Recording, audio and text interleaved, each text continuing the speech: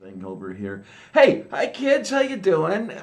Diana here, the Lavender Lady, and we're just having a little special program here for Memorial Day. Kate's playing a game off in the corner, and Yes, I. yay! And For those of you who've heard of it, who care, it's called Enter the Gungeon. enter the Gungeon. Yeah, it's like every monster in the game is like shaped like a bullet or a grenade or something, and Okay, you're okay. you're walking around trying to kill all of them with your own guns, and it's extraordinarily violent. Strangely enough, rarely bloody, but there's a lot of killing. Okay, so enter the Gungeon? Is that it? Yep, I yep, want, I want like Dungeon but Gungeon. I want to write And that down. like nearly everything in it is a pun out of some it's weaponry puns. Ah, N-T-E-R. Okay, that's just weird. Where did there it is. Da, da, da, da, da, da, da. I'm probably spelling it incorrectly, but I don't give a shit. Oh, look who's here. Oh, yeah, yeah, yeah, yeah, yeah, yeah, yeah. Well, you can totally see what I'm doing right now if you wanna. It's like right there. It's all like sharing and stuff. Oh, my word. Okay, keep of the lead lord or the lead lord, one of the two. Lead. Yeah, lead. Because, guns, Okay, lead. fine. Ah! That works. I That got works. killed by something. Well, I didn't get killed. I got hit, but still, I lost my armor. I love the 1980s visual effects. Hello. Yeah, it's very pixelated. Hi, Mom NATO. How are you guys? Oh, we're I'm getting alright. I'm there. starting to wake up. This game is almost better than caffeine. Yeah, I'll keep it short. I don't want to impinge too hard on anybody's observances or anything, or on Kate's gathering of groceries. Yes, I have to head out into the plague infested wasteland because I'm out of pretty much everything except rice and biscotti. Oh my, I'll Mm, tell you, that's well, okay. What you could always do, you could do the orzo thing. Just what? Orzo? Yeah, just those little tiny pieces of pasta that you mix in with the rice. Sure, but Yeah, you could step on the why? spit. You could, I don't know, just for something to mm. do. I have plenty to do. What I don't have is plenty to eat. I have to go out. Oh my, oh my, oh my. Do you have to walk as far as Best Buy? That trek we went on yesterday, Oh, or hell no. oh, okay, good, good, good, good, good. Let me put it this way. I walk about 2 blocks. Yay. Okay, Maybe Oh, 3, maybe 3, but still, it's close. I like it. Okay, that'll work. Yeah. I'm just Yeah. being grumpy today. You was grumpy? Mm-hmm. Oh my, oh my. Okay, what did Tornado Yeah, I do was this about to time? ask. Tornado didn't do anything. Tornado. Oh, darn it. I went to my mom's last night, Oh, that'll do it. and well, no, she was actually pretty cool. I helped Ooh. her order a new phone Oh, yay. and stuff like that. And I came home, and on the way, I stopped at Taco Bell because I was hungry. I wanted food. Well, why did you go to Taco So, Bell? because it was close. It's Yeah, right by she's the trying to say house. it's not food. Yeah, I know. But occasionally you just feel like tacos, and I didn't feel like cooking. Mhm. Tacos. I Uh, like fish tacos. well, Okay. I'll I, just I'll I, just see myself out. yeah, I know you do. I'm trying to ignore that. Mm, uh, I ordered four Doritos Locos Tacos for Tornado, and I ordered four steak chalupa supremes for me. Because I was hungry, eat two tonight or last night and then have two for lunch today. Well, I get home after sitting in line for 25 minutes, got ice in Tornado's Mountain Dew after telling them twice no ice, and Ay, get ay. home to find they ordered steak soft taco supremes instead of chalupa steak chalupa supremes. And it's like, Oh How the no. hell do you mistake steak chalupa supremes for steak soft taco supremes? Well, Well, the Jack in the Crack near me constantly gets orders wrong, so I always Right. check them. Well, yeah. there was a line all the way back to the road by the time I got to order, and it was still that long after I ordered. I see. I should probably Yeah. stop sharing this screen. Oh, it's okay. It's fine. So I It's tried just it's calling rather the cute, really. Mhm. And I called Well, in. no. I called in to speak to the line manager, whoever was in charge last night, and she's like, "Well, that's why we asked you to check the screen," which they didn't do because they were so damn busy, and they didn't repeat the order back to me. But she's like, "Well, we put in the steak soft tacos. You should have caught it." Okay, so blame it on you. Okay, fine. Yeah. It's perfect. I So like it. I called in this morning, and the manager's not there, so I get to call back tomorrow at the same time to try and talk to the manager and say, not only did they get my order wrong, but when I called in to try and get it dealt with, the line manager blamed the customer and she was rude about it. Well, that probably. I don't know how they're going to pay attention to it or whatever anyway, but Yeah. what the It's just heck? the principle of it, There we This go. shouldn't be let go because if they got my order wrong, they probably got half the people's in that line wrong. So, Okay, I let's see haven't if we watched can. television in a very long time. Is that stupid Chihuahua still their mascot for Taco Bell? Oh, I know what you're talking about. It took me a while. No, I don't know because I haven't watched television I longer haven't than you watched haven't. me either. Well, okay. Maybe someone in the chat knows. Yeah, that whole Yo quiero Taco Bell. It's, Yeah. I remember, Yo- yeah, man, drop the chalupa. I'm surprised no one thought that was racist as fuck. Well, there's a Like lot. even if like Mexican people don't think that it's racist, I'm surprised there wasn't some SJW, some like suburban white girl in college who thought, "Oh my gosh, so oppressed." I don't know. Okay, here's the thing. This is a question that could keep Twitter occupied for the next 5 years. If the call them the target group or whatever does not think it's racist, can it be racist anyway? Yes. I mean, well, it can be intended to be. Okay, because I mean, if not that I will or anything, but if I come up with a term or something that's um, not even intended to slur anyone or anything, but a term, and whoever I'm talking about is, oh, okay, that's a term, yay, good. But somebody in Northwest Oregon thinks that it's racist. Has it suddenly become racist, even though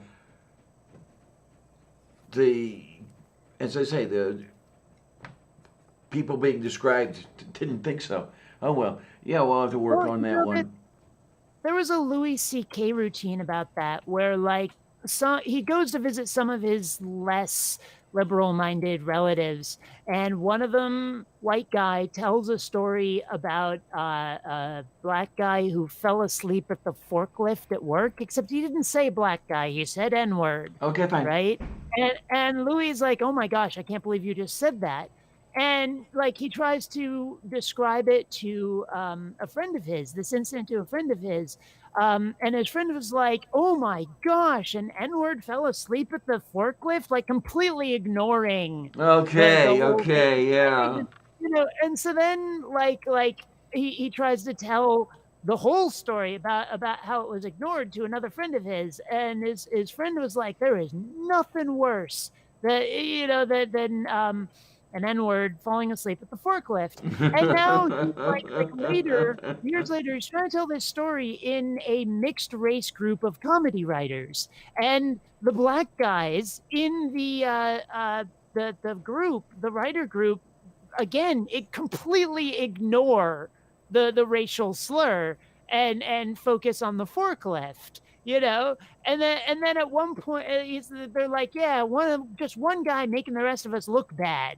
you know, all of that. And then later he's telling this whole story to another friend, and the friend's like, "How do you fall asleep at a forklift?" Again, completely ignoring, you know, the racial connotations. Like nobody thought that part was the important part, Oh, you know, jeez, and that's beautiful. yeah. Is it my to liking to making? Yes. Oh, jeez. Unintended consequences goes really off the rails. Okay. Oh my, oh my, oh my. Oh, hi, Yeah, Doc. so did I was wondering the same thing. How do you fall asleep at a forklift? Like, I don't care who it is at the forklift. It's a weird thing to do. Yeah. Are you still at work, Doc? Or did you finally get home? Yeah, for you guys in the side chat, I don't know if there's anybody who does not know yet, but I have not owned a television in, oh God, years and years. Um, I think it's been about See, owning a around 10 television has years. nothing to do with it. It's having cable that is like you can own a television set hooked up to like a DVD player or a Blu-ray player, but if you don't have cable and you can't watch broadcast television, that's Oh, different. okay. Well, yeah, if you want to put it that way, I haven't had cable in over a decade. Yeah, I think somewhere around 2009, 2010 was the last time I had cable television. Um, You had it more recently than I did. The last time for me was 2000. okay. Because what I did at the time, there was this thing called Major League Baseball Extra Innings that you could get over some of the cable networks. And when my ex and I were together, we had DirecTV. So I kept a DirecTV to have the baseball, and then later found out that I could get it directly from Major League Baseball over the internet. And I said, okay, so why am I paying $35 a month every month for this cable television on top of the baseball if I could just get the baseball directly? And it was okay, that's the end of that, and I haven't had cable television since. How many of these people are trying to sell me the television? Oh God, when I had Verizon, they'd call me at least what 4 or 5 times a year. How many televisions do you have? None. And they're all trying to sell me the television, and they're not getting it. It's like I don't have television. I don't have televisions. I don't watch television. I don't want television. Please just stop that shit. And the only way it stopped was, when I didn't have Verizon anymore. Yeah, I like I mean, Verizon is primarily phones, isn't it? Yeah, but you could get the bundles with the Right, internet but stuff. it's primarily phones. Primarily phones, yes. That's And back. so, like, my cell phone company has never tried to sell me anything other than phone service. Okay. Yeah, I had the Verizon Fios, and that was probably their foot in the door to do the whole television thing, because you could get the television bundled onto the everything else you got through the Fios. Um, yeah, now I don't even have a landline, because when I moved here, Verizon didn't serve this. No, I'm sorry. Comcast did not serve this area with landlines, and Verizon wanted $90 just for a landline. I said, "Fuck this." So I have one of those cheap ass cell phone plans. Have you heard of Consumer Cellular? No. Mm-hmm. Yeah, that's what I have. $25 a month gets me unlimited voice and that's it, unlimited voice. Yeah, not even text or anything like that. But that's okay. But I can call, I can call Georgia if I want. The one on the Black Sea, not the one on the U.S. In Yeah, the U.S. figured, and there's actually a Georgia, Vermont as well. Oh, okay. Yeah. But The only people who try to sell me cable is actually my internet company. Okay, then. I'm also very shocked that anyone would even consider charging for, say, text messaging these days. That's just insanity. Well, when I say that I don't have text with the plan I have through Consumer Cellular, my flip phone won't even handle text. Okay, that's just bizarre, but all right. Yeah, it's that ancient. It's one of those pretty much exactly the phone that you used to get with track phone and the prepaid cards and everything. It just did the very, very, very, very basic stuff. But my government phone, my Obama phone, does text and data and shit like that, and that's just fine. I can do it that way, no problem. It does an android character from Star Trek? What? Okay, purple, yes. Oh my, oh my, oh my. Indeed, I do qualify for a free cell phone plan over here. The only problem with that is I do need a telephone upon which this can ride, upon whose back this can ride. Because I did run into a problem with the last one I had through the government. The phone broke, and I couldn't get it through their thick skulls that the phone was broken and I wasn't able to use it. I wasn't able to make my one call per month, and they canceled it on me. And when I tried to set up another plan with them, they said, "Well, you already have a plan." And I said, "Yeah, that was 3 years ago, and I told you back then it was broken." So it took a couple of years for me to get this, and it took a couple of years for them to cancel that old plan and give me the new plan. And it's like, holy fucking shit! I'll pay $25 a month just to have a phone I can count on.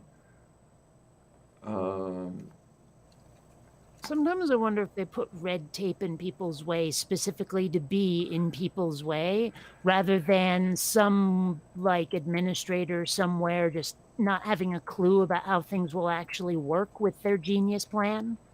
I have to wonder, yeah, are they doing this intentionally?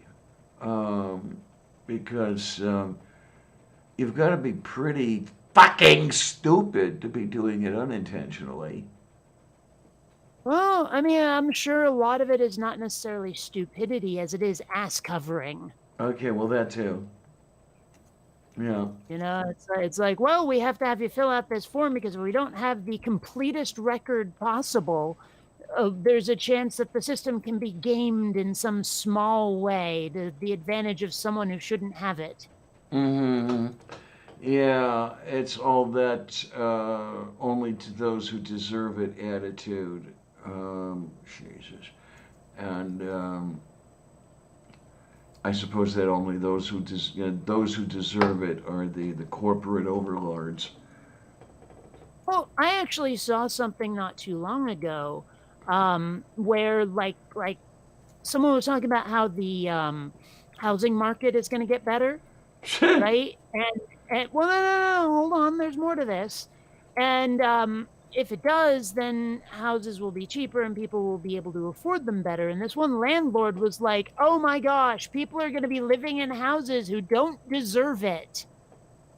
Yay. Yeah. Yay. And it's like, he's like, this is going to be so bad for landlords. So apparently, not being able to gouge people for rent is his major concern.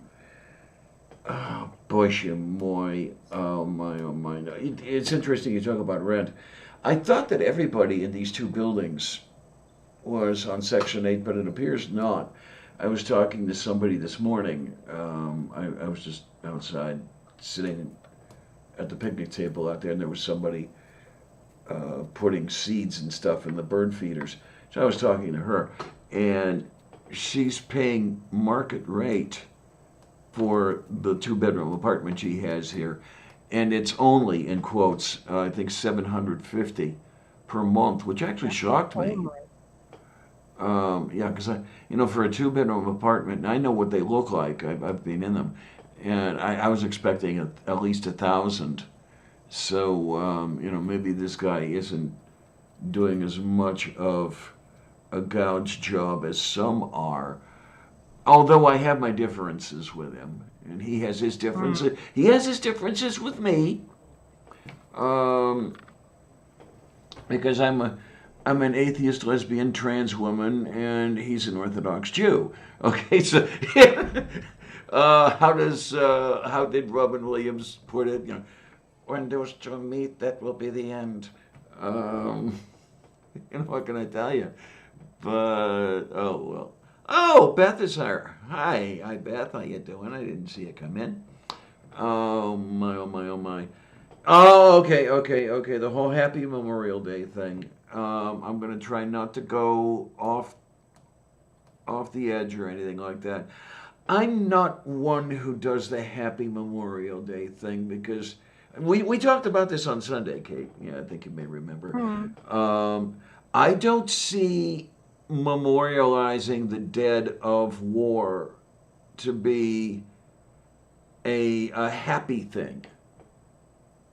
And okay, this allegedly is the day we set aside. And I see that some people still do it by what they've said on Twitter. To do that, remembering and reflecting. Now, if you want, okay, if you want to do some reflecting and that stuff, and then get on with your initial day of summer celebrations, okay. I won't hold that against you necessarily. It's not that I want you to be walking around with your head hung down and crying all day, but I don't know. It just doesn't hit my brain right. That must be weird, right? Well, that's a separate issue. Okay. I mean, I'm not going to But- deny my weirdness. I wonder though, what is it like in one of those families that's like the right wing, quote unquote, all American, corn fed, rural ass like MAGA types who like they have 6 kids and 3 of them went into the military and the other 3 had babies. Uh-huh. Where it's like maybe one of them didn't come back from Iraq or came back with a missing limb or something, and to them, I imagine that Memorial Day is a day of like extreme patriotic orgasming over, oh my gosh, war is so great. Even though we lost family members, we do sure love it when we go out and kill those brown people. I wonder what it's like to be in one of those families, because boy, is that the opposite of my experience. I was raised by hippies in the Northeast. I was taught from the earliest age that war is bad, give peace a chance, all of that stuff. It's just so far outside of the paradigm of my life to be one of those people who thinks it's awesome when a relative joins up. I don't get it. Yeah, I I really don't don't. either. Now the Nazi, the male slimy bastard, was on that patriotic side of things, and I'm misusing the word when I speak it relative to him, because what he felt was not patriotism; it was nationalism. There's a difference, subtle but significant. He was the one. There was a spoken word record that was out back in the '60s during Nam, which ended with, "And my son, if you ever burn your draft card, burn your birth certificate with it, and from that moment on, I shall have no son." And the MSB is, yeah, definitely, right, pay attention, looking at me, and yeah, I did get some of that, but I don't know what it's really like to have that sort of thing in, say, Arkansas or Mississippi. Well, Yeah, even yeah, because even outside of the South, though, just the Midwest, the Rust Belt and the Bible Belt and all of that, it doesn't just have to be where people talk with a Southern twang. uh-huh. Okay. Um, Yeah, I was I just gonna have a hand it over to friend. you. Yeah. Yeah, I have a friend who is transitioning, and her family is from Arkansas. The story's beginning And very well.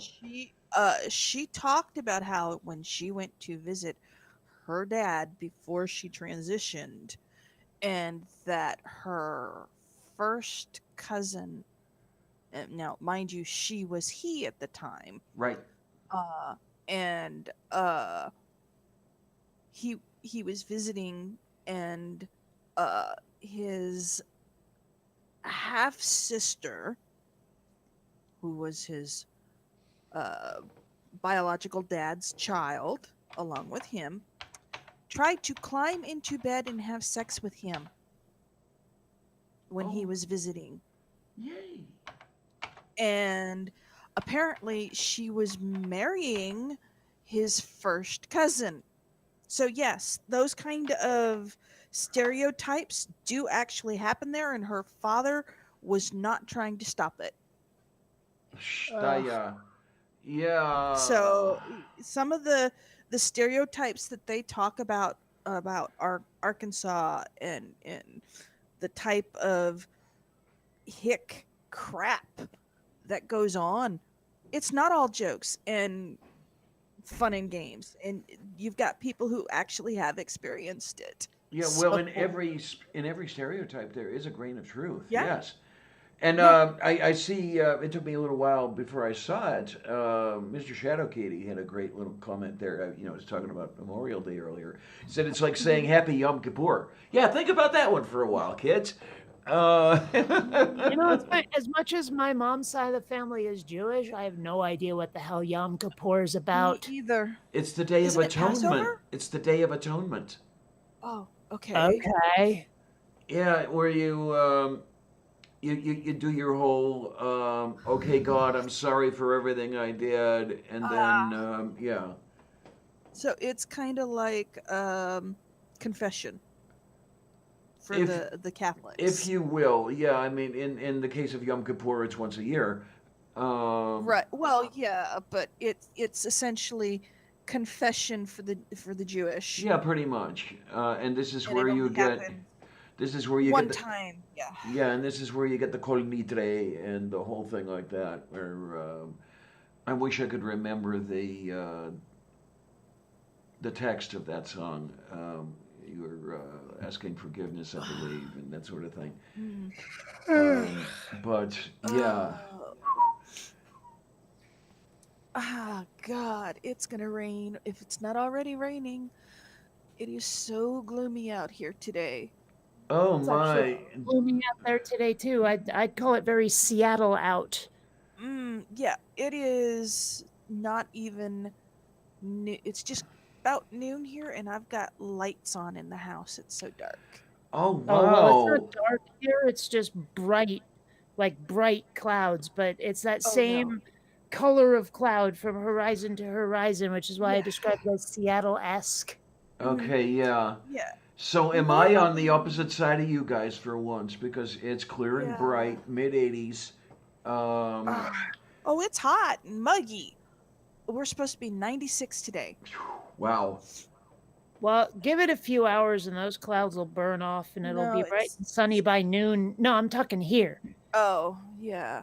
It's supposed to be So, rainy all day today, partly to mostly cloudy, and Yeah, I'm just it's supposed well, to have a curious. I headache. mean, I have to admit, I really like it when it's that kind of gloomy. There's something kind of fun about it. But then I've mentioned the light shows we used to get, Thunder and Lightning in Mhm. Vermont, and I miss that too. Oh yeah. Okay. I haven't seen a good light show in a very long time. The one I really liked was flying alongside a line of thunderheads coming Mm. coming home to Sorry, Cleveland for what? Oh, hold on. Flying alongside what? a row of thunderheads. Uh, Oh, that is so not what I heard. oh, okay. Yeah, Dunderheads. we were at 33,000 feet most of the way, and yeah, it was um, cloud to cloud inside the clouds. You didn't see the bolts of lightning as such, but you saw the clouds light up, and oh my God, it was beautiful. I'm sitting there just looking out the window all the way from Atlanta to Cleveland. It was not thinking about what would happen if the plane gets struck by lightning, of course. Oh, I tell you, I almost got struck once. I may have told this story before. I don't know. I'm flying into Asheville, North Carolina, in a de Havilland, um, Hmm. and That's not the way I get into a beaver. mm, Sorry. as we are approaching, you can see the runway and everything, and you know the clouds are there and everything. This bolt of lightning from the clouds down right in Hmm. front of us. And the pilot does one of these, no. But we get on the ground. He says, "Well, yeah, guys, really sorry about that sudden landing there, but I thought you might not want to get hit while airborne." And we all agreed, Yeah. yeah, good Yeah. idea, good idea. Yeah, I've flown a number of times, and on the trip to Japan, which I don't know how many of you have ever flown overseas, but the trip from uh where was it? Was it LA? Yeah, it was LAX to Japan, just to mainland Japan, and I had another 2-hour trip after that to Okinawa. It's a 21-hour flight Yes, yes. straight through.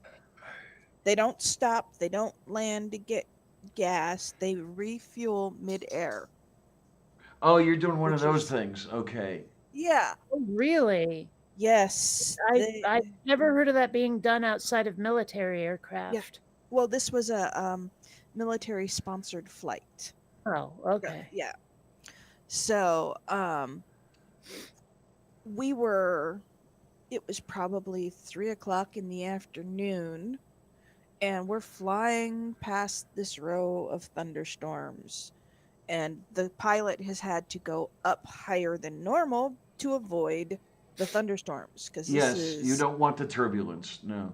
yeah, well, this was in October, which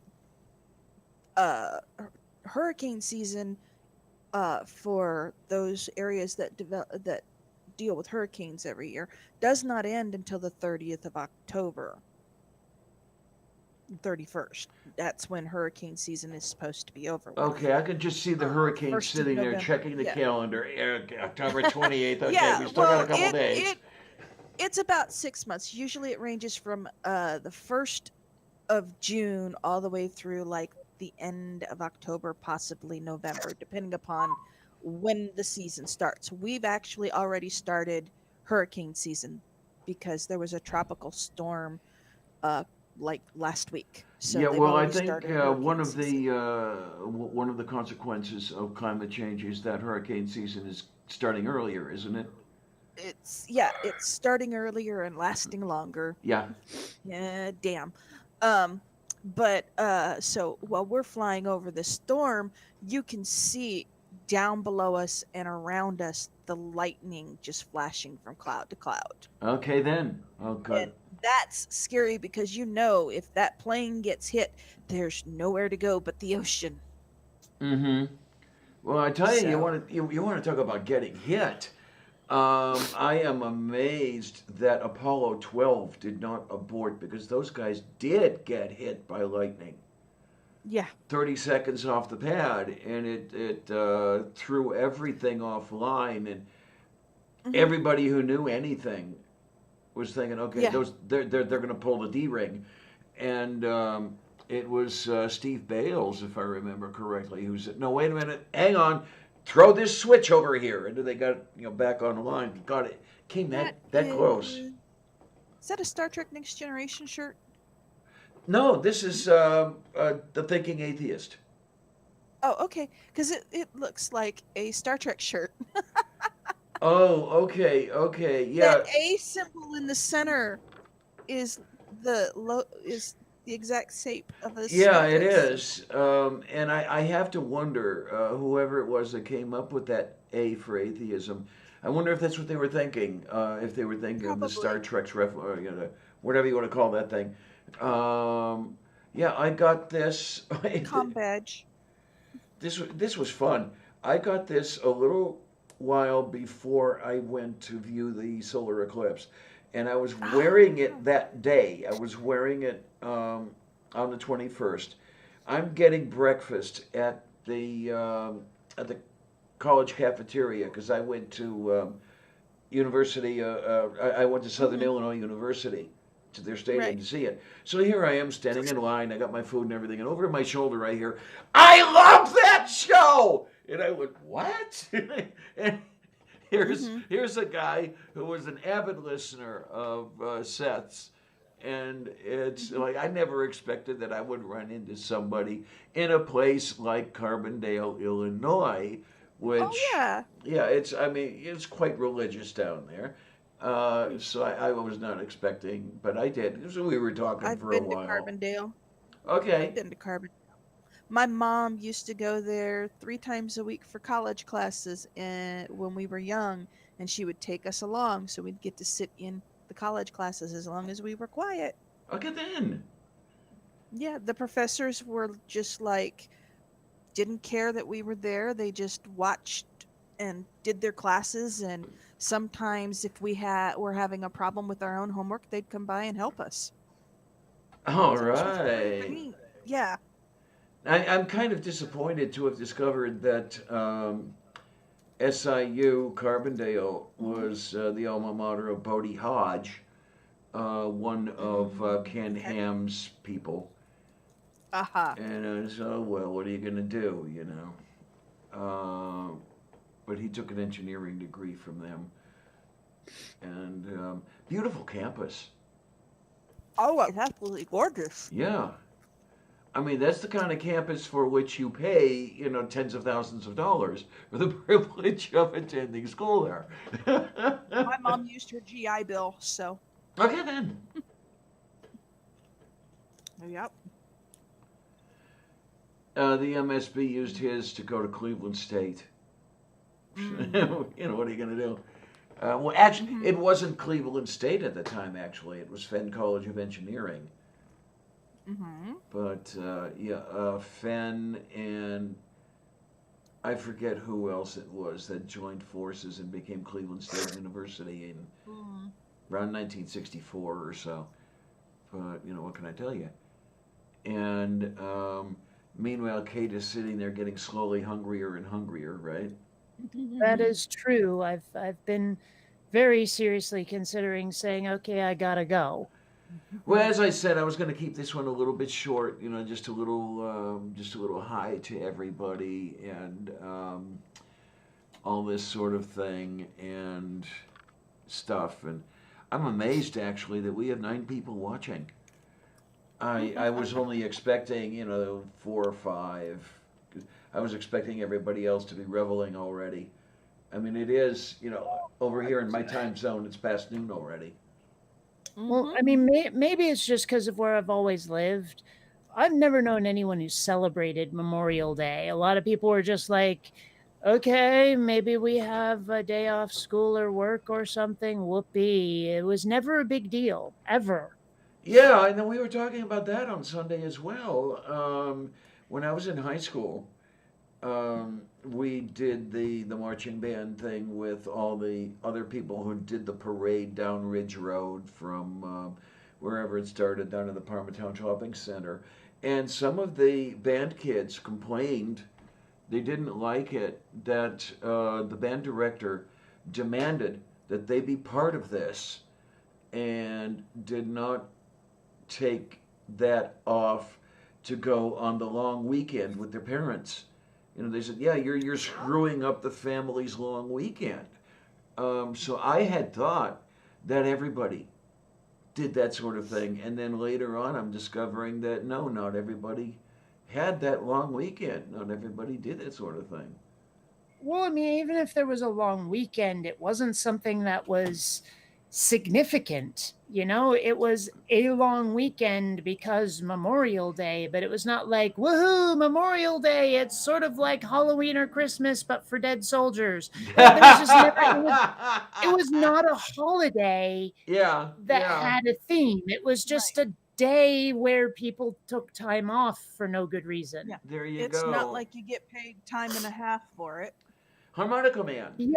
So I mean, Um, because there's a lot of holidays similar to that, where it's like, oh, there's a day, I guess. I mean, I don't know. It's that like okay, the 4th of July is just about fireworks, damn it, and that's all it is. yes, You know what I mean? and Purple's got it. Memorial Day was a big thing for that so-called greatest generation who did the World War II thing, because I remember getting dragged along to march with the VFW in those little things, when I was very young. But God, yeah, did it ever change with Nom? And then yeah, Harmonica Man, wonderful, wonderful that presentation. You are the only person I have ever known who has used a wax seal on a note. Thank you. That was pretty. I loved that. Sounds terribly archaic. Yeah, and that's kind of the reason I liked that. Really? Yeah, I mean, really. I'd rather have some sort of code lock on the message that I had to type in and give my retinal print, you know?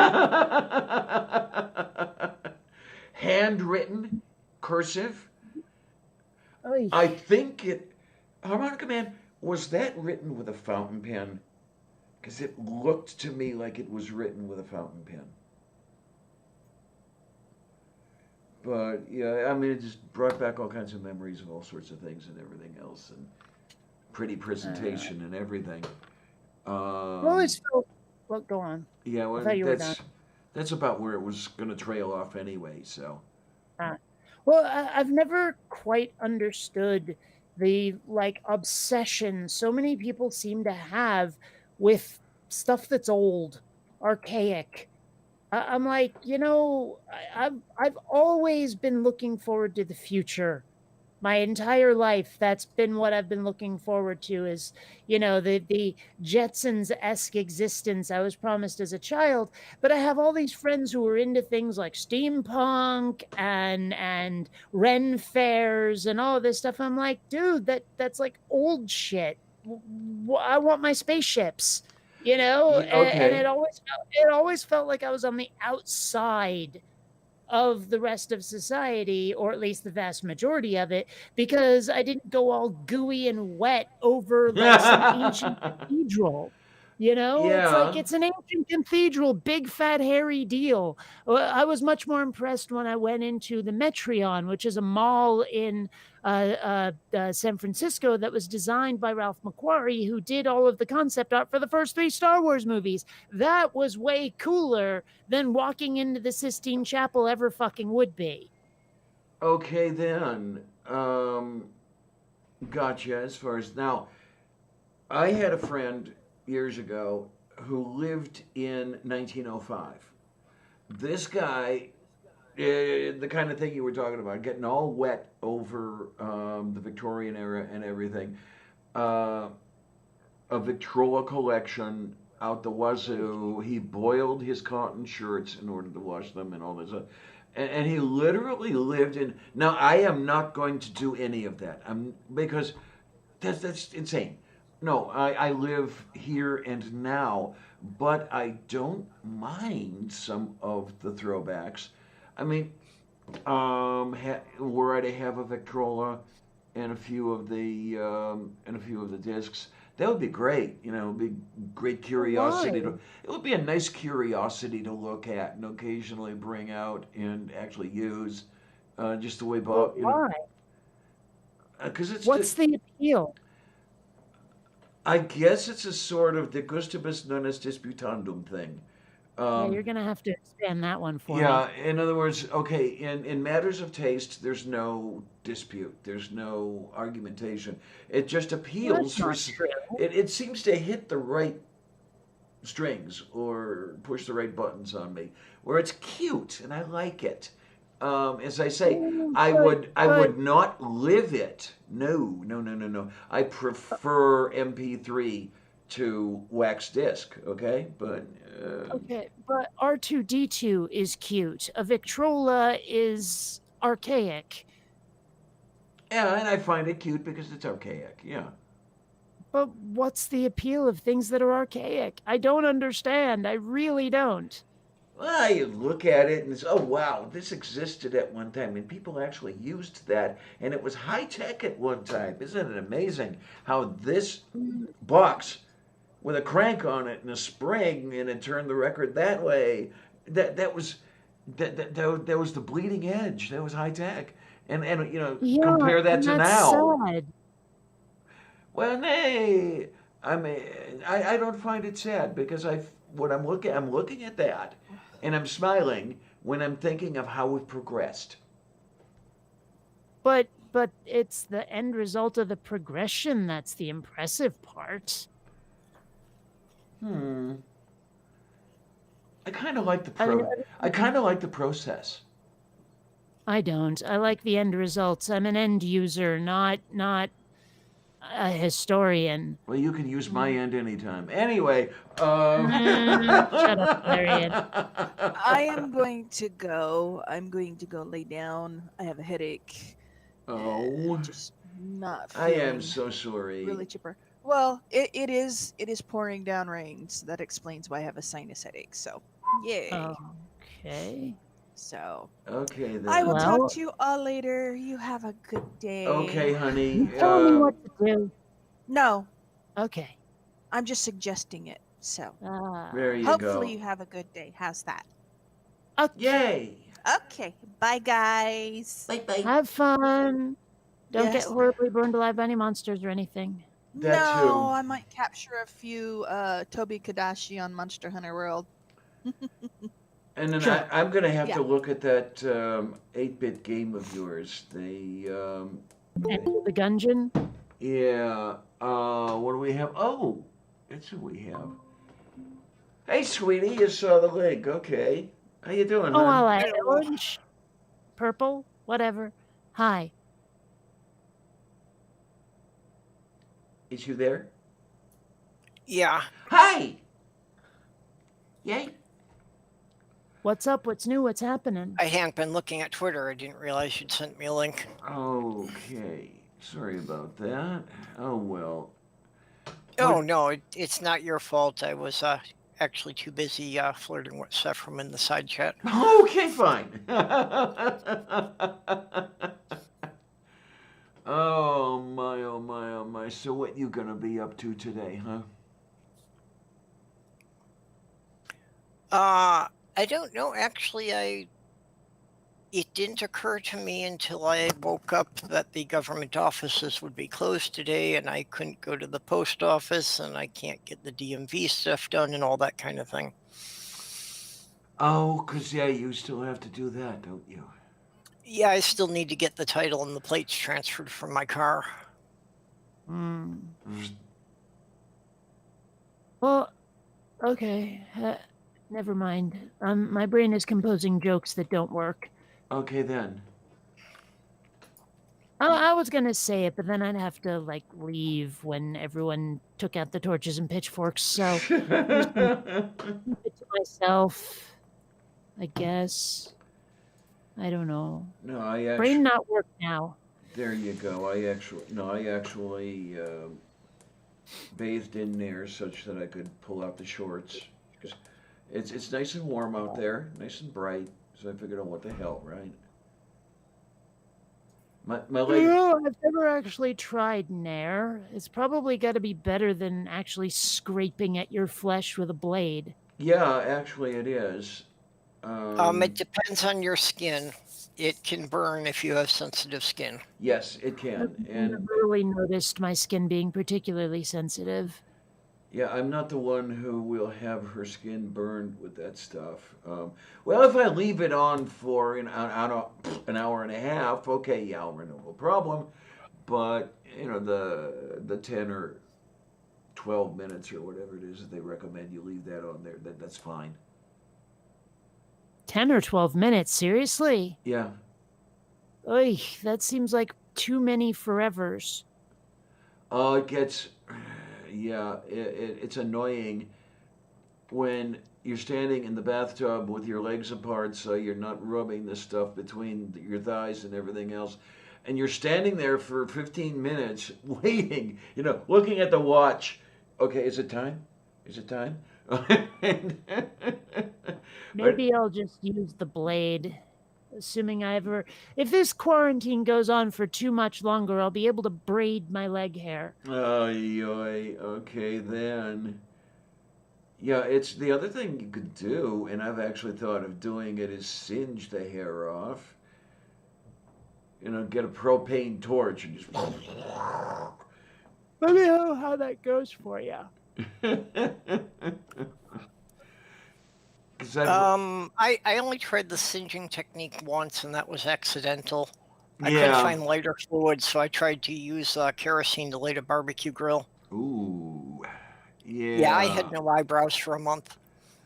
Yeah, I did it accidentally once myself. I was trying to light a friend's oven, and it was being recalcitrant. And then by the time it did light, the whole bottom section was full of gas, and it just did one of these, boom, with the flame out the front and everything. I had no arm hair for about a month. You said that the bottom was full of gas? Uh-huh. Yep. I'll just be over here. Yes. Yeah. Oh my, oh my, oh my. Yeah, that was an interesting time. Anyway, but yeah, I don't have to worry about that stuff anymore because my cooking stuff, my range and oven is electric, so I don't have to worry about any pilots going out. And besides, the pilots are redone now, such that they are, you have to do all that annoying stuff to get them to light and stay lit.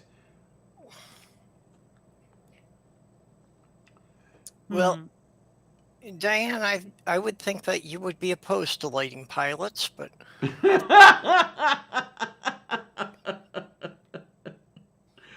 Oh my. Well, as Johnny Carson once said to Don Rickles when he was talking about being in another pilot, you've had your hands in more pilots than an Air Force proctologist. Hmm. ooh. Yeah. Well, I mean, yeah, but no.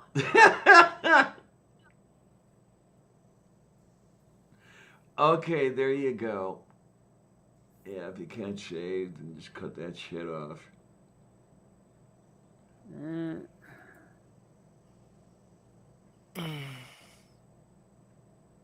Oh, scheiße, scheiße. Zu viel Scheiße. right. Yes. Ich Doten. And that was actually perfectly legal German, by the way.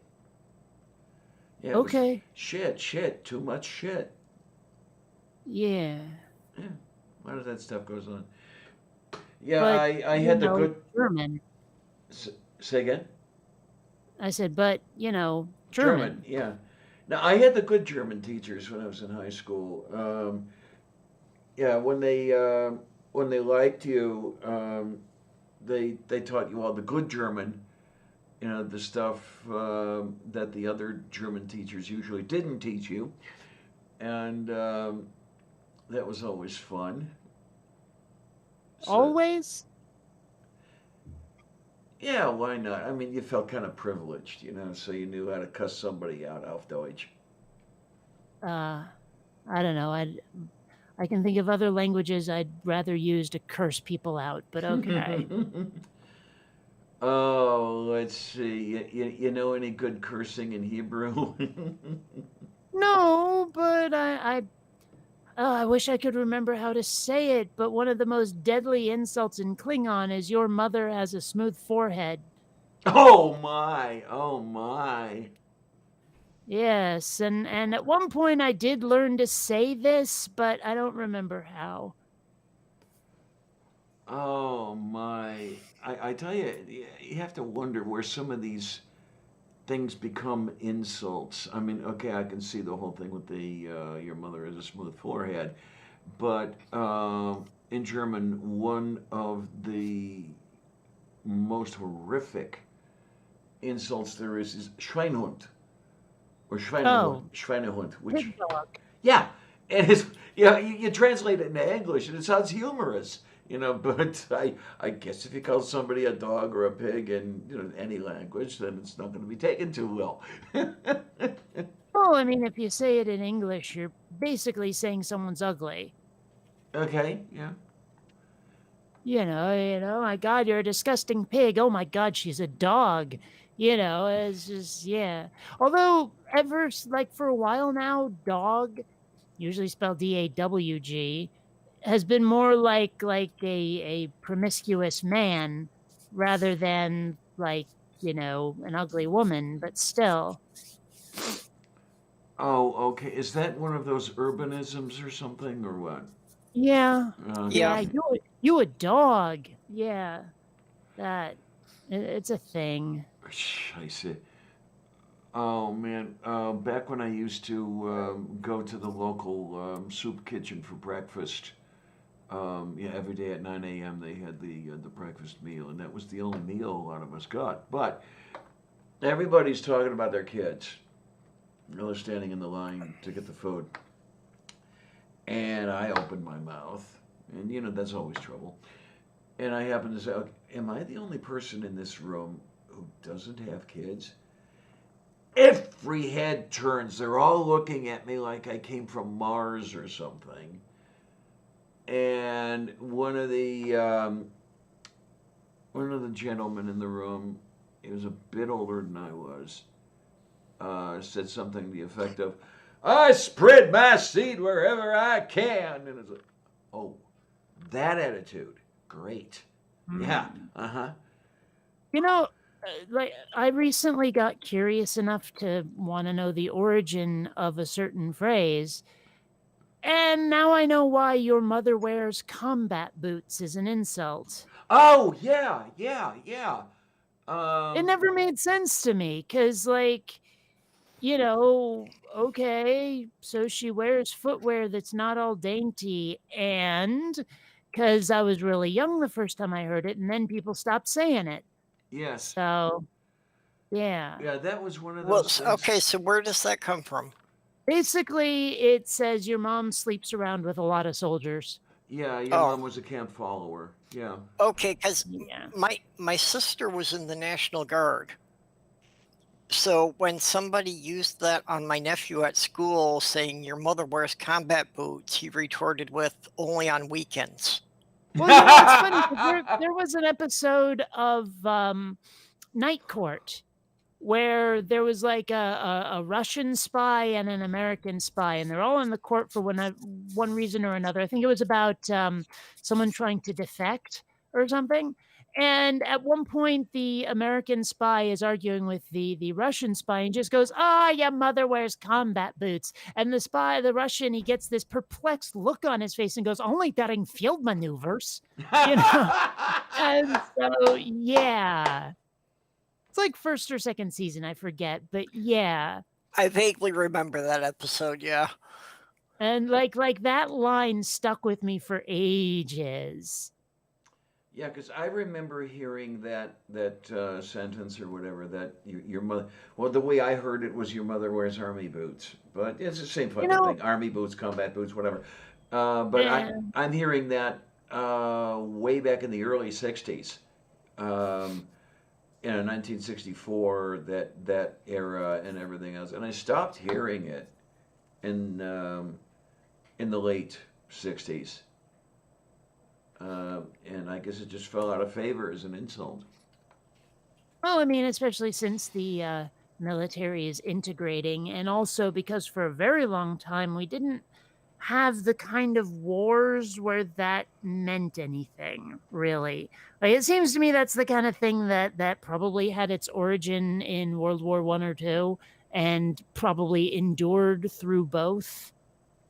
But Yeah. then, you get around to like Vietnam and stuff, and I'm sure that the interest in that kind of expression probably went away.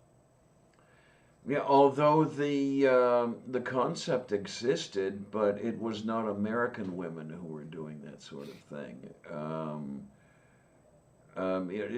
You did have that the concept of the soldiers having their little side pieces, if you will. Vietnamese women, and they would actually support their families that way in some cases. And then, of course, the American soldiers just forgot all about them when it was time to come home to their wives. So yeah, there were quite a few biracial kids in Vietnam who didn't find out about their dads until quite a bit later. Anyway, But- Well, yeah, but- and But being never mind, just go ahead. well, just of all the countries that had troops fighting in Vietnam, the U.S. was the only one who didn't recognize the children of their soldiers as being citizens. yes, that is true. I'll never quite understand that attitude. You know, we're like guys just go around when they're in a foreign country, they just go around screwing, and that's it. You know, like they just they go visit the whore and make their conquest, and that's it. I don't get it. I really don't. Well, Yeah, they- my brother was in the Navy, and he knew that several of the guys on his ship had wives in various ports because the countries did not recognize the marriages of the other countries. Okay then. And then there's this cat. Hi, kitty miss. Yeah, I've got a Xander napping on my lap. Me, me, me, me. Well, he doesn't actually do that. He doesn't snore, but he does like to chase rabbits a lot. Oh, yay. You know, This like- one will like- do that from like, time to time. He'll be sleeping on my lap, and then all of a sudden, twitchy, twitchy, twitchy, twitchy, and I'm like, "Gad." So Okay then, yeah. Oh my. Yeah, occasionally this one will find a cute place to sack out, and more often an annoying place to sack out. Like, for example, the clothing I had just tossed onto the bed before I put it on. You know, go into the bathroom to do my thing, and then come out. And there's this cat on my clothing, and it's like, oh, you really don't want me to get dressed now, do you? Okay. And Well, then, Sammy usually likes to use my knee as a pillow and have one paw draped over my leg. okay, fine. But then often when he's sleeping, it's like he feels the need to grip on, so in his sleep he'll extend his claws into my leg. Oh, yay. Columbia does that kind of thing too, where it's like if I start petting her, she has that moment of pleasure, I guess, and like just grips with her claws as hard as she can. Oh yeah. And I'm like, no, this is Yeah, not with the one of those petting too, things." yeah. Mm-hmm. Yeah. It's just like more than anything, you know, you see a scene where they're having in a movie where they're having a sex scene, they don't want to actually show the sex, so what they do is they show the hand gripping the sheets really hard, you know, to indicate main character has had an orgasm kind of thing. That's sort of what it's like when Columbia does that. Well, I mean, because you know she's being petted, she probably enjoys it, and Oh, maybe. well, yeah. I mean, this one absolutely hates being petted. Oh, yeah. I don't believe you. Oh, God. I think I've said this already one or two times, but God, when I first took her in, I'd hold her, you know, in the arms, and then she'd start climbing up my chest and nurse at my neck. And then she's doing that whole kneading thing. Sure. And with those things, those claws that are kind of sharp. And it's like, you know, God, Sylvia, there's, you know, those little things are sharp there. And then I'm, you know, doing my eyes down because I can't move my head. And it's like, Sylvia, you know, you're a little high. You're going to have to go a little lower to find out they don't work. But yeah, she did that maybe the first year or a little bit longer, and she doesn't do that anymore. But it had its cute side and it had its painful side.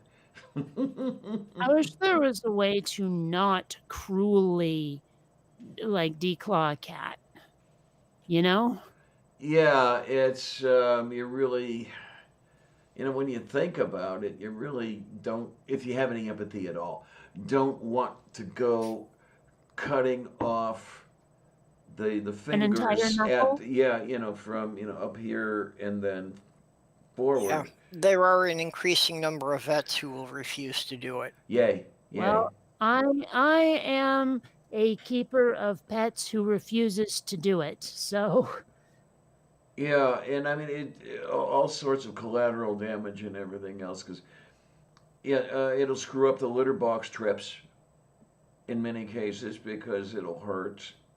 Um, that skin is sensitive, and then you're in the clay, and it's like trying to kneel in sand with an open wound on your knees. Yeah. when have you ever done that? Well, I've never done that, although I have been made to kneel on dried beans. That Beans? Yes, that was a form of punishment that the female slimy bastard learned from her mother, who made the kids do that. That's bizarre. It's quite painful. Well, I'm not denying that. I'm just saying it's bizarre. Yeah, and well, the whole point was to inflict the pain and all that shit. Well, you're talking about people who, well, okay, her mother was born in Pennsylvania, but her parents were born in Poland. So not that far out of the old country. And well, his parents were born in Czechoslovakia. His parents were born in Slovakia. And yes, some of the stuff I hear about, yeah, that was right out of the old country too. Yeah, I was wondering about this just a few days ago.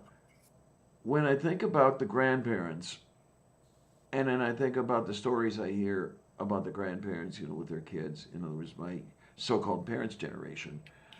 And as parents, the stories go that they were so horrible, that they were so sadistic and everything else.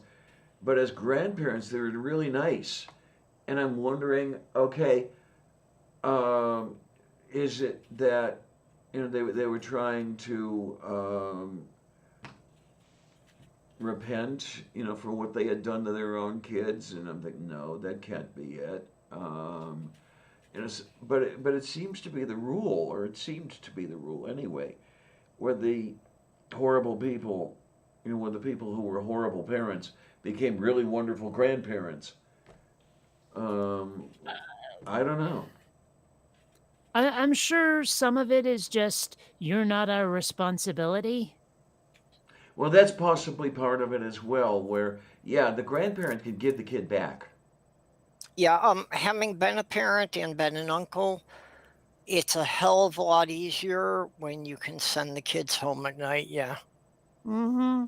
I mean, I have some friends from Seattle who have kids, and I love their kids to death, but I would not want to be in the home with those kids constantly because they're definitely a handful. Okay. Yeah. I'm just saying. I am so happy. Well, I shouldn't say I'm so happy. I have a good feeling about having made the right decision when I did not have kids. Yeah, they talk about, break the chain, and well, yeah, I broke the chain by simply not spawning, and it seems to have worked. That can certainly make a difference. Ça whatever the hell that was. I have no idea what I just said. Yeah, one Okay. time I used to be able to swear in Polish, but I've forgotten it all. I just remember a couple words. Yeah, I mean, yeah. There's pista, which is a good Yeah. one. Oh yeah. Well, my dad, whenever he would swear in Polish. But that was the only time he ever spoke Polish around us, so we knew what it was. Okay. Okay. Yeah, that was Did a. he ever do it and then say, "Pardon my French"? No. Because And- that would have been funny. Yes, indeed. Yeah. I don't recall my dad actually ever having a sense of humor. Oh, I recall my dad trying to have a sense of humor. No, dad jokes would have been a huge improvement for my father. Oh, I don't even mean dad jokes. I just mean really poorly formed jokes. Like the kind of jokes Tornado would try to tell. Ow! Only less obnoxious. Okay then. Yeah, that's like, slide, Charlie Brown, slide, and the slide stops 20 feet before the base. Yeah, that kind of telling a joke. Yeah. Oh man, I don't know. No, I don't it's know. that is one thing that I have accomplished. Yeah, Excuse me. Okay. Just the goal of my whole generation that yes, I have never become my father. Yeah. Oh gosh, I hope I never become my mother. Yeah. That would be horrific. Well, because I came to realize that my father always did what was expected of him. And I think as a result of that, I do not recall him ever doing anything he ever really enjoyed. I don't recall him ever really having fun. Hmm.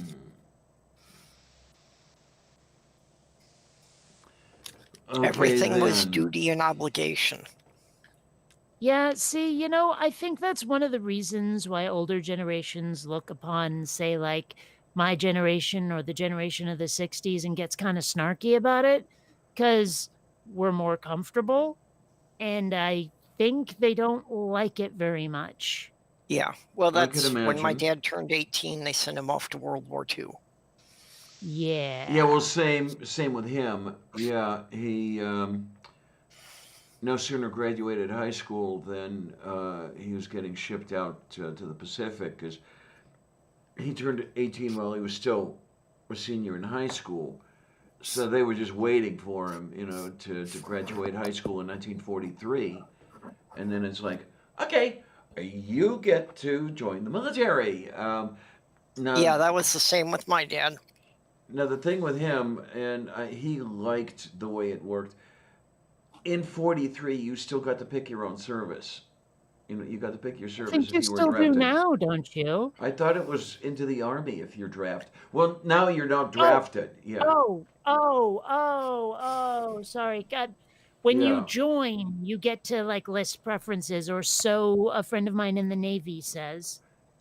Yeah, you can join the Navy, in the Navy, or Well, I or don't even necessarily mean just which branch of the military, though. I mean, you can say, "I want this job."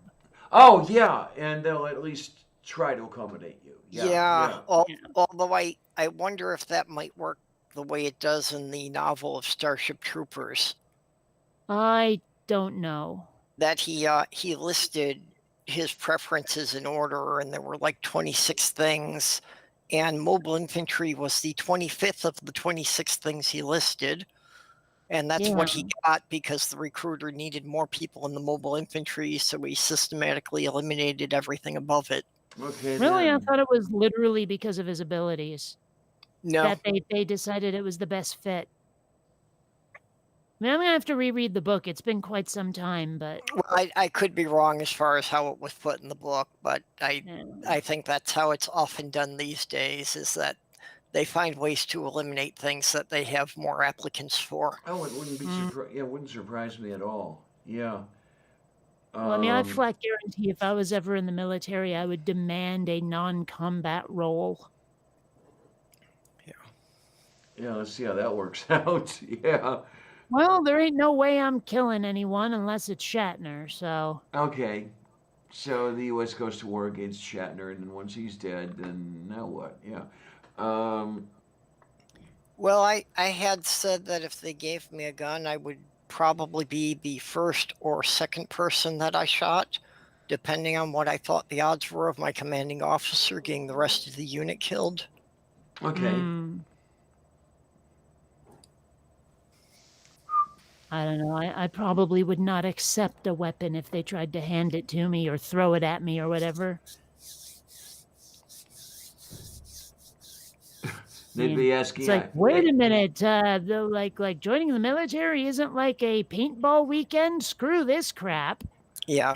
Oh God! And how many people think it is? Yeah, but that's beside the point. Well, too. I remember when Top Gun came out back in the 80s, people loved it so much that the Navy literally set up recruitment stations inside the movie theaters.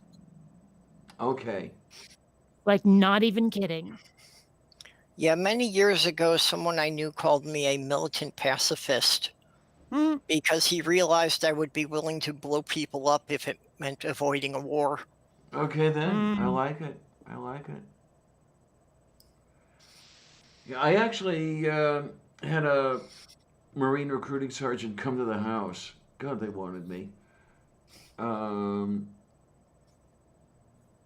it's best damn thing that I never did join the military at all. I mean, I had thought of the military academy. I had thought of Annapolis. Oh, no. I knew from the time I was a teenager I would never make it through the military because I will question every authority possible. Yeah. It just doesn't fly in boot camp. Yeah. I would find it very difficult to keep my sense of humor in check. Okay, then. Agfu. Like, I would end up on KP duty for the rest of my life if I tried to you know, like I Yeah. couldn't hold it in. I wouldn't be able to. It would be impossible. Yeah, sarcasm doesn't go over well with officers. Don't either. Oh my, oh my, oh my. But oh well, what are you gonna do? It's See, you keep asking that. You should know the answer by now. yeah, pretty much. Oh well. Oh look, it's a cat. Yeah.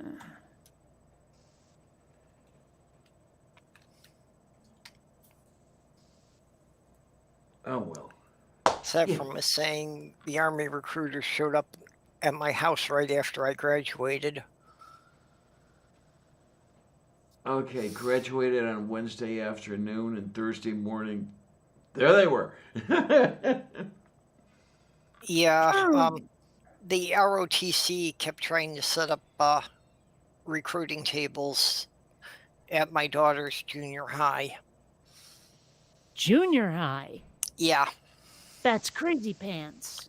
That's what I thought, and yeah, we really pushed back against it, but they tried it like 3 times. I mean, how though? Like they're not even old enough to consent. Well, yeah, it it best didn't time make. to get them. Yeah. No, but I mean, that's a lousy time to get them because they can't say yes. Well, I mean, they can literally say the word, but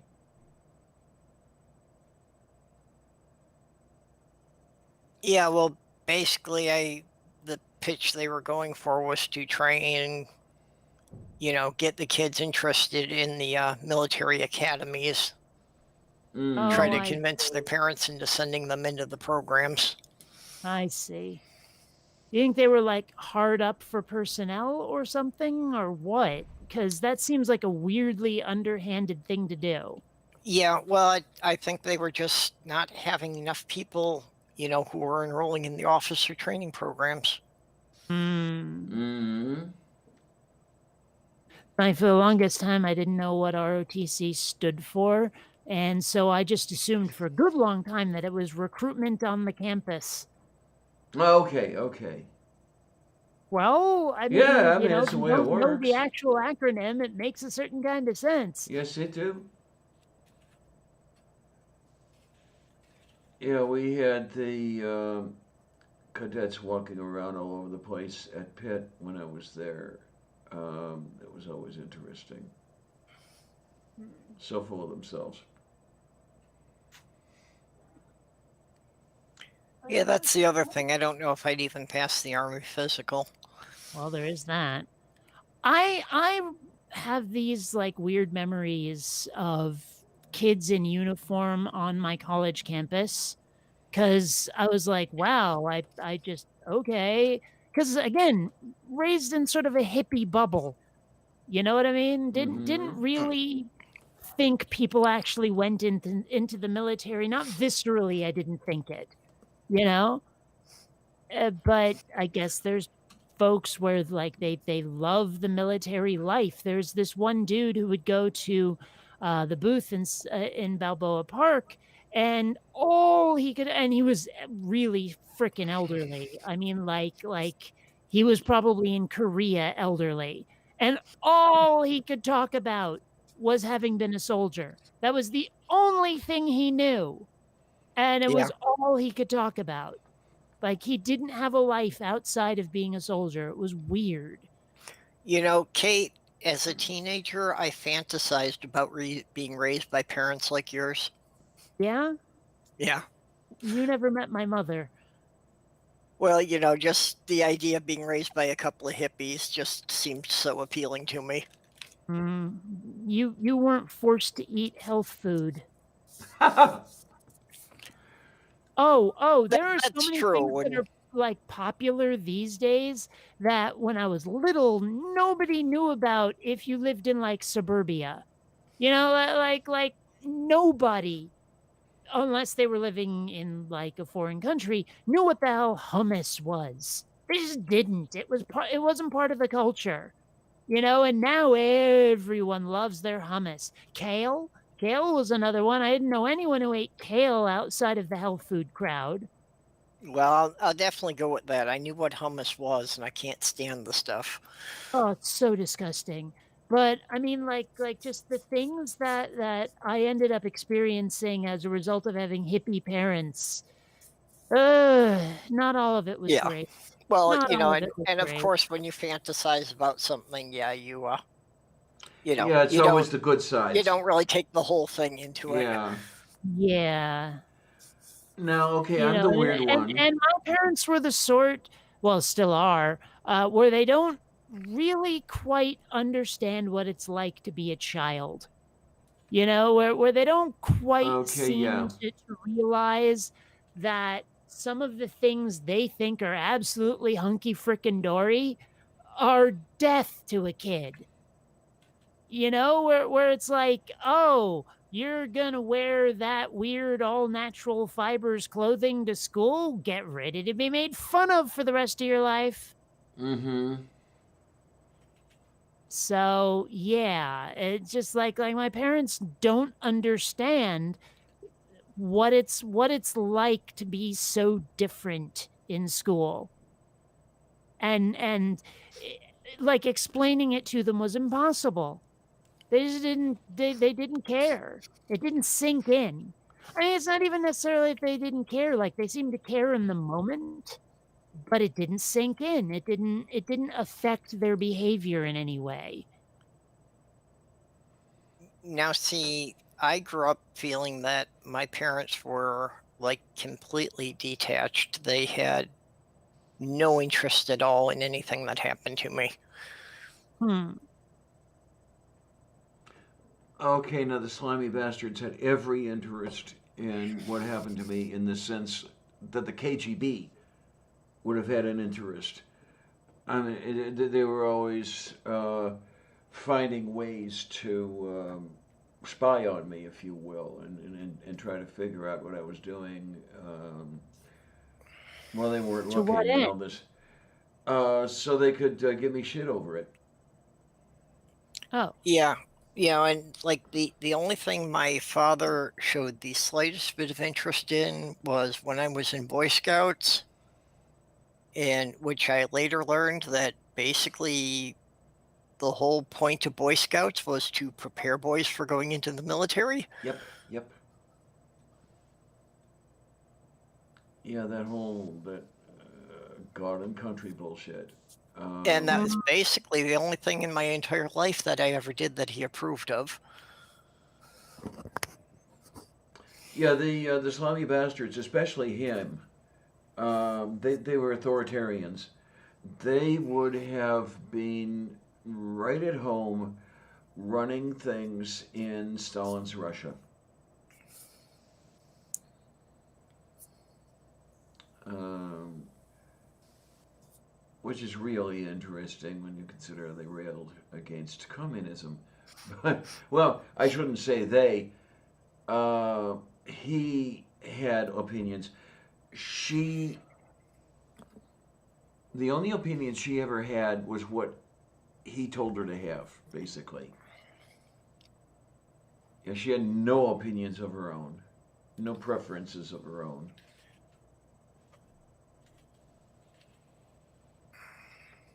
well, But what are you going to do? I'm sure you know the answer to that already. Yep. Yeah, well, there's a lot of folks out there whose mindset seems to be it's not what those people are doing, it's that they're the ones in charge instead of us.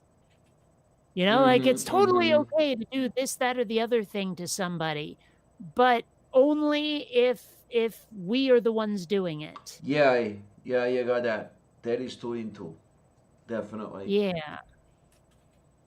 Um, And there's a lot of people out there. yes, there is a lot of people. Yeah, I was done. Yeah. I That don't that's know. generally my problem when I open my door is it's too peoply out there. Yeah. Now I don't know. In their situation or any of the situations, where, when, and how that authoritarian switch gets toggled. But boy, does it ever. Well, I'm sure I've mentioned this before that there was a character in a book series that I was reading where his whole thing was this government is terrible and I would very much like to replace it with a better one. But when he ends up in office, he's hemmed in by so many different ways the society works and things that the citizens will and won't accept and this, that, and the other thing that he ends up becoming the bad guy because he can't do anything else. Yeah, I remember you talking about Like he that. ends yeah, and I mean, it's probably something similar, where the authoritarian mindset comes in because, well, it's the only way you can think of to get shit done. Mm-hmm. And never mind whether it should or shouldn't be done. Oh my, I don't know. And that is one of the problems is that people never really stop to consider whether a thing ought to be done if it's in their own personal interest to have it done.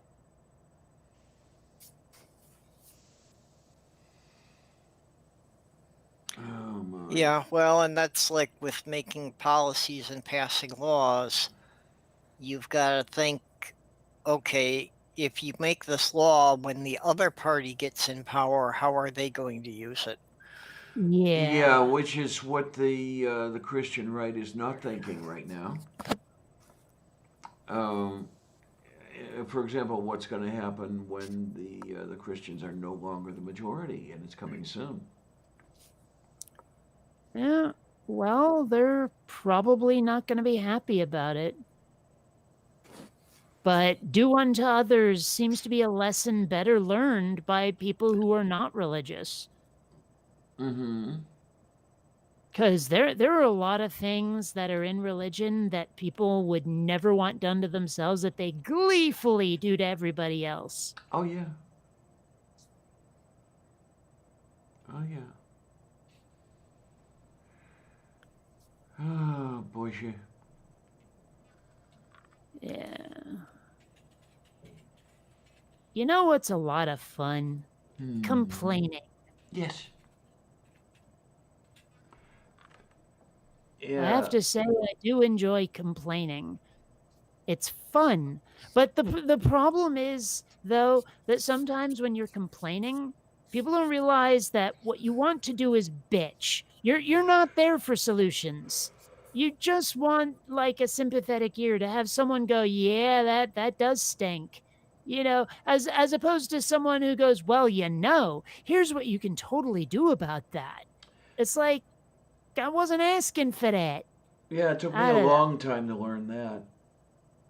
Yeah, isn't bitching national pastime? Yeah, pretty much. But Oh well. I don't know. It's one of those things, I guess. But I mean, like I've actually started now. If I decide I need to bitch about something on, say, Facebook, I will start with all caps, not asking for advice. I'm just complaining. That's like that actually does work, weirdly enough, most of the time. People will leave me alone or commiserate a little. But they won't necessarily go, well, here's how you solve that little dilemma. And I have to say I'm grateful to the people who have gotten that hint, but well, they're depressingly small Mm-hmm. in number. Yes. Well, I some kind of jackass- got that. Yeah. Yes, but some jackass out there is probably going, what do you got against little people? You know, what do you got against? You know, this is another case where I don't know what the appropriate word is anymore. Now I gather that midget is verboten now, but you know, like the it seems to be the boat still seems to be out on dwarf. I hear little people all the time, but then again, I think I've heard someone find that insulting at some point. I don't know what to call. I don't know. It's not I don't know. fair. Well, how about I want vertically? somebody little people is what I've generally heard used on TV. Yeah, but can you trust TV necessarily? Of course Well, not. except for that, I've heard it used by little people on TV. Yeah, but then I've also heard some people go, screw that crap. I'm the fill-in slur here. Mhm. Yeah. Well, how You about know, some Well, people and I decide to think that embrace- just goes back to whatever term you use, there's going to be a percentage of them that will find it offensive. oh, of Yeah, course, I yes. know, but I want to find the term that offends the fewest number of people. Well, It'd be how nice. how about vertically challenged? Well, that can describe anybody, though, if they're short. You know, I mean, Okay, we're well- talking now about folks who've got that unfortunate condition. Moo. Although, I mean, is it necessarily unfortunate? I wonder how many of them are like, no, I totally dig on this. You know, I don't it's know. kind of like I'm pretty sure that black people don't want to stop being black. They just want to stop being mistreated for it. And I'm Yeah, sure you there got must be that right. little people out there who are like, I'm totally cool with being this minuscule. I just don't want people to look at me like a freak. And I can respect that. Yeah, I get that definitely. I mean, I don't know. Like I've made friends with exactly one little person ever. Really nice guy, actually. But I mean, it's just I don't know Yeah, anything well, about that and like culture. you say, Is there even a culture? I don't know. the culture keeps changing. Because, yeah, again, you know, when I was growing up, there was a family like on the next block from us, you know, and they were perfectly fine with people referring to them as dwarves. But that was in the 1980s, and it's like now that doesn't seem acceptable. Well, okay, here's one. Do you think it's okay or totally not all right to like decide to call them a hobbit? Yeah, I'm that's sure what I. there's someone out there, some Yeah. like Lord of the Rings fan who's tried it and they either got punched in the nuts or got a big ass smile, and I'm wondering which it was. Well, since the hobbits were always shown to be, or always depicted as being, kind of pure and the heroes, I would think that it would probably be okay. But yeah, some of them might think you're making fun of them. Yeah, so I mean, and I don't want to be making fun of people unless they deserve it. Cough, cough, Trump, cough, cough. Move. But, Okay, Sephram says Brad Willis mentions they apparently want to be called dwarves. I'm not sure who Brad Williams is. Yeah, I don't know that name.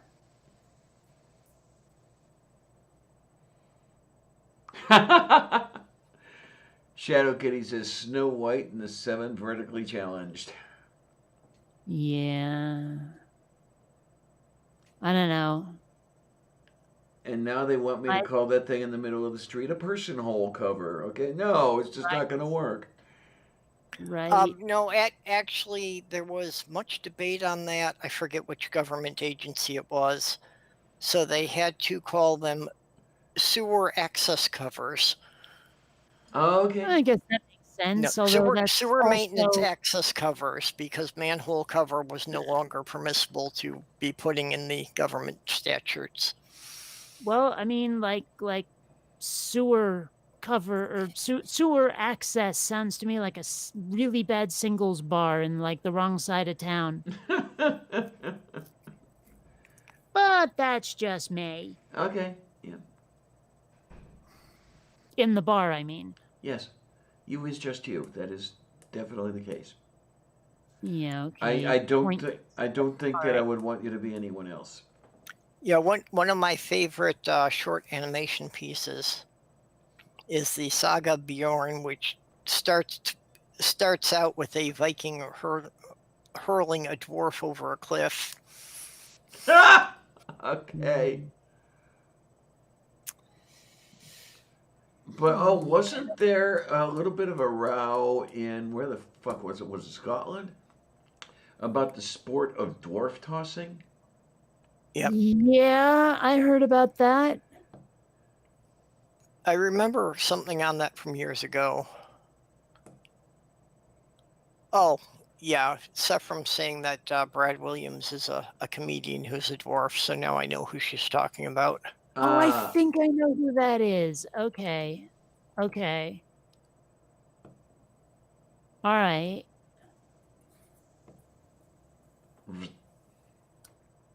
Yeah, I do recall there, being a thing about the sport of dwarf tossing, and that there was some controversy on it. Yeah, and that even some of the dwarfs involved were upset because they were trying to, outlaw it or something.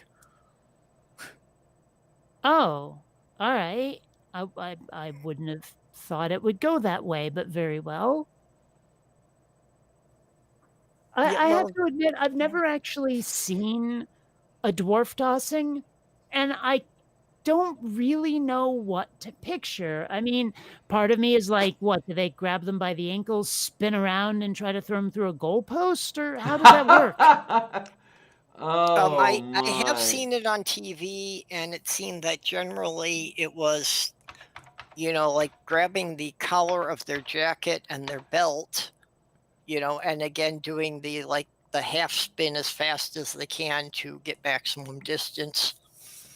So it's just distance then. There's no get them over this bar or anything.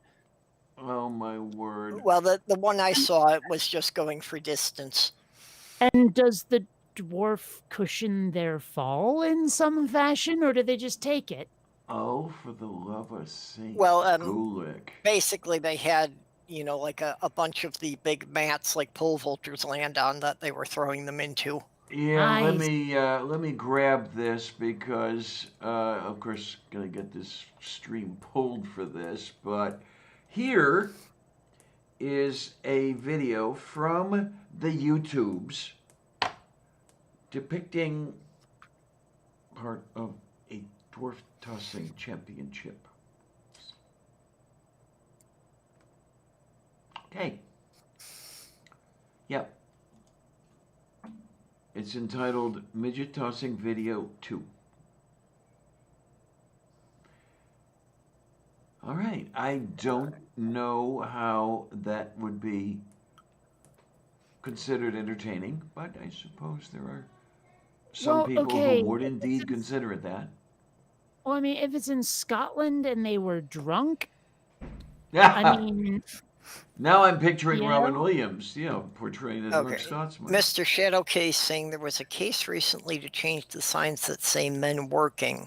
Was that to space it out to put in the words should be? There you are. I remember the band Men at Work. Yeah, that's what I had thought of, and then I like from Harmonica Man over here. There's a psychic dwarf who just escaped from prison. He's in your area. Authorities Oh, say there's to a keep small it. medium at large. Yes, yes, Yeah. yes. Oh, that joke is older than the crust on your underwear. Yeah, I've been telling that joke for at least 20 years. Yeah. Das Petroda. And I would have told it again if he hadn't beat me to it. So Okay. Yeah. Oy vey. I don't know.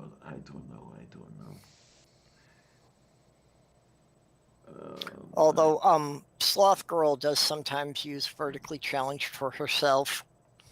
I Okay. occasionally just get a text that says I need a tall person. Well, wait a minute. How short are you?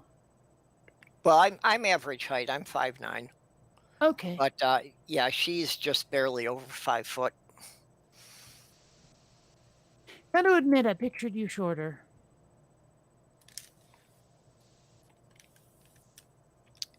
Well, technically, I've never quite made 5'9". I'm like 5'8" and 7/8. Still.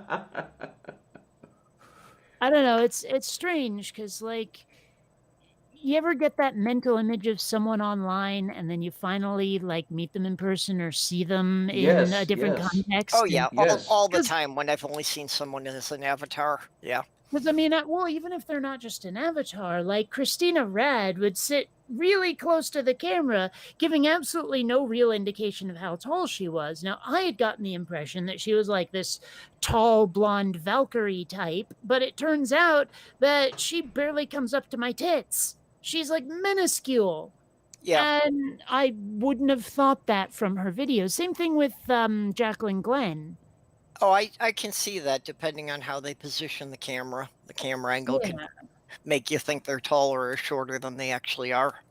Yeah. Yeah, I had quite a different impression of Jeff than what I saw in Kentucky. But yeah, it's just the way things go. Actually, the thing that astonished me on that trip was finding out that Aaron Ra is actually slightly older than I am. Yeah, I have depending no on. idea how old he is. He, I really thought he was, like at least 5 years younger than me. yeah, that there was well, if you remember, Purple, there was a little stuff going around the table about that. Aaron is 58. Yeah. He's 5 years younger than I am, and Yeah, I would I'm have just thought that he was under 50 yet. yeah, I am just short of 53. In July, I will be. I will be not 53. Yeah, I will be 63. You are not mathing well today. No, I'm not. I don't know, man. Yeah, I was going to question how you had gotten to be younger than me there. Yeah, okay. Well, everybody thinks I'm 50 anyway. It doesn't get me any dates, but still, Well, Wow. and it's this damn COVID thing. Otherwise, I would be having dates now. Move. I have to admit, when this is over, when we can go out freely again, I have every intention of hitting that dyke bar.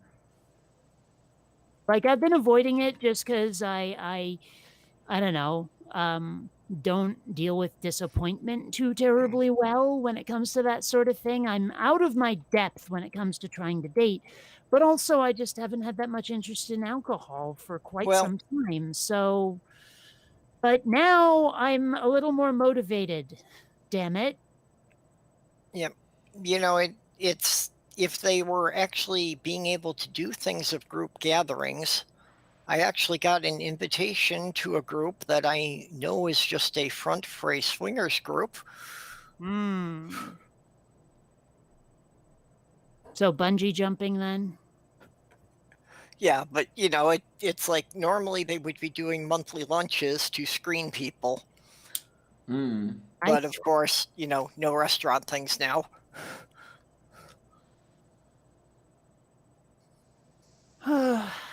I'm getting hungry.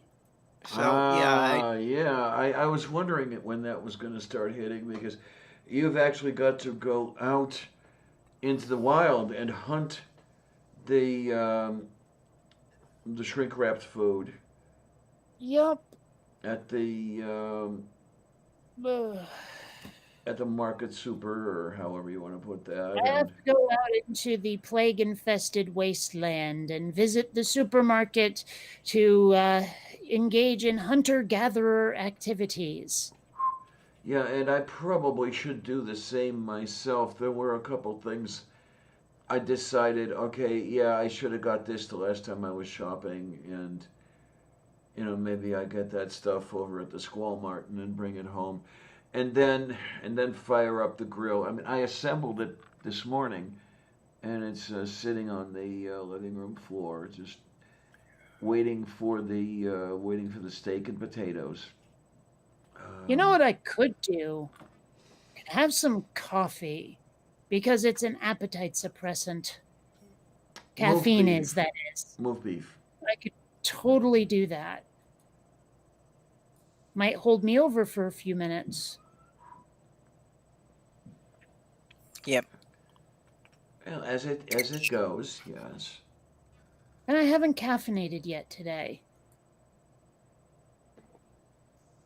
Oh my, that could be trouble. Oh, Pine Well- Snake, haven't seen you in a while. Hi, Pine I was Snake. awakened by some very rambunctious kitties, one of whom I'm pretty sure didn't want to fight, but, well, so, like, I woke up with some energy, but, it didn't last. Uh huh. Yeah, I know how that works, unfortunately, and it's one of those things where you wake up at like 4:30 a.m. or so, and you spontaneously, the alarm doesn't go off or anything. You just wake up, and by 7 or maybe 8, it's like you're ready to go back to bed. And you're like, okay. Well, I mean, I was awakened at my normal awakening time, more or less, a little earlier than I like, but when your own body is a battlefield for raging felines, it tends to focus one's attention. Now, see, I was used to being the demilitarized zone, that they would sleep on opposite sides of me so that they didn't have to acknowledge each other.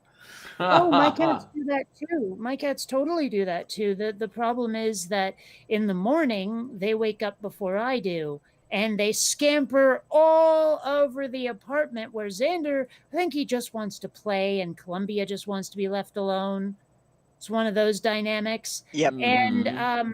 so he's chasing her all over the apartment, and occasionally they end up in the bedroom. And even if they're not fighting atop me, I am a launch pad more than once, a springboard more than once, and I'm trying to sleep, or I'm still in that hazy fog of not quite awake, but definitely not asleep anymore. Yeah. And the next thing I know, trample, trample, trample. So, Mm-hmm. Oh, I know exactly what you mean. That, while we were getting things set up and Sloth Girl and I were sharing an apartment together for a couple of weeks there, Sammy and Petunia have a very similar dynamic. Yeah. That Petunia wants to, jump on him and play, and Sammy has no idea what's going on. Sometimes I wonder if I should have started with a male cat and gotten a kitten, like a female kitten or a male kitten or something. I mean, like, I was told that for an older female cat, a male kitten is best, but I'm not sure that's true with Columbia. Okay, okay. Yeah, well, it may be a bit past that home maternal time. Yeah. She's what, 13-ish now, I guess? She's got to be younger than that. She can't possibly be 13-ish. I'd have to do the math. Okay, I mean, it's not unheard of. Most of my cats were teenagers. Well, I mean, hell, most of my cats lasted well into their late teens at least, but I mean, Columbia, she can't be that old already. I mean, like, not in terms of how old she acts. I just mean, I don't think I've had her long enough for that to be the case. Okay, okay. And of course, if she's old, you're old. Yeah, That's doesn't got work nothing that to do way. with it. Okay. That's got nothing to do with it. It's just a matter of timing. I feel like, okay, I know I introduced her on YouTube. I feel like I did YouTube for several years before I moved to a place where I could have a cat. But but if she's 13 years old, that would mean I had to have gotten her a year after I started YouTube. 1 year. And that can't be right. Okay. Yeah, I don't know at what point it was, but I remember when I was watching your old collection about the video you talking about getting her. Yeah. So I'm not sure what year that was made in. See, I want to say it was 2008, but then I started YouTube in 2008, so I don't know. I just did. I don't know. Yeah, I'm not real good at dates either. The best I can do is try to put things in sequence, but I'm not sure how much time passed in between them. Hmm.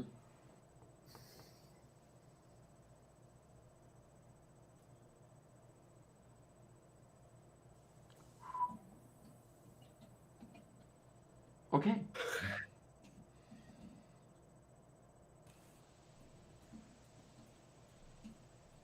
Sorry, someone's asking me, what, you don't like spaghetti? And I'm like, yes, I like spaghetti. I also like variety. Yeah. Okay.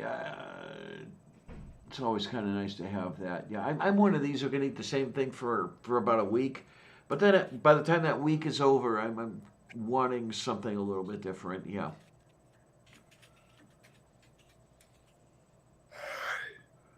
When I make one of these big pots of soup, so I'm eating it for about 6 or 7 days, and by the end of the soup, I'm ready for something else. Okay, here's something weird. On Facebook, someone posted a meme where they're like, this is crazy, from this crazy person, and it's like this quote. It says, don't laugh at children who believe in Santa Claus. Some people believe that COVID-19 is a natural occurring virus and there are no patents on viruses. What does that even mean? I mean, number one, like, okay, did someone try to patent COVID-19, or are they saying that I mean, it's possible that people have patented viruses if they're the sort of like retrovirus thing that actually helps people. But, and I don't even know if that's real. I don't know if that is real outside of science fiction. But I'm sure someone could patent a virus. But is this person trying to say that the people who believe that COVID-19 is naturally occurring also believe there's no patents on viruses, and both of those are false? I don't know what's being said in this meme. Do you know what kind of person made the meme, or did the meme I just have appear? no idea who made it. Okay. Like the guy who posted it in the Bionic Dance Facebook group says, I like it's another crazy one from the same person. So they've posted craziness from them before, and I mean, that sounds like something a science denier would come up with, a fundy religious science denier, that sort of thing. Because those people tend to not know what the hell they're talking about. Well, okay, maybe they know what they're talking about, but they don't know how it actually works. You know, there's a difference there, subtle but Yeah. significant. But yeah, that doesn't sound like anything that would have a representation in the reality that is commonly called, shared experience. I don't know what the hell's going on with that. I mean, it's reasonable enough to assume that COVID-19 is natural. Yes. But no patents on viruses? I'd be shocked if nobody'd patented a virus. Honestly. I can easily imagine somebody patenting a modification to an existing virus, which, may be the sort of thing you'll get in the genetic modification community. Yeah. That sort of thing. I'm seeing here, actually, the National Library of Medicine recently patented viral nucleotide sequences and generation of virus-derived vaccines. So yeah, you can patent a goddamn virus. Yeah, well, I know that in research facilities, they have patents on particular strains of lab mice. Yes. So if you can patent a multicellular organism, I don't see any reason why they won't let you patent a virus the same way. But this whole idea that people don't believe in don't believe in patented viruses, but do believe that COVID-19 is natural and not manufactured, it just seems such a weird thing to think people believe. It sounds like someone believing their own propaganda. Mm-hmm. I mean, it sounds to me like the person who made the meme believes their own propaganda. Like, oh, those commie liberals believe this, that, and the other thing, and I know that's true because my right-wing politician and priest told me so. It just sounds like completely made up. Like the people who go around calling scientists evolutionists, or saying that atheism states that fill in biological fact. And it's like, yeah, you don't know what the hell you're talking about. I mean, if you were actually addressing the correct target with your criticisms, okay. But telling people, oh, here's what you believe and here's why it's wrong, when they don't actually believe that. Mm-hmm. Yeah. I was going through some of that this morning. Because AIG pulled out that monkey meme again. What do they call it? Does evolution have a chance? And where they're screwing up probabilities in order to try to make their point. And anybody who knows anything about probability and statistics can immediately spot the flaws. But yeah, it's I don't know. Yeah,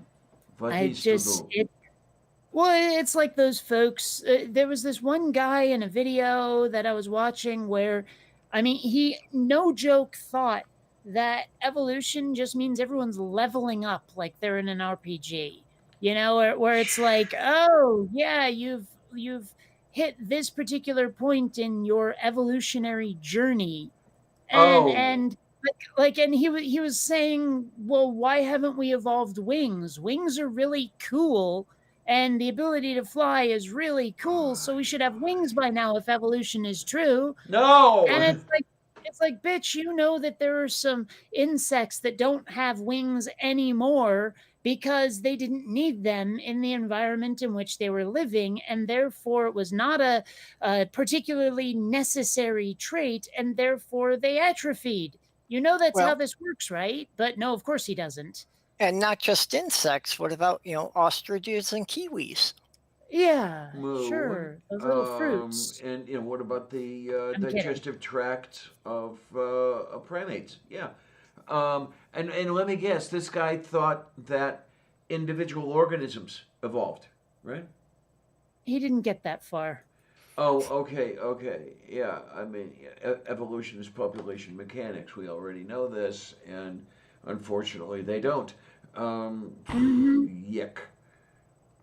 It's just so bizarre, the things that they like they don't even understand what they're criticizing. That's the problem.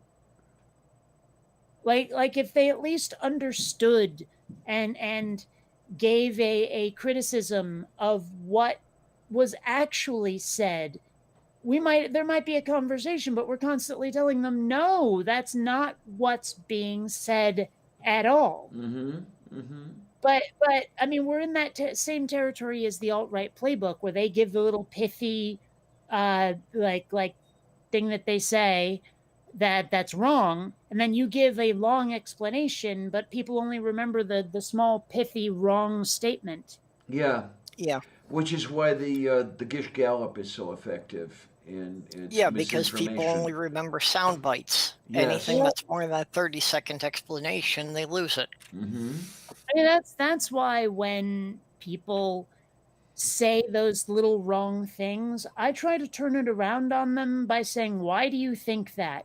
Evolution doesn't say that. That's not what evolution is. Where did you hear that? Because Yeah, then okay. they're floundering around trying to say, but, well, because making their statement, their little soundbite sound stupid is so easy when you just ask them, where'd you get that shit from? Okay, then. Yeah. Where are you getting your information? Because that's not what evolution is, you idiot. I mean, I think people will remember that far more than any technical explanation of atheism or And- evolution matter. And that was what was going on this morning. I mean, these people were coming up with the stuff that none of us would even begin to believe because it's a bunch of crap. But they are telling us that that is what we believe, and they are right in what they believe because we believe what they tell us they believe. We believe, and no, it doesn't work that way. And they don't get it. You tell them, no, it doesn't work that way, and they still do it. Well, Which they is- lap it up yeah. with a spoon, probably, I presume, because it fits the narrative that's already in their head. Yes, absolutely. Well, it's like Randolph was on Twitter with somebody, and the person asked him, how do you define atheism? And he defines it for him. And the other guy says, oh, no, you're an agnostic. Yeah. And it's like, why do you ask me for my definition if you then reject my definition? You know what Yeah. I want to see? I want to see somebody put that guy and Steve McRae in the same room.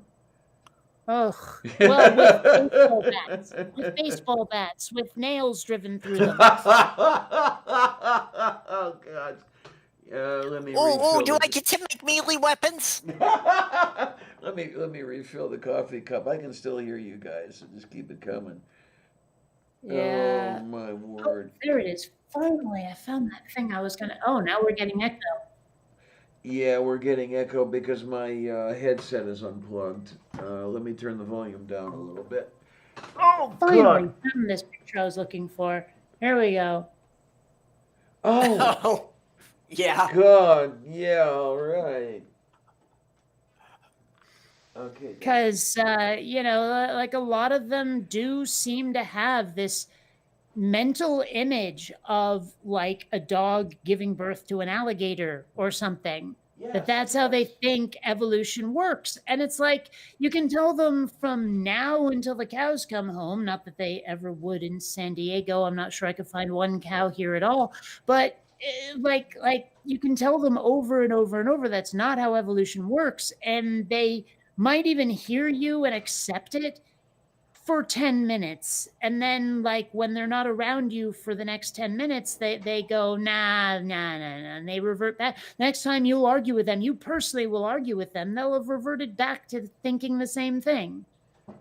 Well, yeah, like Kent Hovind with his no dog has ever produced a non-dog. And yes, Kent, that is correct.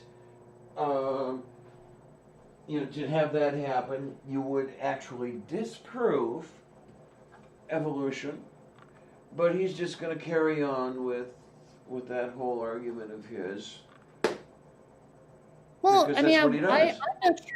I'm not sure I've ever seen anyone just say to him, "You're right, that doesn't happen, nor should it, nor would it under our current model of evolution. So whatever the hell you're talking about, it's got nothing to do with the topic."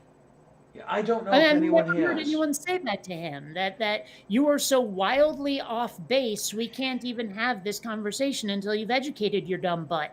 The only person I can think of who would have had the mentality to do something like that is Aaron, and I don't remember him doing it.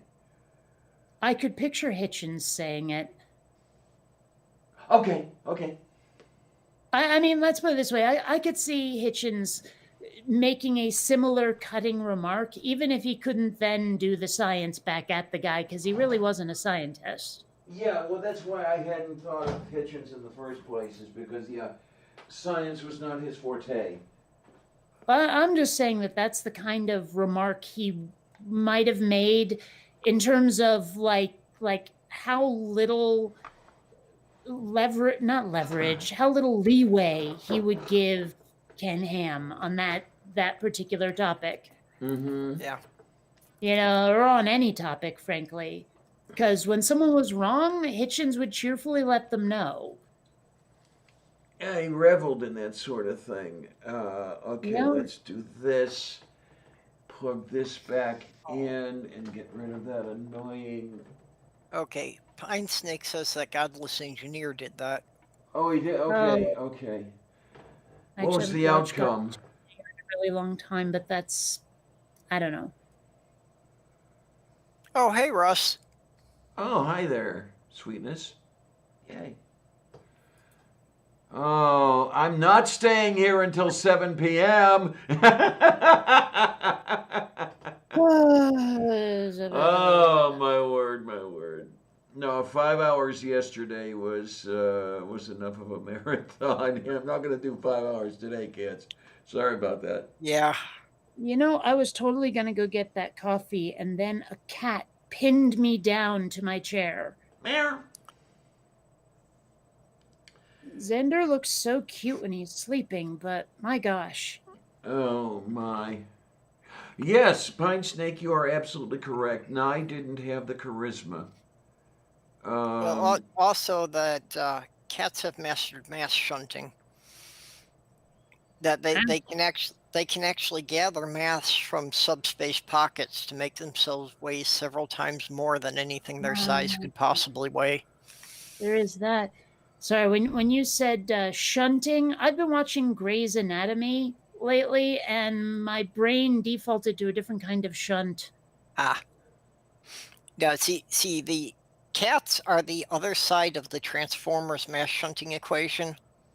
That when a Transformer transforms and becomes something smaller, it can only do that by transferring all of its mass to a nearby cat. Oh, okay. That's how that works. Yeah. I should watch Bumblebee again. That was such a great movie. Move beef. Robert X, my cat behaves like a dog. Define Sammy that. comes when I Sniffs at call your him. crotch? Huh? Oh, I said define that. Sniffs at your crotch? Yeah, okay. Yes, he does that too. I tried to discourage that, but Xander actually at one point started licking my legs, like licking at my jeans and stuff. He also tries to lick at Howie, and that's not okay. Okay then. That's a pretty common thing with cats. Oh, I've never had a cat who licked at my stuffed animals. Not until Oh, Xander. I've seen several cats that have done that. Hmm. Well, Howie's pretty old, almost as Yeah. old as me, actually, and I definitely don't want the sandpaper tongue, Yeah. the backwards facing hooks that are a cat's tongue, licking at a very old stuffed animal who is very Oh yeah. fresh. I get you that he's a bit threadbare and he's irreplaceable. Yes. Oh my Winston shagged the life out of a stuffed weasel. Yes. So went to Washington. Okay, Found a there is no politician. possible way that can be taken to not be wrong. Yeah. Winston loved Weasel. I don't know, man. And by the time I had to give Winston up when I moved to Homewood because I was told that it was no pets and everything else, and I found out later that she lied, which really pissed me the hell off. But yeah, by that time he had totally flattened this stuffed weasel. There was no support or anything. You would just pick it. It was like a wet piece of lasagna. Um, but he seemed to get his. So what the hell? I really miss one of the cats I had. His name was Bat, and he's probably dead now because me and Kylie got him before the year 2000. So if he's not dead, it's a shock. But he would always walk around with a rolled up sock in his mouth. He just loved it. It's like it was his binky or something. He just walked everywhere with it. And he looked kind of like one of those St. Bernards with the little barrel under his chin. Yeah. Okay. Okay. Except it was up on his mouth, and he loved his little socks rolled up for him. Oh man, Winston would walk around with Weasel by the neck, and then trailing between the two sets of paws, on one side and the other. And he's doing everything he can to walk, and it's the clumsiest walk you ever saw in your life. But he just loved his Weasel. Okay. So how big was this weasel relative to the cat? About as long as Winston, but as far as diameter goes, maybe about half. Okay. Yeah, I mean, it's not like he was trying to. It was not like he was trying to fuck a key fob or anything like that. No, Um, Weasel was relatively substantial. Now when you say he tried to hump this thing, was it like covered in cat spunk or what? Pretty much, pretty much. Can cats even do that after they've been neutered? It appears Winston did. Well, There was. From my understanding, that has a lot to do with what age they're neutered at. That if Oh. they're neutered early enough, that doesn't happen. But if they've gone through a couple of cycles, then they will continue to do that. I don't know. In a weird way, it almost seems, I don't know if cruel is the right word, but like imagine never having a sex life at all, ever, even a tiny, tiny bit. Yeah. Mm. And not even your fault because of something people did to you. Yeah, because the people found. Physically lopping off bits of yourself so that in order to make sure you can't fuck. Has got to be kind of weird when you really think about it. Yeah, especially when it's simply because the humans find it annoying. Well, is that why? I mean, I always thought it was literally to control the population, that there were just too many cats and not enough humans. Well, I mean, okay, that's got to be the most of it there. Yeah, I mean, you've got the thing that Bob Barker used to do with, get your pets, cats spayed and neutered. You're overloading the shelters and everything. But Yeah. Yeah. then you've got, okay, the situation with Sylvia, where, when she goes on heat, it gets annoying, guys. It really does. I think you can attest to that, Kate. I've definitely heard her go off. Mm-hmm. Well, in a purely biological sense, the problem is that cats are too good a predator and too adaptable to virtually every climate on the planet. Yeah. So they will propagate and they will wipe out hundreds of native species Talk if to their the population is not controlled. talk to the Aussies. Oh yeah. Well, even in the US, they take an incredible toll on songbirds. Yes, they do. Yes, they do. So imagine if like COVID-19 gets extra worse and we end up in some sort of apocalypse where only the carriers survive, only the immune survive. And assuming that it doesn't cross over to too many non-human species, like imagine the packs of feral cats walking around in the world. Yeah. Actually, there was a series, I think it was called After People or something like that. That basically explored that if all the humans vanished from the face of the earth, what would happen? I think I know the series. And yeah, and that was pretty much one of their running themes was that, our domestic cats would pretty much become the dominant predator in virtually every ecosystem. Mm-hmm. I've been reading these articles that say that cats actually intentionally domesticated themselves because they wanted to be freeloaders, basically. I Well, read something similar, and yeah, it seemed to, pretty much go with what I believe. Yeah. I don't know. Did cats domesticate themselves, or did they domesticate us? No, they domesticated themselves. Yeah, I think mostly it was just, when humans started stockpiling grain, of course, that brought the rodents. So then the cats started hanging around because there were a lot of rodents to hunt. And, then they got more friendly with the humans. So, then as it got to be more and more that they didn't have to hunt the rodents because the humans were always giving them handouts. Mm-hmm. Yeah, although, like, you know how every couple of years it turns out that some bit of cultural lore turns out to be completely wrong?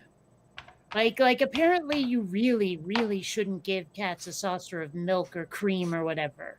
Like apparently that's really, really bad for cats. Well, yeah, they're for the most Yeah. part, or the adults anyway, are lactose intolerant. Yeah.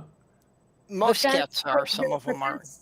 that's the stereotype, though, is, Yep. I'll put out a saucer of milk for the kitty. Uh-huh. Well, and the cats do love it. Yeah. Yeah, It is a treat they enjoy. No, this And one again, over. I think again that came from, when most people were farmers, because the cats would tend to hang out in the barn again because that's where most of the rats would be. Yeah. But it's another one of those things where it's like, oh, that's bullshit. Okay. Well, there goes that little bit of my childhood gone again. All right, whatever. Yeah, this You one know, over here. it's This one over here will try to make off with some of the milk from my Life Mush. And, okay, I'll let her at it. And what little she does doesn't seem to be bad for her or, for me, with the leftover cat spit. But I don't know that she could eat, I don't know that she could drink an entire saucer full of milk. I mean, again, though, it seems like everything you know is wrong all the time. It's like the number of movies that have been retconned where, oh, yeah, the guy that you, like, totally hero worshipped back in the day? Yeah, he was really the villain of the movie. And a lot of them are stretches, like let's face it, Johnny was a jerk in The Karate Kid, and I don't care if Daniel used an illegal move to beat him. He was a jerk. But people are always like, yeah, but he was just protecting his social territory or something. It wasn't really- Artie! it seems like every 2 seconds someone comes up with a reason why like some cherished memory is bullshit. And Artemis Yeah, Brain well, and Sample. that- Hello, dear. That is very much a big thing on the internet, Kate, is, people Yeah. ruining, especially anything that's a pop culture. Well, it's gotten old. I have to say, I'm no longer amused by it. It's probably the same way like a Christian feels when I point out that God is the villain of the Bible. Okay. Which is. Like by Yeah. any standard, if you look at how bad guys behave in fiction, and then you look at how good guys behave in fiction, there is no doubt that the God of the Bible is a really bad man. Oh, yeah. Well, But Absolutely. point that out to a Christian, and they're like, Basically, the position I "What?" take, that I'm not going to argue about whether or not God exists. If I give you that he exists and is exactly as described in the Bible, you've got a shit ton of work to do to convince me that he's worth worshiping. Well, it's the way I put it in my videos all the time. I say if God did exist, if the God of the Bible did exist, I would go on a quest looking for the magic ring or flaming sword that could kill him. Yeah, and. And I would join you in that quest. Yeah, we tell them that their God is this jackass, and they keep doing the apologetic thing. Well, no, you're not reading it right. You have to read it in context, and they never get it. They don't see how their own attempts fail. So I don't know, kids. And it's not a new concept, but there are a lot of let's call it. I can't call it fan fiction, but it's definitely a retcon of the Bible and other belief systems where the gods want faith so much because it's what gives them their power, that if people stopped believing on blind ass faith, then the gods would lose their power, diminish, and eventually die. Oh, yeah. And I mean, Mhm. there's a lot of video games with that theme. There's a lot of, like I say, fiction with that Yeah. theme and stuff like that. It also reminds me of a video game from a long ass time ago where you are flying a UFO. And your mission is basically to buzz population centers to make people afraid because fear powers you. That their terror of your close encounter that you have with them fuels like Yeah. your ship and who you are and all that stuff, and you have to not get shot down. But Well, it's just that whole like we feed on human emotion thing. yeah. Well, and that whole thing about, gods getting their powers by how many people believe in them, that was something that I actually followed for several years, through my pagan phase. Mm. That doing the rituals was feeding power to the gods that you believed in. It makes sense in a way because the gods are the inventions of the imagination, and to perform the rituals, it keeps the imagination going, keeps the gods going. Yes, Well, absolutely. and that's the way I was seeing it, was Yeah. that the gods were kind of a collective consciousness. Mhm. So I know a guy in Seattle who has like an occult bookstore, basically. Like it's all not just new agey stuff. There's a lot of pagan stuff, a lot of Wiccan stuff.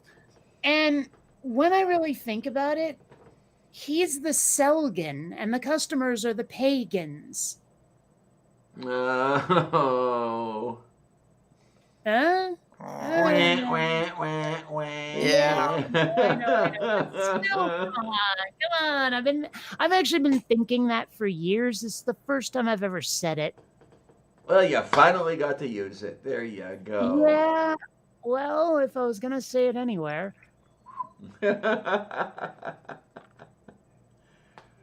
Oh, bushy boy. One thing about Xander, when he's on my lap, if I'm ever petting him and he decides, you know, when cats do that rolling around in ecstasy thing when you're petting them, Eh? he has a tendency to roll off of my legs when he's in my lap. And of course, when he does that, he digs in with his claws to maintain Yep. his balance. And yeah. Uh-huh. And he just came very close to doing exactly that. That's actually one of the reasons I've set up my computer with the recliner. Because, you know, since it kind of leans back, then the cat is always rolling into me and doesn't roll off the chair. Okay, then, yeah. Yeah, you mentioned having the recliner. I want my stimulus money, god damn it. I want my virus money because I need another chair. Yeah, I don't understand why you haven't received yours yet. I don't either. It's I did exactly what they said, and I'm still sitting here waiting for the fucking money. Yeah, because Well, I got mine, and I also got the check. But Okay then. come on. Anyway.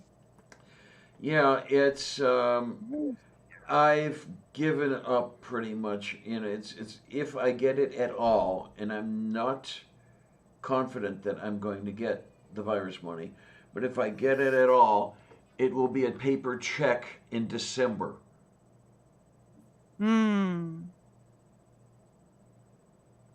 Yeah, because they've really. My understanding here is, well, the last I checked, there were about Check. Yep, there were about 20 million left to receive their checks, which let me think now is I think 14% of the total that were to have received money. So yeah, the pad of people in my position is getting smaller every day.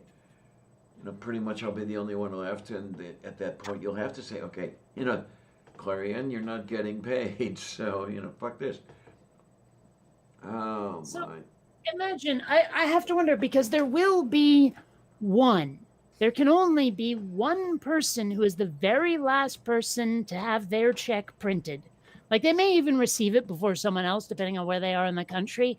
But the very last check cut by the government, I have to wonder who that person is.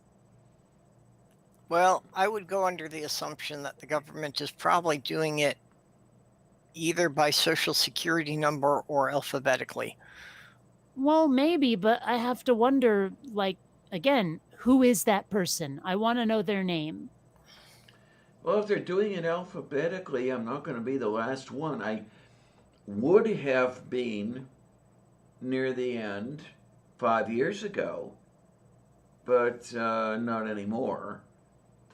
So Yeah, see, and again, I can't figure out any pattern why you haven't gotten yours yet. You Yeah, know, I and don't that know. other people I know have gotten it and you haven't gotten it. It doesn't fit any kind of pattern I can figure. right. Well, I mean, And- I hadn't actually thought about the whole Social Security thing. That might be the truth. Well, yeah, it's I am on Social Security disability, did not have to file any tax returns, and that's got to figure into it somehow. But Well, I just meant the Social Security number. Like maybe they're doing it in order. I mean, that's what you meant when you said it, right, Purple? Well, that's what I had thought of that as one possibility. well, my But see, for that to work, then it should also be that, you know, the older people should have gotten it sooner because younger people would have had more recently issued social security numbers. Well, not Well, they're necessarily. they're Maybe. starting a to lot of places reuse- just do it by the last 4 digits of whatever your number is. So it might be that they're going by the last 4 digits rather than the whole number. yeah, moof beef, and besides, the digits in question on either one of those ideas, for me, are quite near. You know, they're quite low. You know, they're not 7 or 8. So you know, what the hell is going on here?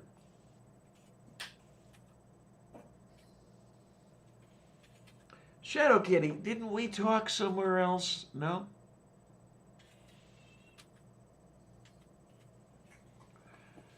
I thought I had talked to you on somebody else's live stream, but maybe not. Maybe I'm confabulating here.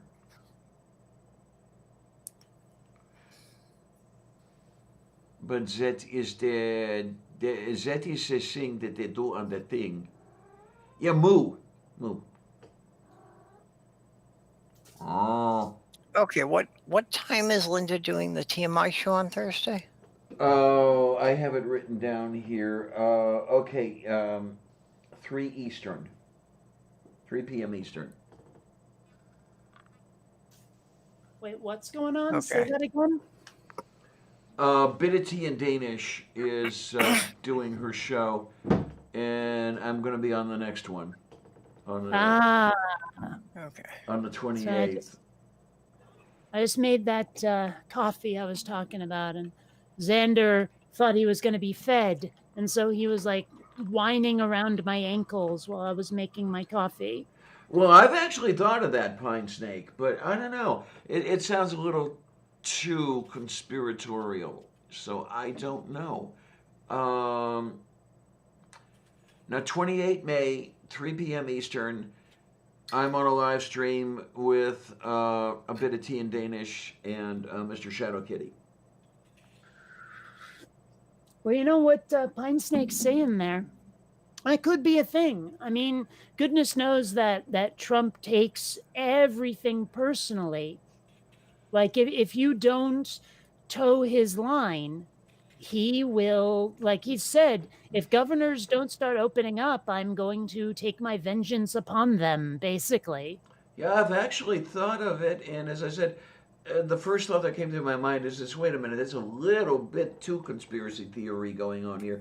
But this administration is so fucked up that Yeah. it actually could be the reason behind it all.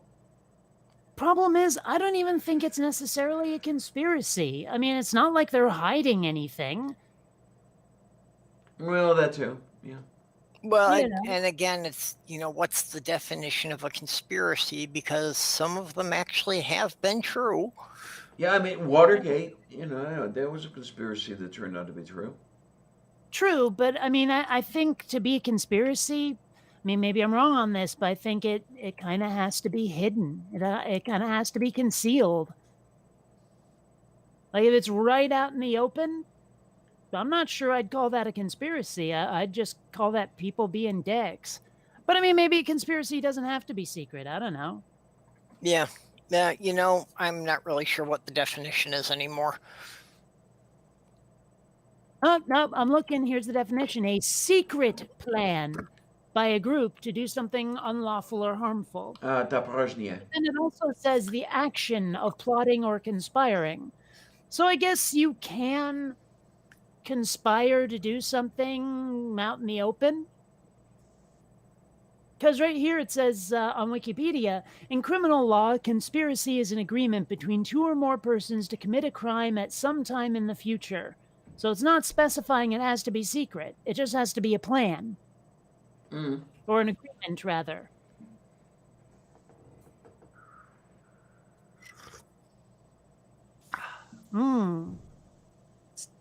Is it weird to prefer instant coffee to, like, say, a non-fat latte or whatever the fuck else designer drink you get at your local coffee shop? Yes, Or I even s- to have a coffee maker at home, you just prefer the instant stuff because it tastes better to you? Is as that I- weird? As I say, de gustibus non est disputandum.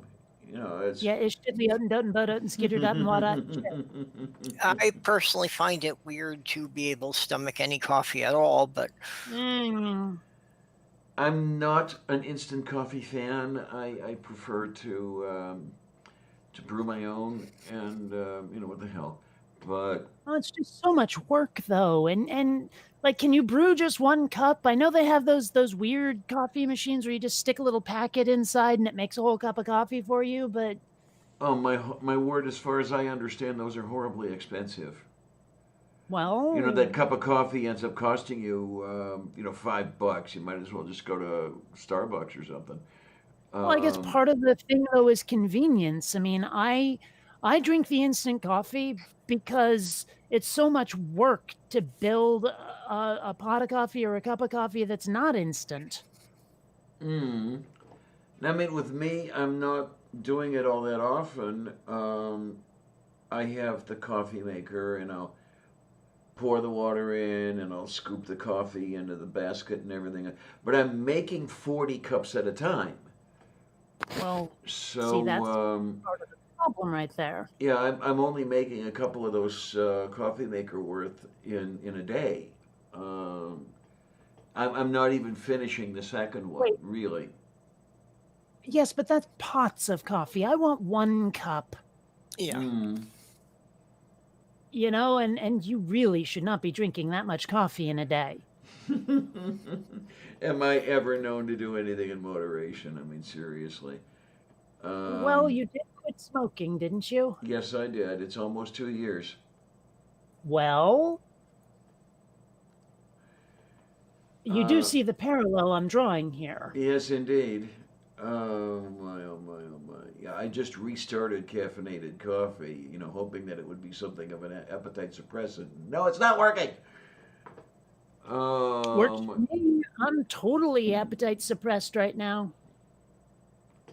Like, seriously, after a couple of sips, I do not feel that hunger I was feeling before, where I was like, I gotta go out shopping. Cool. This will, like, give me the appetite suppressing quality of this caffeinated coffee, will give me enough time to go shopping without feeling like it's an emergency and I have to hurry. Okay then. Okay.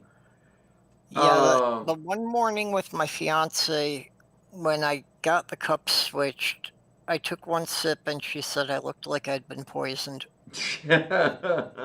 Well, I mean, it took me a very long time to figure out how to make coffee not disgusting. The secret, lots of non-dairy creamer and lots of sugar. Kills the bitterness, and after that it starts to taste pretty okay. Yeah, that's basically how my mom always drank her coffee, is it was like half a cup of milk and sugar with some coffee in it. I mean, if they made like really caffeinated hot chocolate, I might as well just have that instead.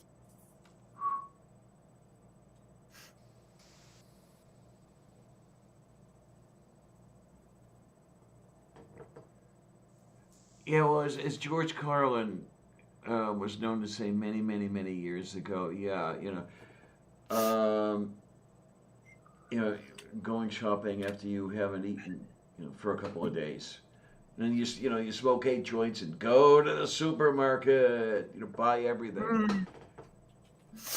Yeah, I know what the munchies feels like. It's a very odd sensation because it's like I'm full and I'm hungry. Uh-huh. Oh my. I took up the cigarettes in order to try to fit in. I should have known better. I mean, I wasn't going to fit in anywhere. I was I was everybody's target, basically. Still am. Although, given what you've said, there are some ways in which I think you might have done it to yourself. I don't know. Maybe, could be. Who Well, can tell? I mean, you've basically said that you went around wearing like if you didn't actually have a pocket protector, you sure looked like you ought to have one kind of outfit going on. You're in band, you were in the chess club. These are all like the classic let's pick on the nerd things. Hmm. I mean, okay. You're not allowed to have preferences then. It's just Well- basically the way that works. Well, I mean, you just said you wanted to fit in. You took up the cigarettes to try to fit in. Yeah, that too. And then, quickly found out that wasn't going to happen. But, Sure, but I that mean, started. if one wants to do something to fit in, ditching the nerd garb is probably step one. Okay. Yeah, I got you there. Um, yeah, I knew how to tie a Windsor knot at the age of 13. Um, I never learned how to tie one properly. I don't I remember love anymore. Hmm? nothing. I've often wondered about the point of neckties. I looked it up, and apparently it like came out of the whole wearing a cravat, which came out of the whole I need a portable napkin thing, and I wipe my mouth on the bit that I stick in my vest and then stick it back in my vest kind of thing. Was like, so neckties are basically just like really skinny napkins. Okay, Oh, then. really? Yeah. Now that is not nearly as interesting as the hypothesis I'd come up with. What did they? Because my first thought was that a necktie is there to conceal the buttons on a shirt, specifically so that no one thought, oh, yes, there's an actual human body under there, because they're trying to be all Puritan and shit and chaste and all of that. And so basically, like I end at the neck and everything below is clothing. You know, it was I thought it was like a puritanical sort of thing. Well, I And had figured the puritanical overtones, but I had thought of the idea that it was to conceal the buttons just as a fashion thing, that there were supposed to be like no seams in the shirt. well, yes, but why would there be no seams? That's where I came up with the puritanical thing. Yeah. I was like, you know, this is basically a bourgeois burqa. Okay. So, I mean, that was what I thought. But no, it turns out that it's just basically a hanky you wear around your neck.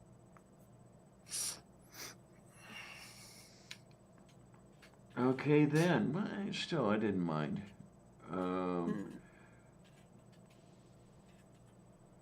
I always liked dressing up. I mean, in more ways than one, yes. But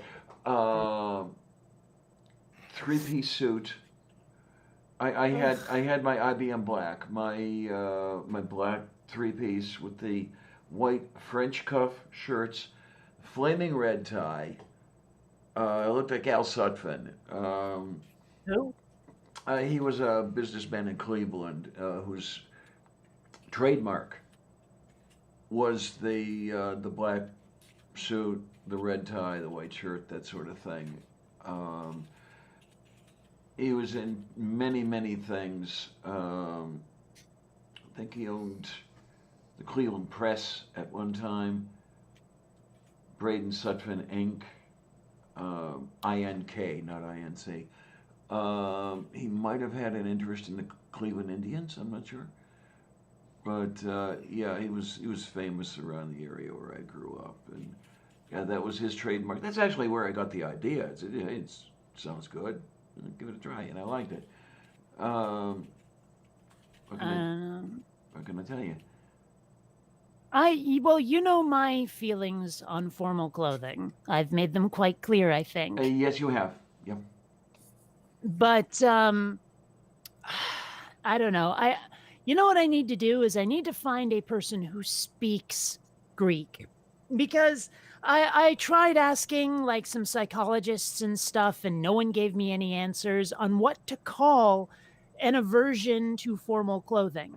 Like I can't find any psychologist who can tell me, and I don't even necessarily want to find an official condition, because there probably isn't one. I just want the word for it. So I need to find someone who speaks Greek who can give me fill in the blank phobia on formal clothing. Like I know vestophobia is the fear That's of clothing. fear of clothing. Period. Yeah. Mhm. You may. Right. You may. I need to find a way to specifically make that fear of formal clothing. And so if I find someone who speaks Greek, maybe they can do that translation for me. Well, you may have to coin the term yourself. I mean, that's nothing new. You've done that already. So have two terms, instead of just one. But the thing is, that was an easy term, because I was just looking for faith without, and then ist to indicate someone who's doing it. But in this case, like it's more than one word. Like vestophobia, okay, clothing phobia. But how do I combine formal with clothing in Greek to form one word? I don't know how to do it. Move. Yeah. You know, I mean, that's why I need a Greek speaker, someone who can speak Greek, who can actually create that word for me in a way that's like grammatically correct. Move. Sorry, closest I could do is get you an Italian. Mm. I don't think it'd be quite the same. Not Still. quite, yeah. Daporožnie.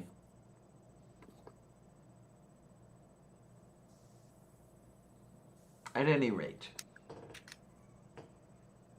4.5% for starters. It's No, come it- on, you gotta at least keep up with inflation.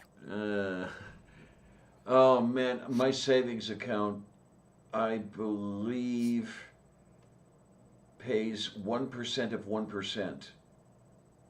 Yeah. Yeah, mine paid just enough interest to somehow trip a flag that I had income I hadn't reported Okay. because it said that I had earned like $10 in interest over the past 2 years that I hadn't reported as income. Oh wow. As far as that goes, okay, my balance hovers around $2,000 because like what I'll do is I'll receive the check, I'll put it in the savings account, it'll sit there until the end of the month when I pay off, when I make the credit card payments, because I've been using the credit cards to buy everything all month. At 2,000, I receive approximately 20 cents per year.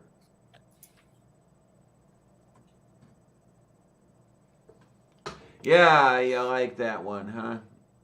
Yeah, well, that's pretty much all mine does is that, some of the money sits in there through the month. And, by the end of the month, I'm lucky if I got $20 left in there. Moo. Yeah, I love that. I love that New York Times headline meme there. But yeah. Daporožnie. It's kind of on the true side, you have to Yes, admit. it are. But I mean, man, thing is, I wonder how many of those 100,000 deaths were people who did it to themselves. More than a few. Definitely. I mean, okay, call me horrible, call me terrible, whatever you want to call me. I sometimes wonder if it wouldn't be a great idea to let those people who did it to themselves fend for themselves. The people who do those protests, and 2 weeks later they're dead of the virus. While they have the symptoms, let them alone. Let them have the symptoms without treatment.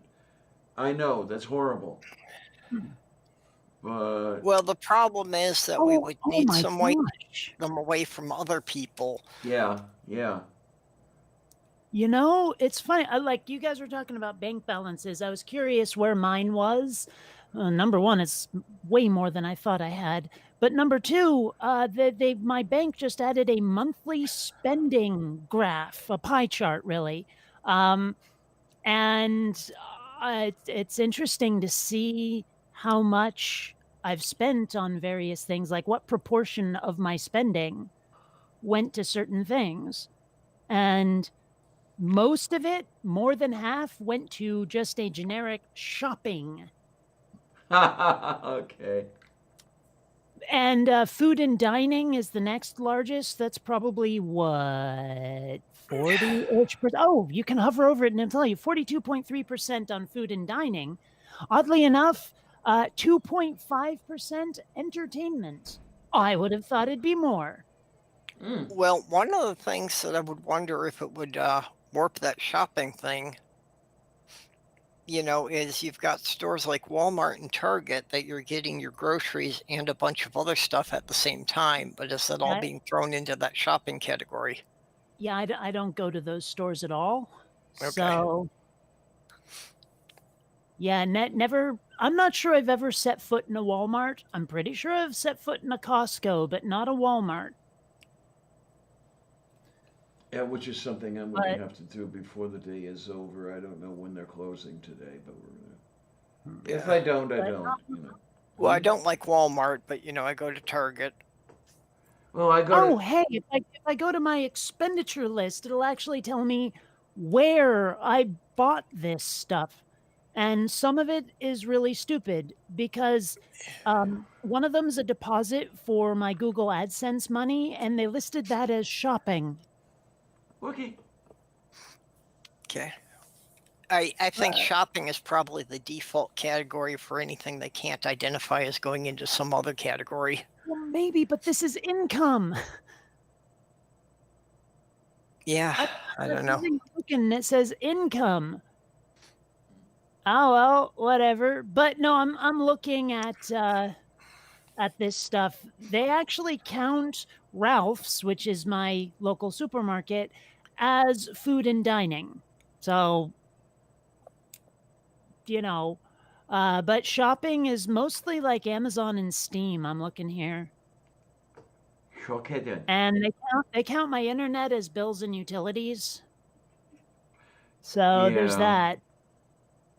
Oh, well, here we go. An ATM deposit is listed as income. So, oh, and it doesn't understand what Oculus is. That should be that $8.99. That should be entertainment, but they don't know what Oculus.com is. Oh, they actually have a section for taxes. Okay, I wonder if on that if it has any kind of feature to let you flag something as being in the wrong category or something. So that next month it could get it right. Those rubber gloves I bought. Oh yeah, you can. It has edit category. Totally. Okay. But the rubber gloves I ordered from Sally Beauty Supply was actually listed as like personal grooming or some shit. Well, yeah, because it's beauty supplies. Yeah. But it's not though. I was buying them for protection. Yeah, but it doesn't understand what the individual product is. It's just going by the store it came from, so it's probably thinking it was makeup or hair dye. I know, but still. Oh well, it's interesting that they've added all of this. It's actually kind of on the helpful side.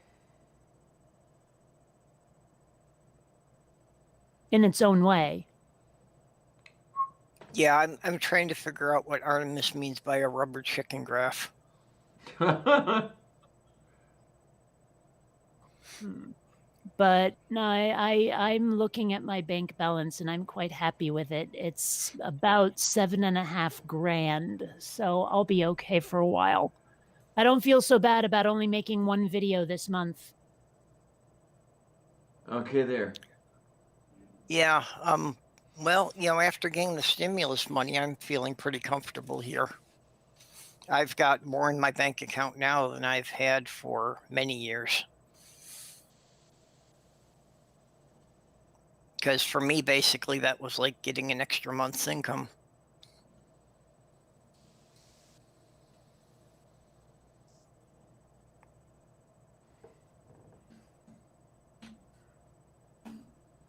Yay? Sorry, Hello? I've got people who are like I asked on Facebook, does anyone on my timeline speak Greek? I need help with a word. And someone asked, what's the word? And so I had to explain there isn't one. I need one constructed from word particles. Someone suggested Google Translate. I'm like, no. No, we tried that on one of my live streams. I remember doing that. Mm-hmm. And it doesn't work. Okay, translate from English Yes, not to Latin, to Greek. Ugh, they've organized this funky. Greek, there we go. Okay. Fear of clothing. Yeah, see, even when I type in fear of clothing, it does not turn that into vestophobia. It turns it into phobosgiarausha. Wait. Okay. Did you hear that? Yeah. Mm-hmm. Yeah, that's not it. Let me try just a vestiphobia. Oh, wait. Oh, that's Latin? No. Well, son of a- okay, it could be. It could be in French. I mean, clothing is vêtement. So I can see the line from one to the other. Hey, not Latin, Greek.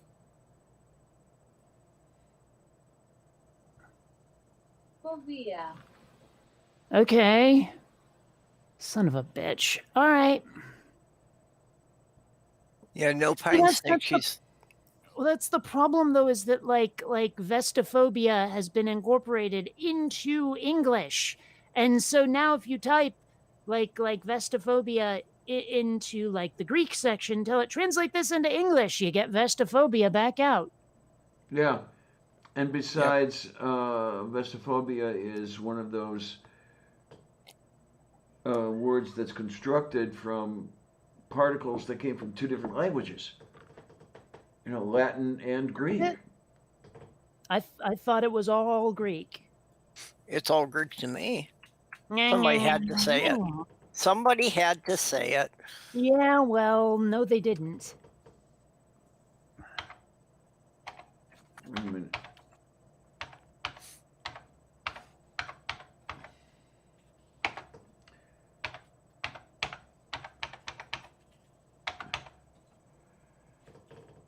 Aisha pela kustene menecha patottolikide.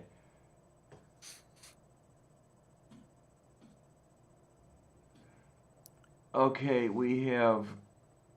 Okay, I'm looking up vestment, you know, which we have from the Latin vestire, then vestimentum, then the Old French vêtement. I suspect you're overthinking this. Well, I'm pretty good at that sort of thing.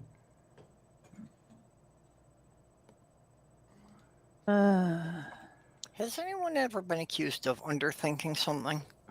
Yes. Many I mean, not times. the words necessarily, but yes.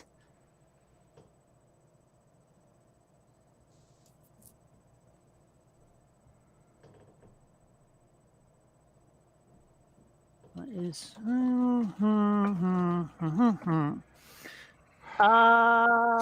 Yes. Okay. Phobia is definitely Greek. Yes. I was sure of that, but vestiphobia is vestophobia Greek or Latin? Oh no, it is Latin and Greek. Damn it! They mixed the two. Mm-hmm. Yeah, they seem to have done that a lot for a lot of psychological terms. Son of a bitch. Okay, well, then if I go to English to Latin, and then if I type formal clothinge, yeah, see, splendide se indurunt or something. Splendid se inguerent. Sure.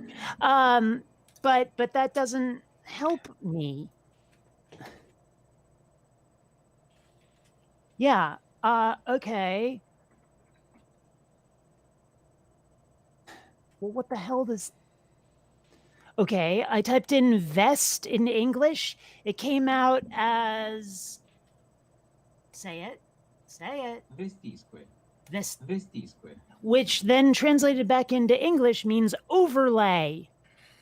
So it doesn't mean clothing. Wrong. In fact, if I type in clothing, It comes up as Indumentis. so. Yeah. Oh Yeah, wait a you're minute! having the problem with the Wait a minute! Wait a computer minute! Wait a translator. minute! Yeah, the computer I translator can only see. do words, it doesn't do concepts. That's not entirely true. Because I'm looking, there was a drop-down menu that I did not see that actually lets you click on what you actually meant. And Vestis is one of the ones you can click on because it has vestimentum, indumentum, vestis, vestitus, circumjectus, clothing, I don't even know what that means. Fence, environment, environs, tegmentum, body armor. Okay. So now I have clothing. Let's try formal clip. Oh, and it comes back up as the thing. Damn it. But if I type in formal, Latin doesn't. Oy. That's what I was wondering is what if you try to do each word separately? Well, And it may okay, not come out formal. quite right, but Formalis. Okay, so that seems to be formal. Formalis. mhm.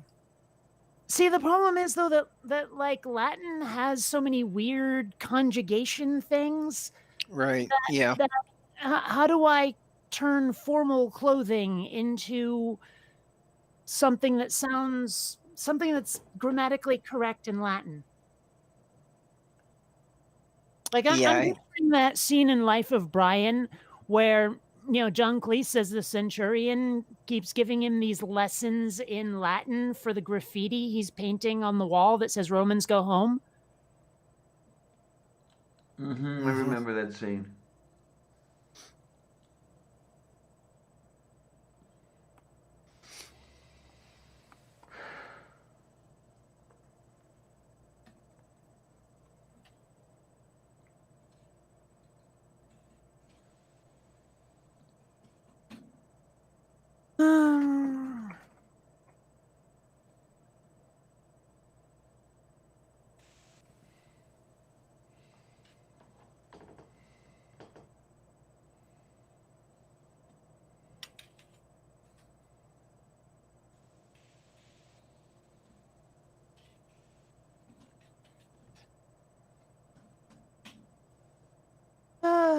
Okay. Sorry, I was replying to someone who's trying to help me out on this, and it's not.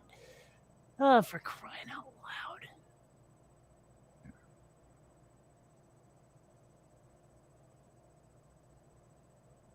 loud. Okay, so let's see. Vestophobia is the fear of clothing.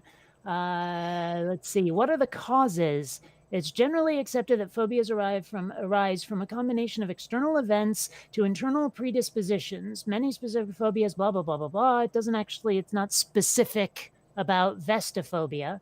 Let's see. What are the symptoms? As with any phobia, symptoms vary by person depending on their level of fear. Anxiety, dread, anything associated with panic, sort of. Can I take medicine? It's not specific. Oh, this is so frustrating. Oh well. Yeah. Can't help you with as far as language goes.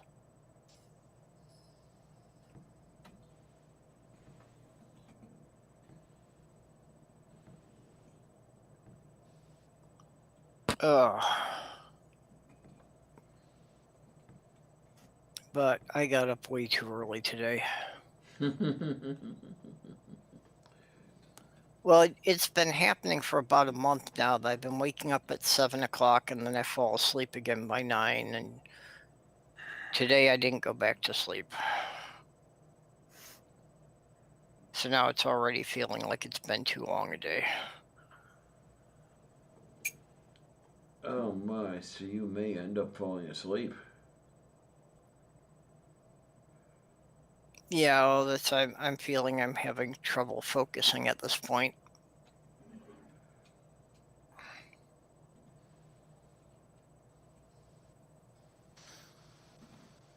And I Okay, then. know it would be a mistake if I if I take a nap now, it's just going to screw things up later on, but I'm probably not going to make it through the day. So do you ever have troubles where, like, you fall asleep in the middle of the day and you wake up feeling not even slightly rested, and then, like, you can't get to sleep at night and it just turns into this horrible cycle? Because Yeah. I've never felt rested from a nap during the day, ever. Ever. I always wake up feeling nasty. Mm-hmm. I know the feeling. I pretty much never feel rested. It's a rare experience for me that I actually feel that I've gotten any decent sleep. Well, okay, but I mean, relatively speaking, do you feel worse having slept during the day than at night? Yeah, I think our bars of normal are so far apart that we can't even really compare. Well, I'm not comparing it to normal. I'm comparing it to your baseline. Like, compare how you feel waking up at night to how you feel waking up in the middle of the day. Okay, what I'm saying is that what you're talking about when you feel after you've taken a nap in the day and don't feel all rested is how I feel about 300 and some odd days out of the year. Okay, but again, point being that there are different levels of not feeling rested. I mean, I can wake up in the morning and feel not rested, but I will still feel more rested than I did if I napped during the day. Like, or rather, I will feel less badly rested or less unrested or whatever you want to call it.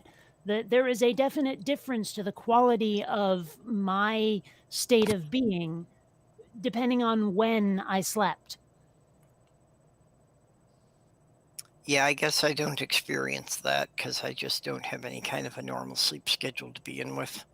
Oh,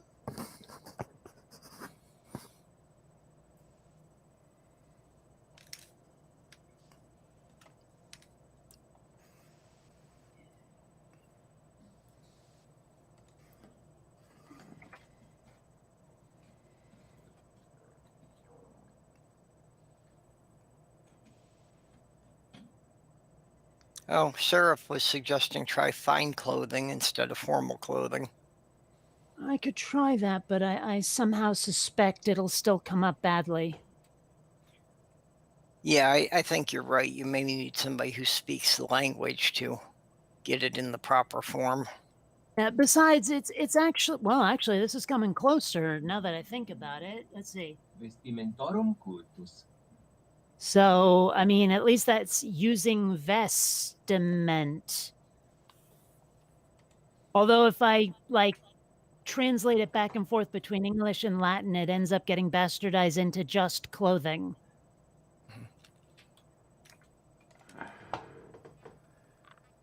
Okay, somehow I think it misunderstood what I tried typing in fancy clothing, but unfortunately I think this is a case where it's decided that fancy is more of the British style of fancy.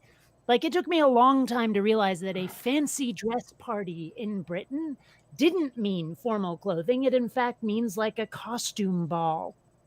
Hmm. A fancy dress in England means like freaking Halloween or some shit. And so what came up when I typed in fancy clothing, Fantasiam vestimentum.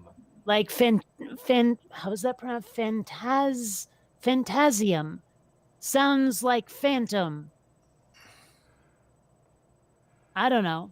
Maybe I'm wrong. Let's see what happens if I take the vestimentum out of there and see what comes up.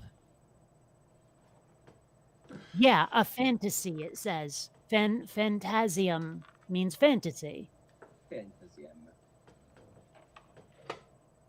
Ay.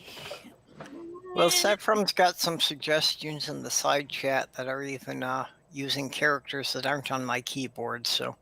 Yeah, but I'm looking and that's clearly Greek rather than Latin, and it turns out what I need is Latin. Okay. So, I mean, don't get me wrong. I love language. I really do. But it I don't know. It probably would have been better if it wasn't developed by humans. Well, yeah. Or if it wasn't developed sort of in a live fire environment. Yep. You know, where it's like people just improvise shit instead of sitting down with a council and saying, let's logic this. That's the problem when you have something that has evolved rather than being designed. Yeah.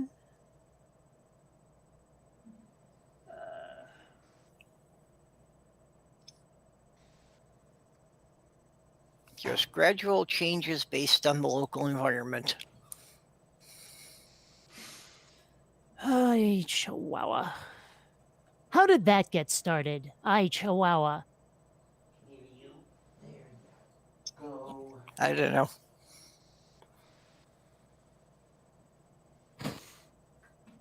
Like, let's see. I think it probably relates back to a cartoon character.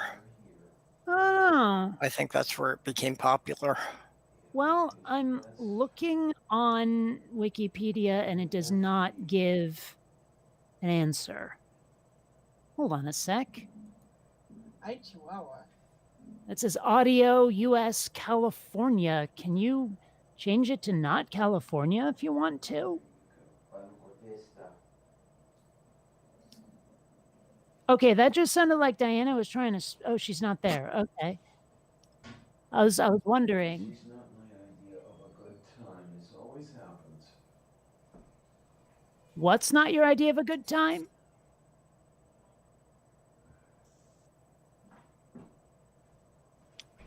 Oh. She may not be aware she left her mic on. It's possible. Oh my, oh my, oh my. That's also some seriously herky-jerky camera. Moo? So what was it that's not your idea of a good time? Oh my, oh my, oh my. No, it's just having to go away from the mic and come back to take care of certain things, certain functions.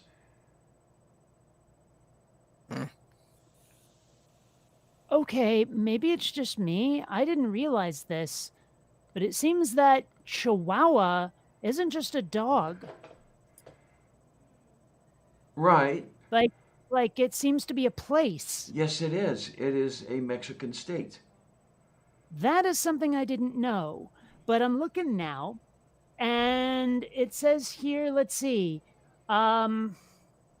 the phrase probably originated in the 18th century when there were so many Apaches in Chihuahua, and the hostility of the natives and the environment would have made it very difficult to live in Chihuahua state. The phrase was shortened and left "Ay, Chihuahua," but the expression of desperation still applies. So, okay. I guess it's just an expression of wow, we're being invaded by people from Chihuahua. All right. Moo. Interesting.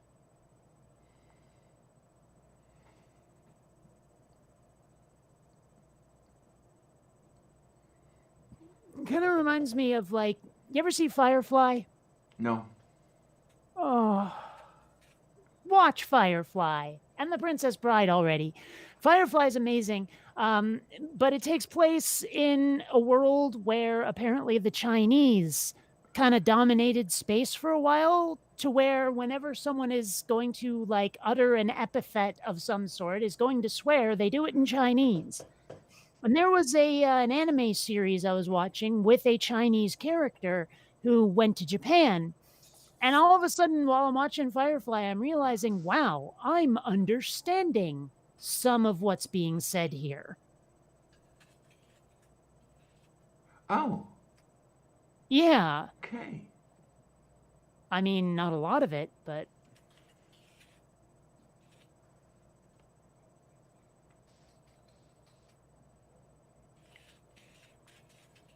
Yay. I watched Firefly. I don't remember the Chinese in it, but Oh yeah, well every time like they'd utter some Chinese phrase, and I don't want to say any of them because I don't actually know how to say anything more than "ai ya," which is Yeah. like the Chinese version of "ai chihuahua," or "oi vey," for that matter. But and if I tried to say one, it would come out sounding like the most racist, like Hmm. Chinese gibberish you ever heard. So I'm not going to Yeah. do it. But every time something would happen, you know, whatever they'd say, blah, blah, blah, blah, blah, and it like they didn't translate it or nothing. You had to kind of get it from context. But Hmm. Yeah. Well, it was like 5 years ago that I binge watched Firefly on Netflix, so it's on I Hulu don't now. remember that bit. Like I remember when it was on Netflix, and now it's on Hulu, and a lot of shows have done that, and I don't know why. Some sort of licensing thing, I bet. Yeah. Well, basically everything, anything that was on Netflix that they didn't make themselves, they're licensing from whoever has the rights. And And every year they have to renew the license. So if mhm. Hulu makes them a better deal, then they don't renew with Netflix and they go over to Hulu. Mm. But yeah, I just remember that I watched Firefly while I was still living in New York, so it had to be at least 5 years ago. See. Let me see. Okay. Of course, Firefly's 15 best Chinese curses and how to say them. Of course, there's a website. And wow. Well, why Okay. wouldn't there be? Uh. Oh, I remember that episode. Okay, so number 15 is stupid inbred stack of meat. And like they have the Chinese characters, and it's pronounced, let's see, Buntian Shung de Idwero. There we go. Okay, yeah. I remember that. Okay. Huh. Okay, there's one that means cow sucking. All right. A baboon's asshole. Feifei de Pillion. Oh, I remember. Okay. All right. I remember that episode. Extraordinarily impatient Buddha. Is there one that means the iPhones you assemble are defective? I don't know. Dog fucking. Okay. Goat sow day? Goat sow day? I don't know. Sure. Panda piss. Xiang Mao Niao. Okay, Sean. Oh, I remember that episode. That was the one where Jane goes to that town where everyone worships him and has that statue up and all that stuff. And at one point, like he goes in disguise because he thinks everyone actually hates him. And when they find out that he's the hero of Canton, the bartender like knocks the drink out of his hand and he goes, "The hero of Canton doesn't drink that Sheng Mun Yao. He drinks the best whiskey in the house." I remember that episode. All Yeah. right. Wow, frog humping son of a bitch. Man, I can't believe they got away with some of this stuff on television. I know it's a foreign language, but still. Stupid son of a drooling whore and a monkey. Okay, now I have to wonder what would happen if that show ever tried to play in China. I don't know. Because I know the Chinese censors have been really vehement about, some American-produced programs over there. Here's one. Have a shit-throwing contest with a monkey. Filthy fornicators of livestock. Okay. Motherless goats of all motherless goats. Okay. Holy Mother of God and her wacky nephews. And all her wacky nephews. Yeah, the Chinese censors are responsible for what has been regarded as being the worst editing job in the history of film. That they decided the Sound of Music was too long, so they edited out all the musical numbers.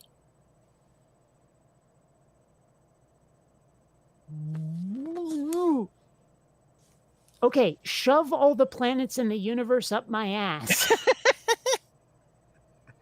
How do I, let's see, Telkong Xiaoya de Xingqiao Sajin Wa de Pigu.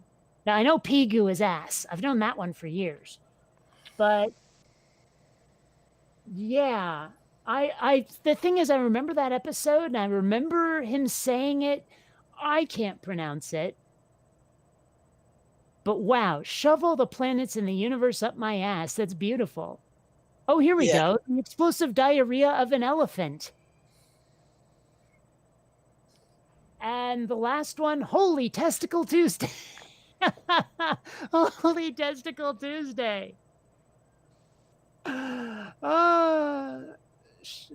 Shunsheng de Gawan. Shusheng de Gawan. I gotta know how to say that one, because that's beautiful.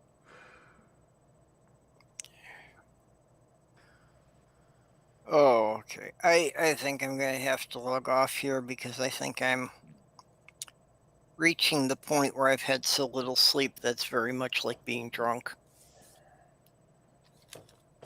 Yeah, in that case, you might want to do something about that. Well, because yeah, if I figure this, I've actually like slept like an hour and a half out of the last 36. Yeah, you're starting to slur. Okay, so I'd better go lay down for a while. Moo. So we'll catch you all later. Okay, honey, you take care. Thanks for coming on. Bye-bye. And how you doing, Kate? Is the hunger pangs back, or No. what's? Actually, the coffee seems to have filled the empty space, and it is an appetite suppressant, so I might be good for a while. Okay then. Yeah, because eventually I'll walk up the hill, but we'll see how that goes. Hmm. You Have know- to admit, okay, like my old place in Seattle, like I was really close to a supermarket. It was like 6 blocks, but all of it was uphill to get there. It was much better to get back, but still, yeah. So if I ever had a craving, I had to mean it if I wanted to go to the store. Now, not so much. Yeah, I got the idea late yesterday that at some point today I think I was going to go get ice cream sandwiches, because it has been decades since I've had an ice cream sandwich. I'm trying to remember the last time I had an ice cream sandwich. I haven't in a very long time, because inevitably, and I know that they have this in other forms, but it's hard to find. Inevitably, the sandwichy part, the bready part, is chocolate. Yes. And I couldn't have that for years because Uh-huh. of the sugars. Now, I know you can find non-chocolate ones, but still. So I don't know if you can read them. Beds should look like beds. I ordered this when I was high because I thought it was a giant ice cream sandwich. It's not. It's a bed and not the $150 ice cream sandwich I wanted. And the amazing thing is, I remember a time when ice cream sandwiches were about that size. Well, not really, but I remember when they were quite substantial. And I'm not sure that they are even anywhere close to that anymore. You know, I don't know how large an ice cream sandwich is. It has literally been about 30 years since I've had one. Yeah, well, now I kind of want one. Oh, look what I went and did. Yeah, but not enough, because, well, one thing that I remember from childhood was you could go to like a convenience store or even the supermarket and just buy one of a lot of things. Yes. You know, and now you have to like you can't buy a single can of soda. You have to buy You the have six to buy pack. the six. of Yes. Yes. Have to. Yeah, I remember. Well, the old man had the. You'd almost call it a desk with a. What do they call those side pieces? Is it a return that you get On what? the? It looked like a desk with one of those L-shaped side things going on. Oh, I know what you're Yeah, sort of like this You thing go if you up can to see it. Um, I'd show you my desk if it wasn't such a mess, and I'm slightly bashful about it. But but under that return, which is where everybody put their items, for them to be counted up and punched into the cash register, he had a rack with cans of pop, and you could get one can okay, of. I'm picturing something I shouldn't. Oh, okay. Well, you say a rack with a can of pop. I'm picturing someone's tits with a can full of their dad. Okay then. Now this was back. Oh my! This was at a time when you could get a case of 24 cans that were not tied together with those plastic things because they hadn't been invented yet. So he cut a rectangle out of one of the sides, and then you would reach in and you would get a can of pop and put it on the corner. Okay. Soda. Yeah, and then that would be 12 cents Okay. for a 12 ounce can of ginger ale or grape soda or whatever. And yeah, so you can tell this was a while back. But yeah, he kept those boxes because after a while they didn't do those anymore. And it was my job, one of my many jobs, to take the cans of pop out of the Soda. plastic things and put the cans of pop into the boxes. I'm gonna do what I used to do to my ex.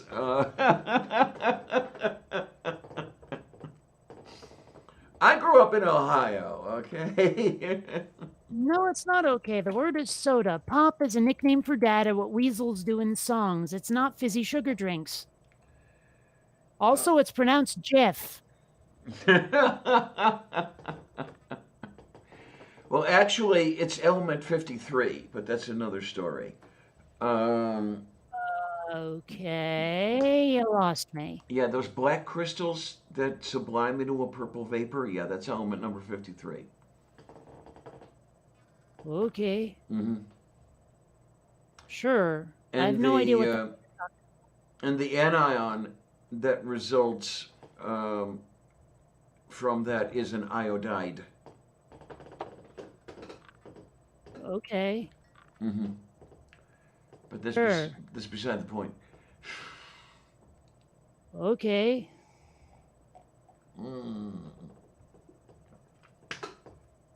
But I'm glad that those days of slave labor are over. Boy, am I ever glad.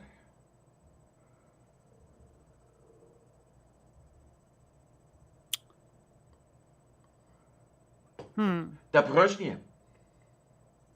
Sorry, I probably shouldn't be looking at Facebook while we're doing this. It's just people keep answering my request for translations, and then I see interesting things on the page, and I go down a rabbit hole that I probably shouldn't because I should be paying attention to this. Katstrade. Yeah. Well, the 5 people who are currently watching may or may not give a shit. No, we're back up to 6. And then there's this cat. Yes. Yeah, my lap kitty had to go away when I went and got coffee. Mm-hmm. And, I found that if you have to get up for any reason, so you put your cat in your arms and walk over and do whatever you got to do and sit back down, generally speaking, they don't relax back on your lap again. They will flee. Yes, they will. Yeah. And then It's you very, over there. disappointing. What is it with you? Huh? You was running away. Yes. Is you is the kitty. Is you is the cat. Yes, you is the kitty. And you is not fat. I am insane. Columbia is a bit of a fat ass. She has put on a lot of weight. She never exercises. I don't know what to do about it. I certainly can't feed her less because she and Xander kind of argue over the food bowl a lot. So I don't know. Some people's kitties is. Yeah, it's. This one's good about that. I free feed her, and she tends to not overdo it. I mean, she weighs in at 8 pounds, which seems to be pretty good for her length. So, what the hell? Now, after we take care of things, I may have to go to a feeding schedule. We'll see what happens.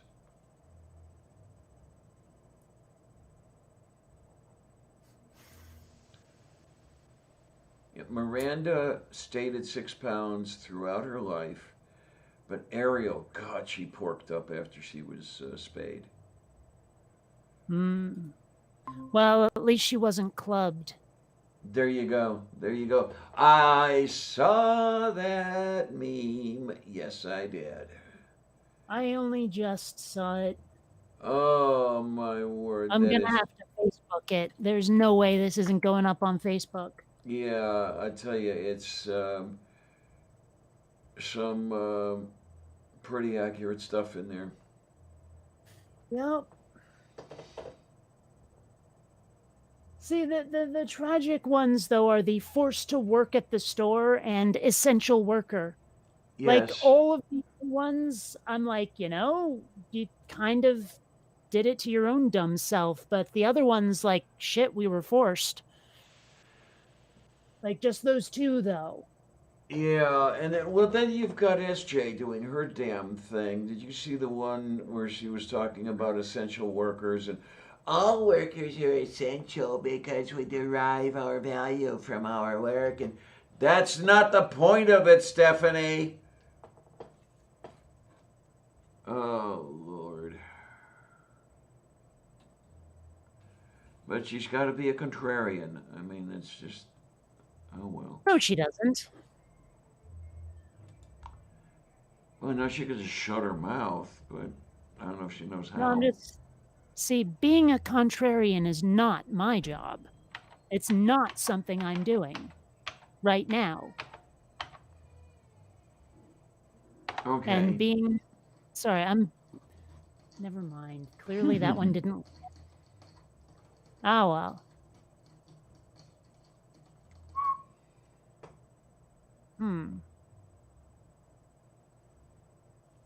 Contrarian investing. What the hell? I don't know. It seems odd. Let's see what this says. Contrarian investing is an investment strategy that is characterized by purchasing and selling in contrast to the prevailing sentiment of the time. A contrarian believes that certain crowd behavior among investors can lead to exploitable mispricings in securities markets. Okay. Fine. I will not be doing that. Number one, I don't have the money to invest. And number two, I don't have the money to invest. Number three, I don't have the money to invest. And number four, I don't have the money to invest.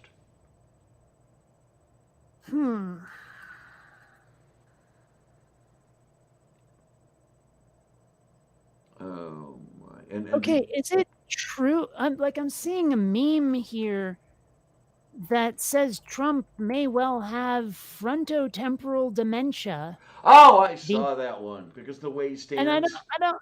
Yeah, and I mean, I wonder how true this is. I don't know. I really haven't studied that at all. We didn't look at that sort of thing. I've seen a couple of explanations, punitive explanations for his stance. One of them being dementia. The other one being lifts in his shoes. Okay, but the reason I ask, I'm not actually asking about Trump, but rather the dementia itself, because I would hesitate to share this if it turned out that it wasn't scientifically accurate. Because Right. I can't even tell you how many times I've tried to share a meme And then someone goes, you realize that the science in this is bullshit, right? Do your homework. And so I kind of want to know if this whole weird stance thing is real.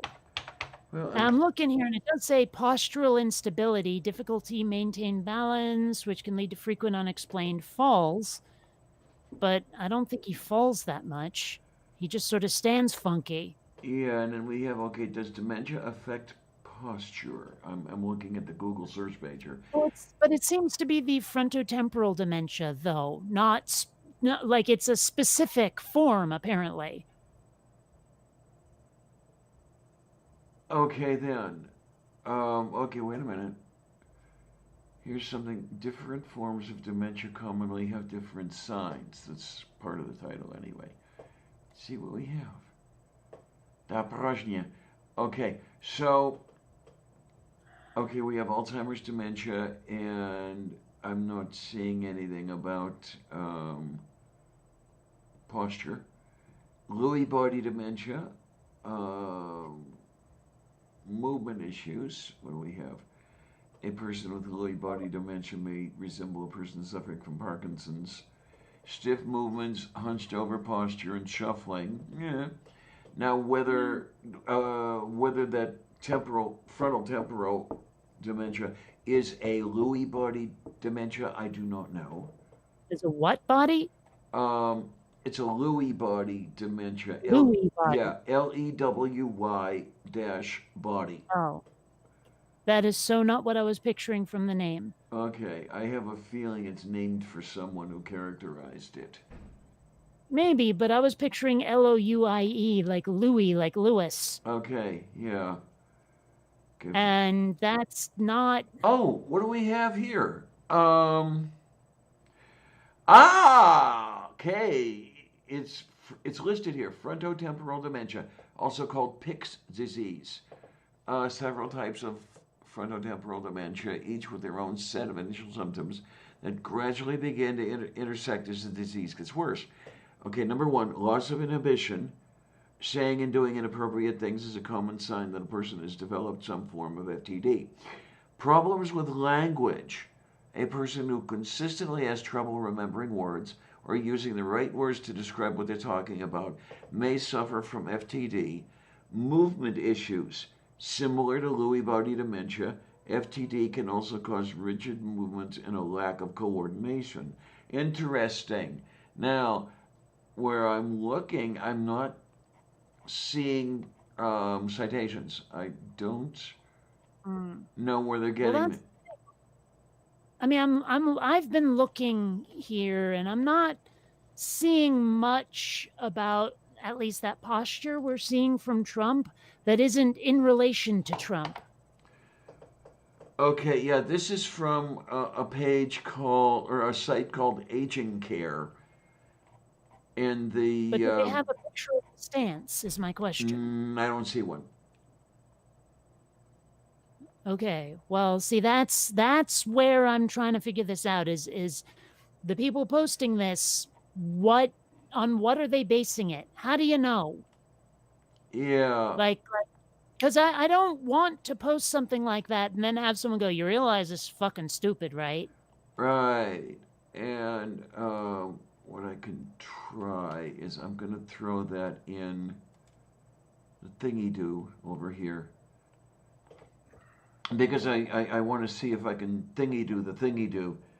If it thingy-doos the thingy-do, we might have some thingy-do to thingy-do. But yeah, you know, part of that dementia is the inability to find the right. I'm not saying anything. I'm just saying. Yeah, there you go. Oh my. What do we have? Okay, Alzheimer's org. No, we're not going to do that unless I'm saying Alzheimer's org, Alzheimer's net, Alzheimer's org UK. Okay. So now we're getting into sites that are not associated with Alzheimer's. One of them is Cleveland Clinic. What do they have to say? So, you know, the person who was like clever enough, smart enough to discover Alzheimer's was probably a bit of a Weisenheimer. Yeah, possibly. Hmm. Well, Oh, you'll yourself just be out. over there. Yes. Yeah. Oh my.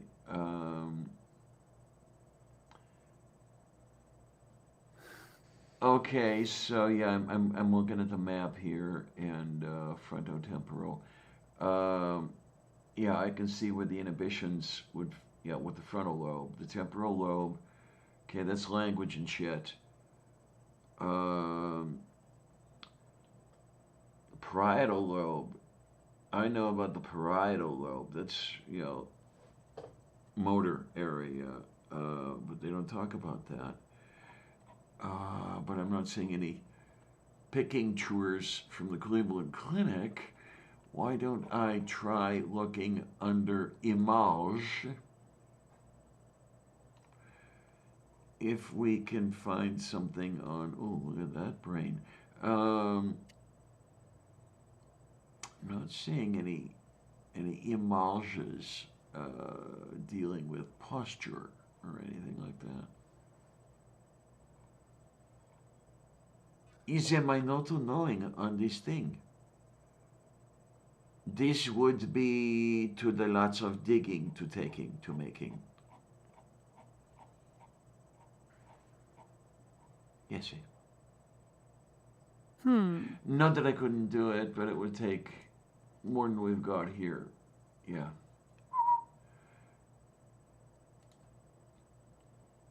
Oh my.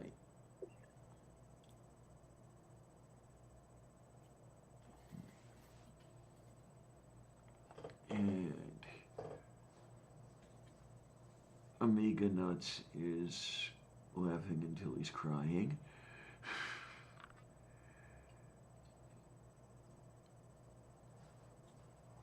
Oh my, oh my, oh my. Or something like that.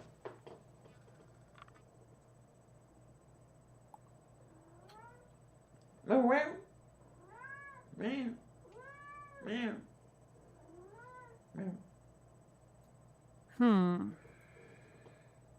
So a friend of mine is just suggesting vestiformalophobia. Vestiformalophobia. I don't know if that's accurate. I need someone who really, because if I do vestiformalis, it comes up the same way. If I do formali vesti or formalis vesti, it comes up the same way when it's translated. Okay, then. Could be a little bit of a difficulty there. But I mean, from vestiformalophobia doesn't sound that bad. I mean, maybe I'll use that. Got a lot of syllables. Lots of Well, I mean, it's even better than compoundophobia. Oh, compound of it. Is that the fear of buttons? Yes, it is. It is, okay. Yep. Thought I remembered that one. And it, like, when you look at it, though, it looks like some sort of, it looks Hawaiian, is what it looks like. Okay. Well, I mean, just looking at the word, it looks like it could easily, I don't know, it looks Hawaiian. I don't know how else to put it. Yeah, I see where you're coming from. Yep. Yeah.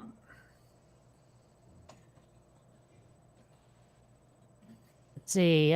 One thing I don't have, though, is coulrophobia. I don't know if I'm pronouncing that properly, but I don't have it. Okay. And it is.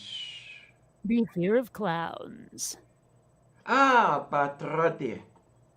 I mean, don't get me wrong. I'm not a big fan of clowns, but it's largely because I don't find them entertaining in any way.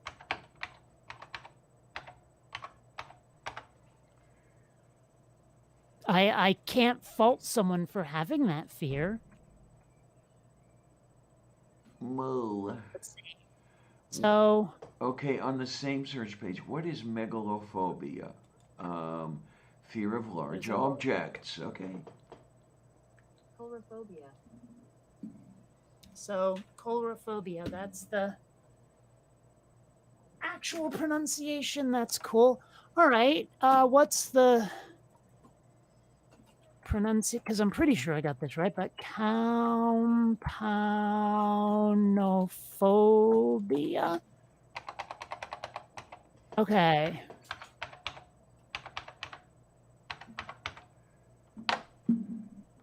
Compoundophobia. Oh, please. That's text to Compoundophobia. compoundophobia. Compoundophobia. Yeah, text to speech is really bad for that sort of shit. Huh. There's something here from Neil Gaiman about compoundophobia. Huh. Oh, whatever. I'll have to watch it later. It's a video. I can't actually, yeah. Kumkunophobia. Really? You're from the United States? That's not how I'd pronounce it. Kumkunophobia. Kumpoon? Oh boy. All right. Well, let's put that into the dictionary and see what comes up.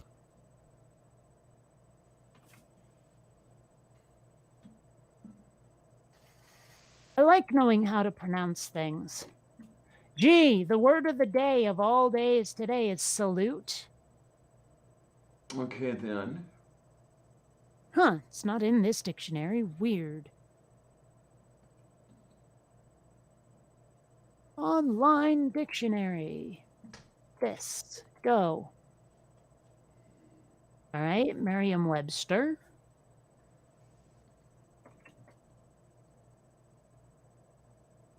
Wow, it's not in their dictionary either. How odd. It says no definitions found for this word. What the frell?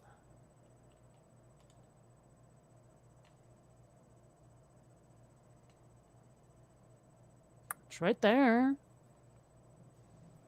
Maybe Wikipedia has a pronunciation. No.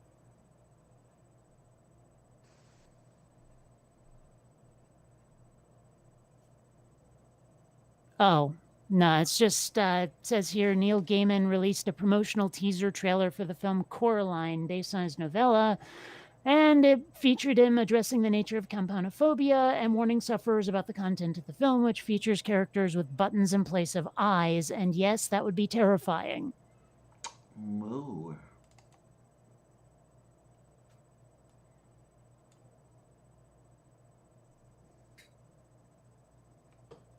Sure. Wow. 66% of the people who have compoundophobia are female, 34% are male. And 45% are below 18, and 18 to 34 is 44%. Now, I've had this my whole damn life, so...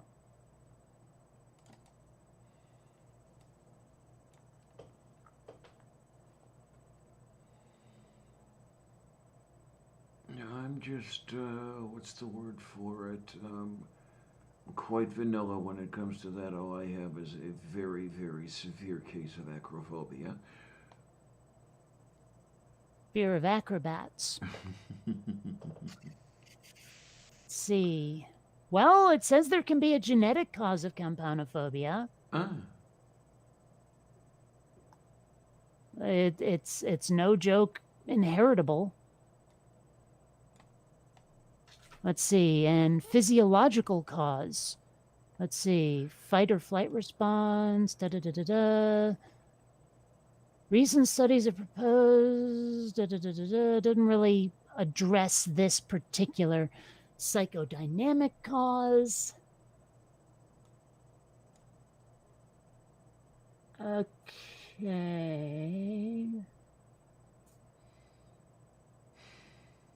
Well, okay, thus specific phobia is also connected to a person's antagonism toward a particular object, but it doesn't say why you might have an aversion to this particular object.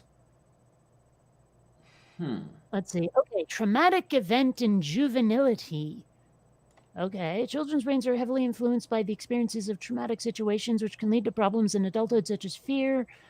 Okay, for example, an adult fears buttons due to due to the falling of a bucket full of toggles on his head at the age of 2. Children's incapability to stitch them on, no. Blockage of toggles in the throat or nose, no, that didn't happen. I'm starting to think it's just that genetic predisposition.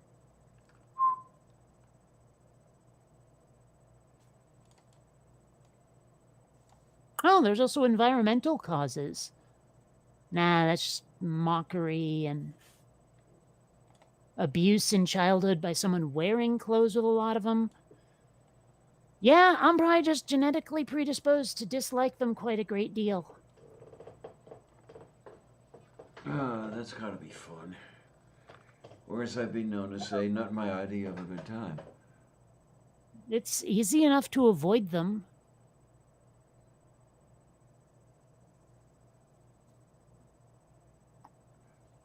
At least, yeah, you don't subscribe to, what the hell religious cult is it that doesn't do zippers and everything is buttoned? Like the Amish in it. Okay, that could be. Yeah, that's very likely. Or if it's not the Amish, it's like Mennonites or some shit. I don't know. Yeah, at least you're not doing that. Yeah. Yeah. Well, I get the impression that they like, you know how they reject technology? Apparently buttons are technology to them. I'm assuming. Okay. So But the rest of...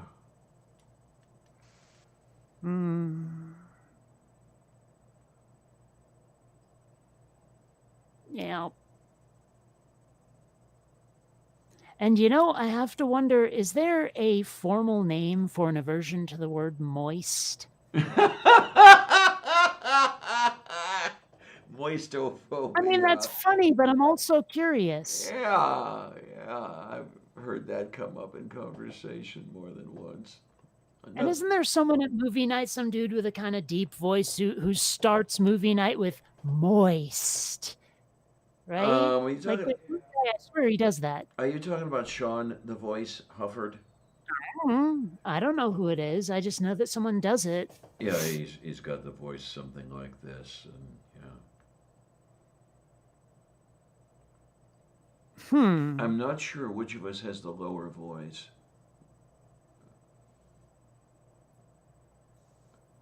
I hate websites that start videos automatically. Yeah. It's icky. Icky doo-doo. Okay, so I guess it says here, like, there's a proper reason why the word moist makes people kind of iffy. And it says here, if you think about it, firstly, people tend to have issues with words which can be used in a lot of different ways. If you think about it, that's the case for moist. A cake can be moist, but so can an armpit or a sweaty t-shirt. On top of this, the people who didn't like the word also tended to have issues with bodily functions and phrases that linked to them. Think sweat, spit, and phlegm with no Oxford comma. Oh, you bastards. This makes good sense. The word moist repels us because it makes us think of nasty things. Another reason is that we can start hating a word as other people tell us it's awful. So if enough people go on about how grim moist is, we think it too. The team found some other ways words can get our hackles up. Sometimes it's as simple as us hating the way something sounds when we say it. Boy, do I relate to that one. Or it could be the face that's to blame. Saying some words cause us to use the same facial muscles, which go into action when we see or hear or smell something we hate. The body then links this to an emotional state, in this case, that we're unhappy. Moo. Oh, wow. Okay. Here's from the New York Times. We know you hate moist. What other words repel you? Okay, here, like, there's a bunch of them I get. Moist, crevice, stroke, slacks, and phlegm, but luggage? Luggage. Huh. It's hard to picture someone being, like averse to the word luggage.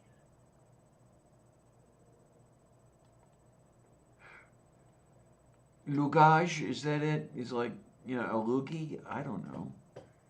Mm,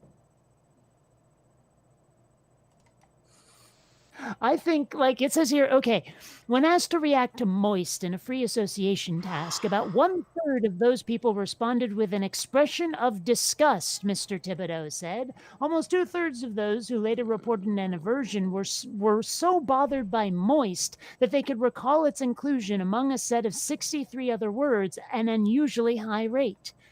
And so, okay, I'm wondering how they'd react to my sort of crooked, roguish smile that would come across my face if I ever heard the word moist in a test like that, because I'd know that some people hate it so much, and it would make me laugh if they included it.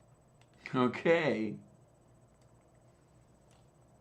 So the peer-reviewed study attempted to explain why moist had become the linguistic equivalent of nails on a chalkboard for some people. Words that sound similar, including hoist, foist, and rejoiced, did not put off participants in the same way, suggesting that aversion to the word was not based on the way it sounds. But people who were bothered by moist also found that words for bodily fluids, vomit, puke, and phlegm, again no Oxford comma, largely struck a nerve. That led Mr. Thibodeau to conclude that for those people, moist had taken on the connotations of a bodily function.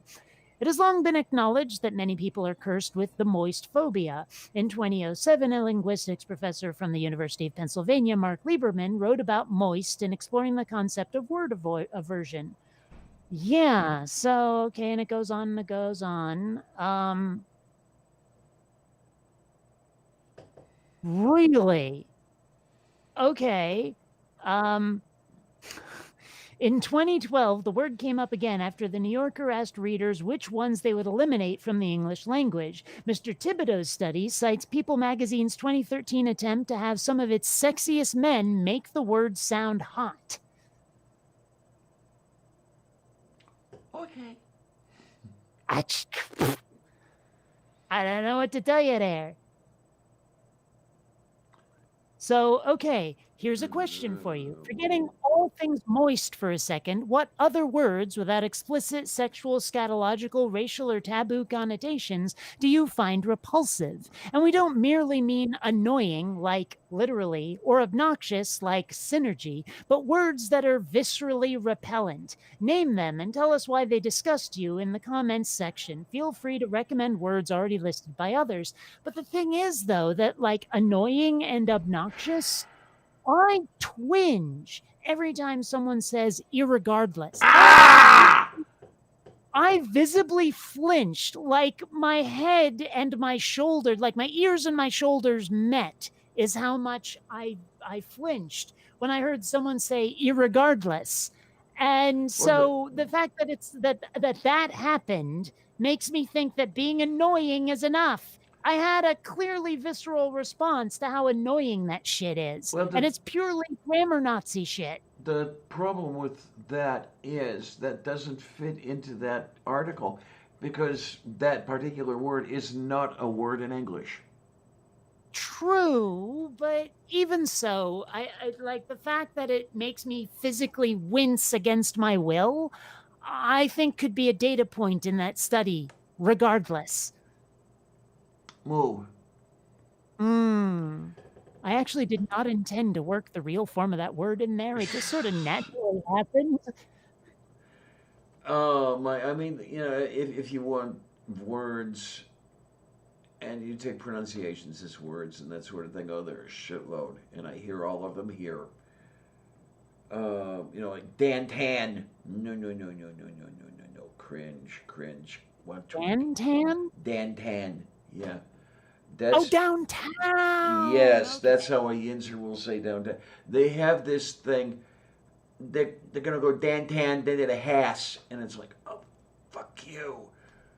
I have lived here since 1988, and I still cannot have that word hit my ears without visibly cringing. You know, those that accent.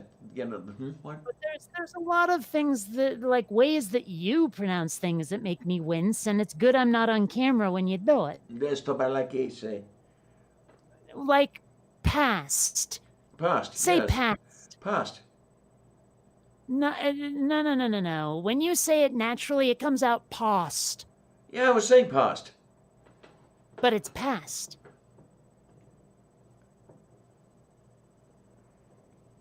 But no, that's in the past.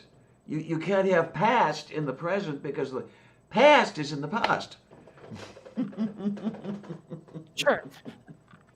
Wow, I found a list of phobias, and there's some of them that I didn't even know was a thing. Like, okay, for example, a nirogmoph... Nirogmophobia is the fear of wet dreams. Oh, yay! Okay, here's a good one, because actually you might be able to parse this one out if you really think about it. Onomatophobia. Think onomatopoeia. Yeah, that's the but first thing. onomatopoeia. That's the first thing that. So it's a fear of similar sounds. Well, it's the fear of hearing a certain word or names. Oh, okay. Tapale cosa. Yeah. Okay, here's an easy one. Amnesiophobia. Fear of what is that fear again? We get you. Yes.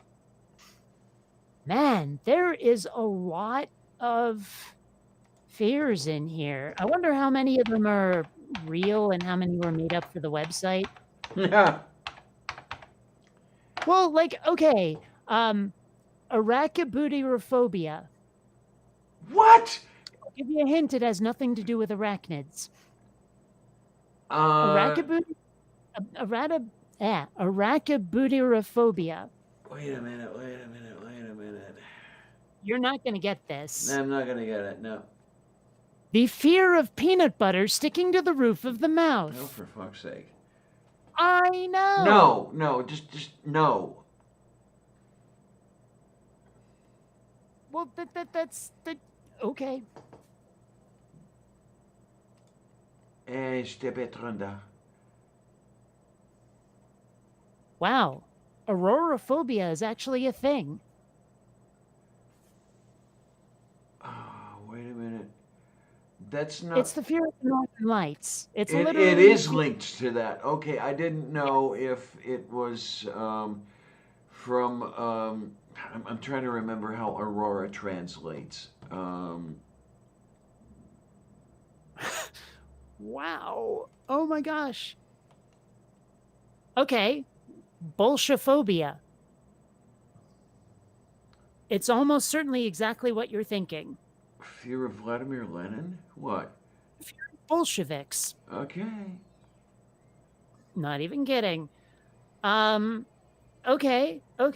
This one is probably not what you're gonna think. Brontophobia. Oh, for fuck's sake. Oh my. I'm trying to remember where that. Yeah, I'm not remembering it. Damn it. Yeah, that would be the fear of thunder and lightning.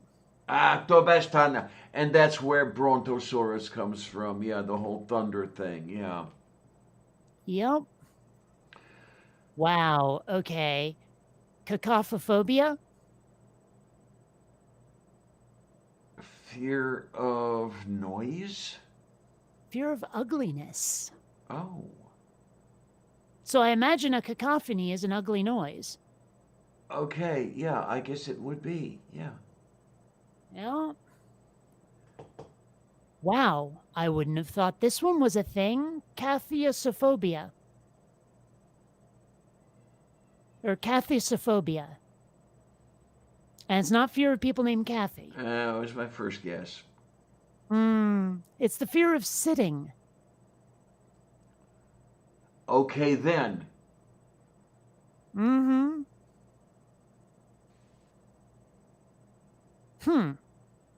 Like, okay, chromatophobia is not the fear of colors, it's the fear of money. Chromophobia, as opposed to chromatophobia. Chromophobia is fear of colors. How odd. Moof beef. Wow. chronophobia is the fear of time. How are you afraid of time? Like, how does that even manifest itself? Oh, no, we're still going forward at a ratio of 1 second per 1 second. Eek! Well, you're standing in line at the grocer's, and you're looking at the rack that they always have there, and you have and you have the National Enquirer, and you have Screw Up Your Life, I Meet People magazine, and then there's that other one that does the specials and everything else, and it's, oh my God, it's Time magazine! Ah, no, huh? You know how funny you're not? Oh yes, I do. Wow, there are literally 4 different words for the fear of prostitutes or venereal disease. Oh Lord. Okay, it must They're be a all common. similar to each other, though. Must be a common one then. Well, no. It just seems to be variations on the same theme, like cypritophobia, cypripophobia, cyprianophobia, or cyprinophobia. So basically, it's just different ways of saying the same damn thing. Okay, really easy. This one would be really easy. Decidophobia. What, fear of making decisions? Exactamundo. Here we have some hippopotamonstrous quipedaliphobia. I'm going to guess that that's something about the fear of unicorns. It's a fear of long words. And Seriously? Seriously. It itself is a long word, yeah. But the hippo part, unless it refers to the hippocampus, I mean, hippo usually means horse, doesn't it? Horse, yes. Okay, I'm suspecting someone made that shit up and it's not real. Gotta be. It's got a link on it. It probably translates as fear of being a horse's ass. Okay, now from Very Well Mind, Symptoms and Management of Long Words Fear. And, oh, Jesus Christ, it looks like it's an actual term. If this is an actual article, that is an actual term. And it's probably taken from the root sesquipedalian, which does not mean long word, asshole. Sesquipedalian is a foot and a half. Oh, you know what? I bet it's a language thing, because I'm seeing here fear of horses is equinophobia, which makes a certain kind of sense. So maybe hippo means something else, like Latin or Greek or whatever the fuck we're looking at here. Move beef. Wow. Euphobia. Euphobia. Fear of truth? Fear of hearing good news. I know, right? Well, by the way, I heard your euphobia. Fuck! I can understand. I mean, it's like, hey, I got good news. Ah, fuck! What the hell is gonna go wrong now? You know? Okay. Galleophobia. Fear of things French?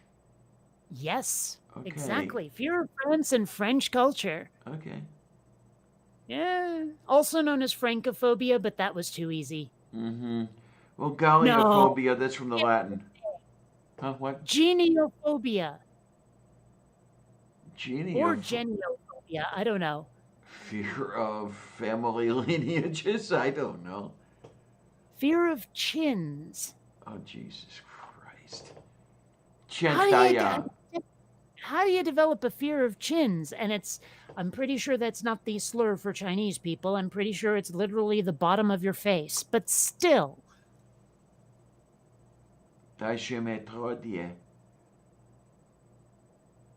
Wow. Huh?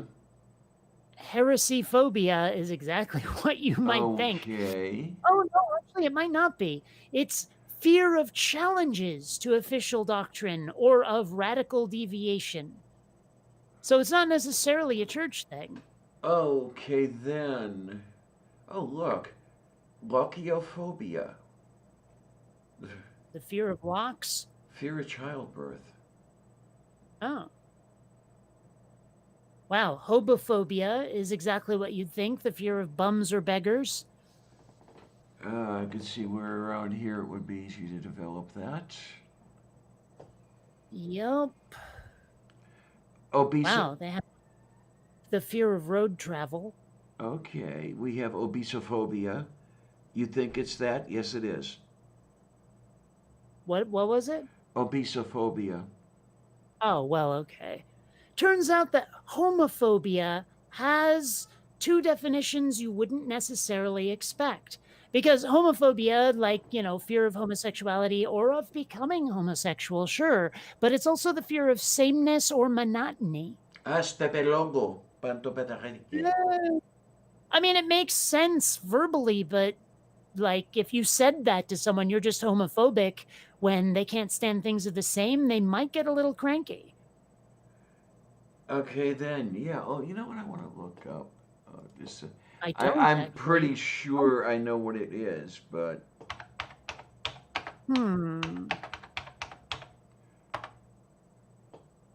yeah, that's what I thought it was. What? Phobophobia. It's what you think it is. The fear of fears? Yeah. Oh, wow. Here's a thing. Ichthyophilia. Fear of dicks? I don't know. Not quite. The fear of erect dicks. Oh, for fuck's sake. Because I figure phallophobia is the fear of dicks, but ichthyophilia. Eek. Wow, there's only 2 entries in J, and it's the fear of Japanese and the fear of Jews. Okay, then. Saunophobia. Oh, for fuck's sake.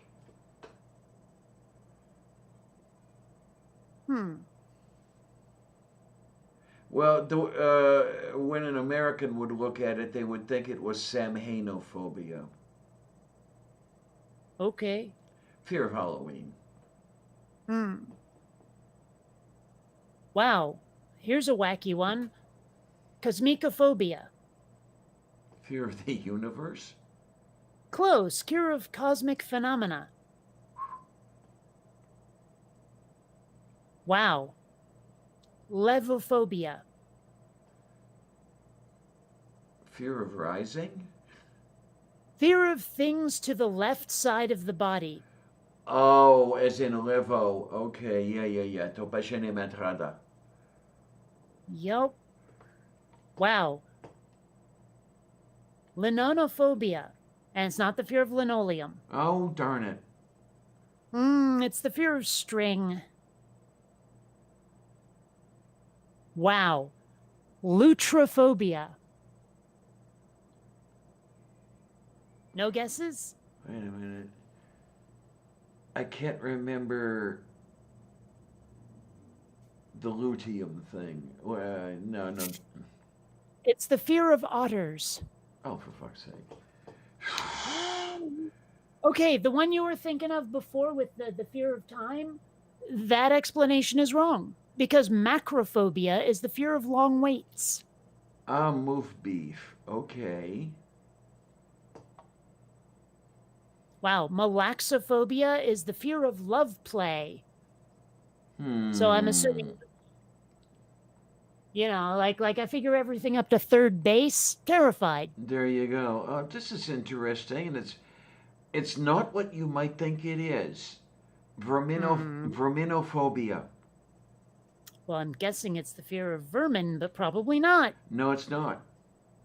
What is it? This says it's the fear of germs. Oh, well, that makes sense.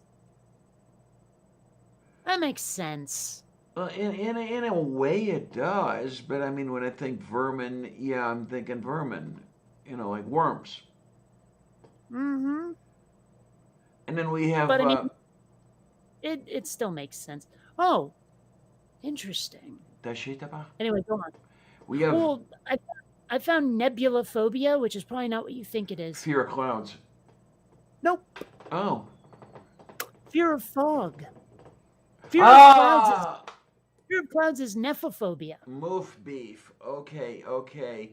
Because I was thinking of nebulae, and I was thinking that the name came from cloud. No, it came from fog. Okay. Danne betoshe.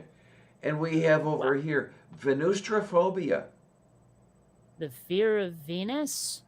Well, in a way, it's the fear of The beautiful fear of beautiful women. Well, okay. Where's the one I just saw? Okay. Novercophobia. Novercophobia. Is that the fear of Noverks? Nope. That is the fear of your stepmother. Oh, okay. Well, I haven't got one of those, so I'm not gonna worry. Still, I mean, wow, right? Jesus. Well, I guess as Lucy Van Pelt said, yeah, if we can find a name for it, we can label it. Yeah. Mm-hmm.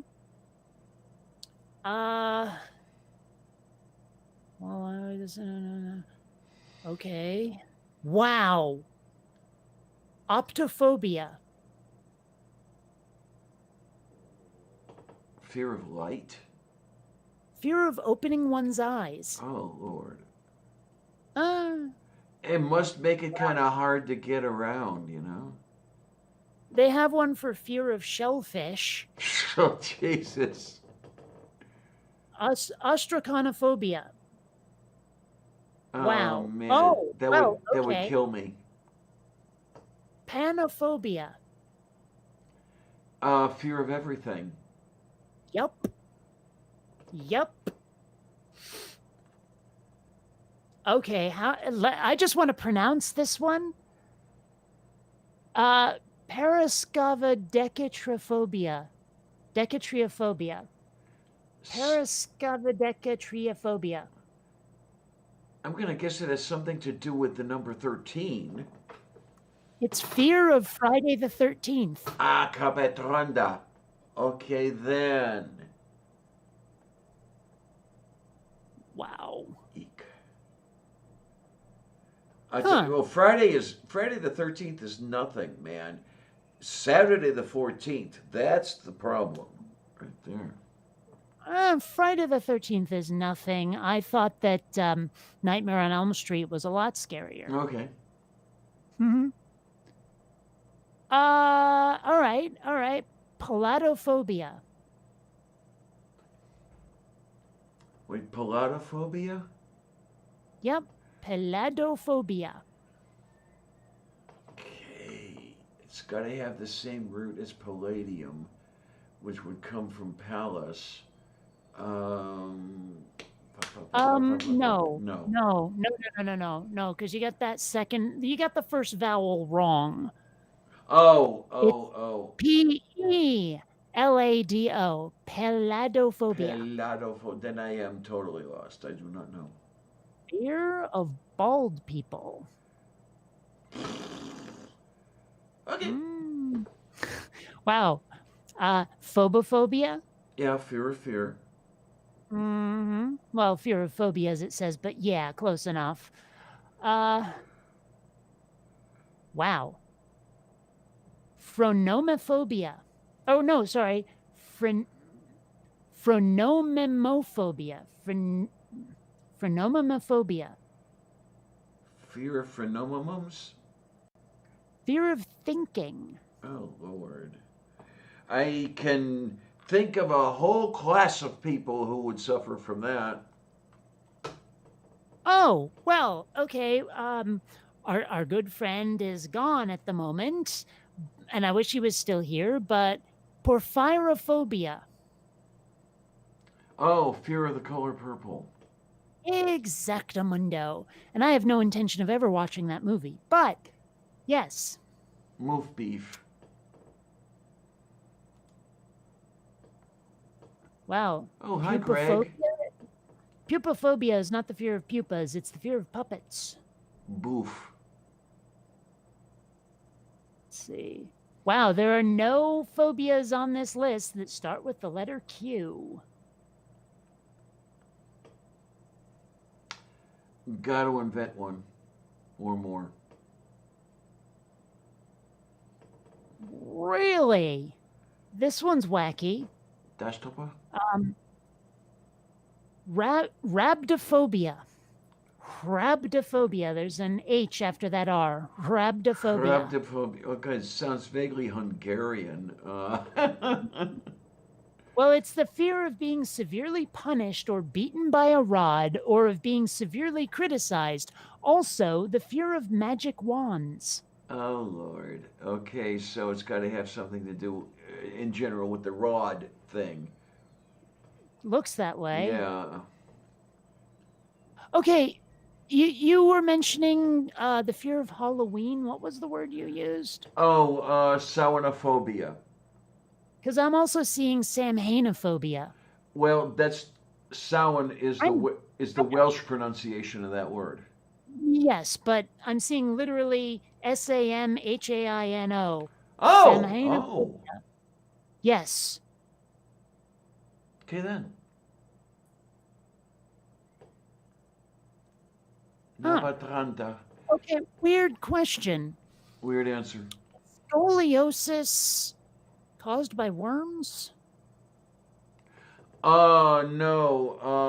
Scoliosis, I believe the root is something about twisting.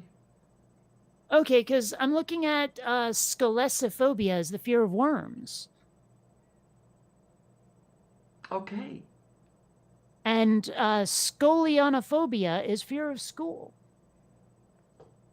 Okay, I see that one on this list. Let's see. Selenophobia is not the fear of silver, it's the fear of the moon. Fear of the moon, yes. Let's see.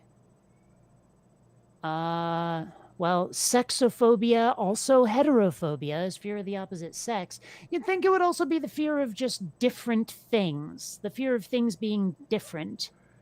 Yeah, I could think of a bunch of people who would fall into that category. Yeah, because you wouldn't necessarily cover that entire concept with xenophobia, No.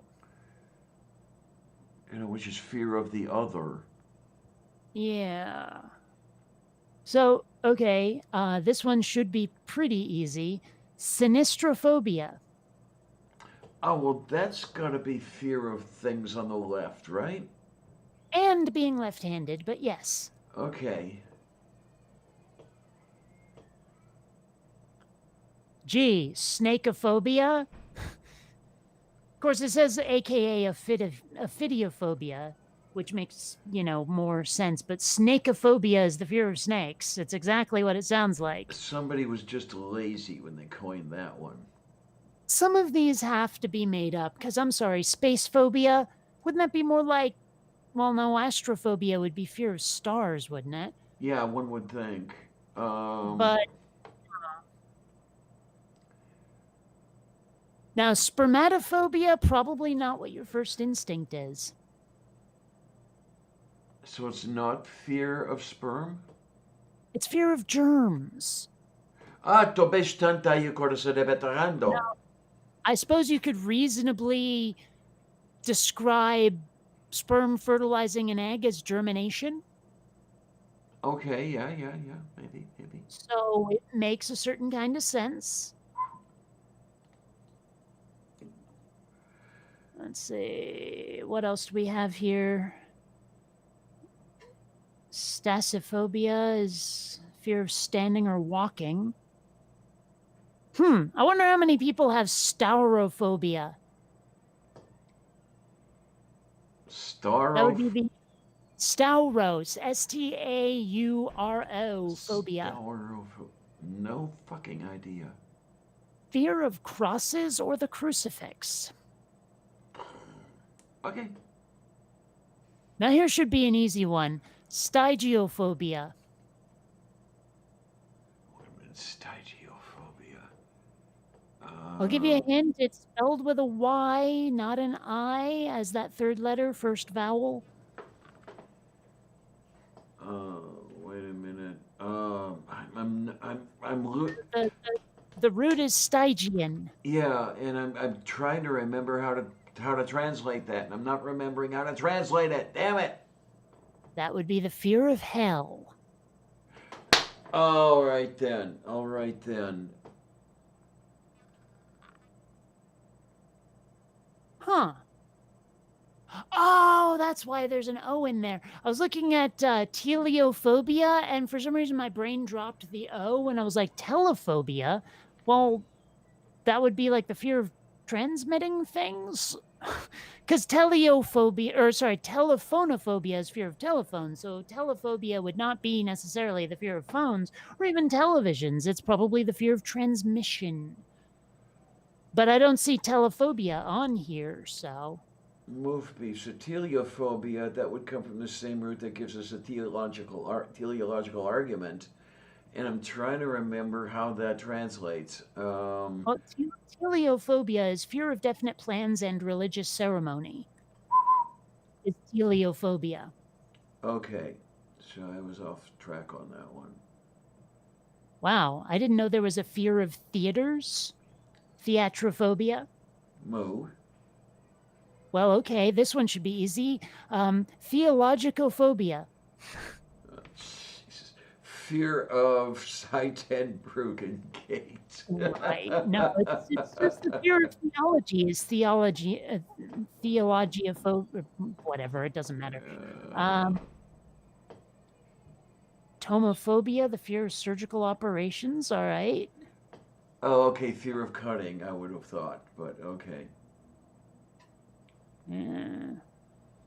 Wow. Fear of hair. That one's interesting, and I'll never pronounce it. Wait a minute, I got to look on that thing. Well, it's trichopathophobia, actually. That was easier than I thought. Huh. Here's one I would not have thought. Uranophobia. Or possibly uranophobia. Oh, Jesus. It's not the fear of the planet Uranus. No. But it's from the Greek, and I can't remember how it translates. Fear of heaven. Doshitamato. You wouldn't have thought, but yeah, fear of No. heaven. You would not have thought that. No. That is not a thinking. Okay, what the hell is a Walloon? A Walloon? Because I'm seeing Walloonophobia. No. It's a French-speaking region of southern Belgium? That can't be right. Oh, no, that's Wallonia. Oh, but Walloons are the people from there. Okay. Yeah, I'm looking. Are a Romance ethnic group native to Belgium, principally its southern region of Wallonia. Well, apparently Walloon phobia is listed on this list. And what? You're afraid of those people? Can I you even guess. identify any of them in a crowd? I couldn't. Okay, here's an easy one.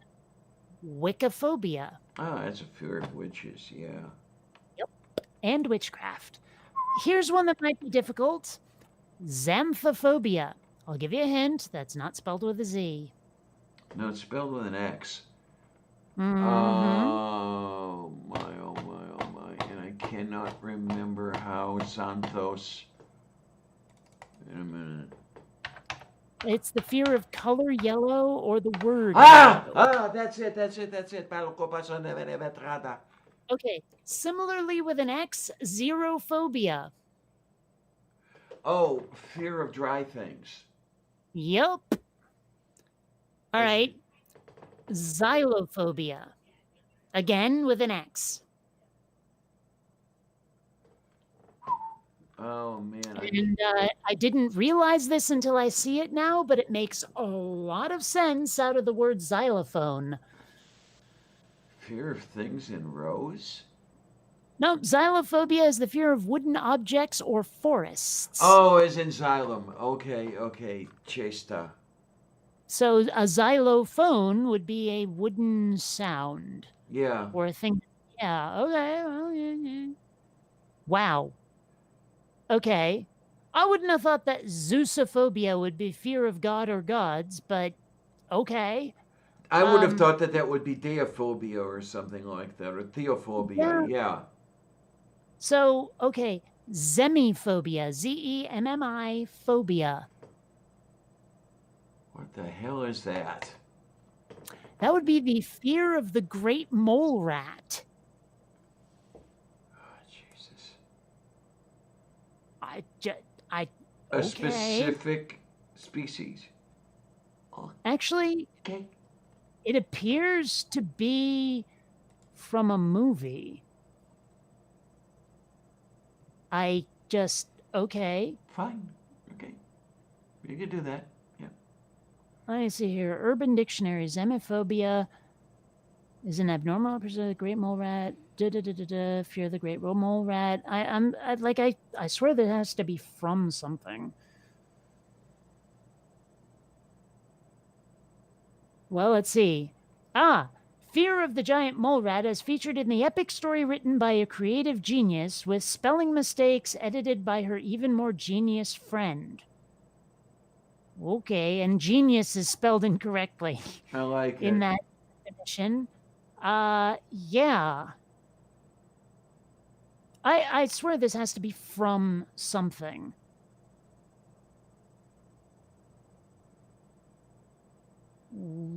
Right. No está. Because if I click on mole rat, it says retarded ass kids that live in holes, they deserve equal rights. Hashtag mole lives matter. Oh no. But then there's also a mole rat is a very beautiful creature that is a force to be reckoned with. A mole rat will cut your dick off if you say it's ugly. The mole rat does not mess around. They are very smart, gorgeous, and loving creatures who you can always count on to beat a bitch up for you. Get yourself a friend like a mole rat. Also, mole rat are the daddies of all dads, trust me. Maybe I shouldn't be looking on Urban Dictionary for my definitions. Maybe not.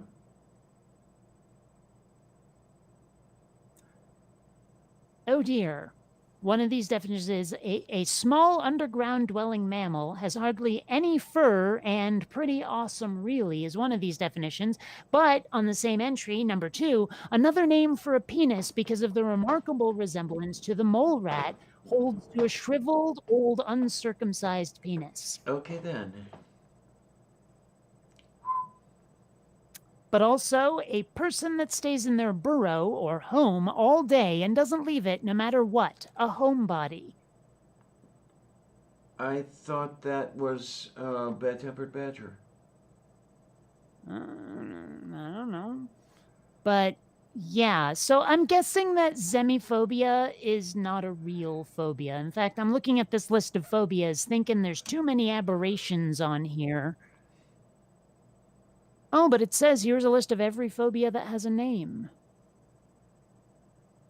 And it says the author is a phobia specialist, though it doesn't actually list any of his credentials, although there is a link. No,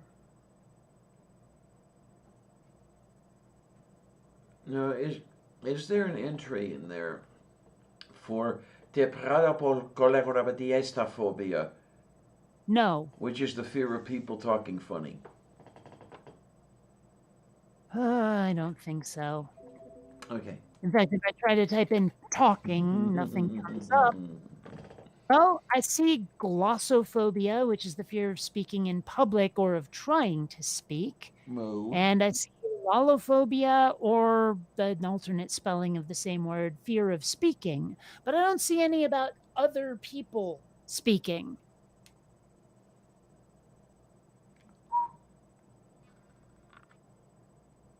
Let's see. Well, I can skip those two and that one. Well, okay. Soteriophobia. Soteriophobia. I would not remember how to even begin to translate that. The fear of dependence on others. Moo. Yes. Very moo.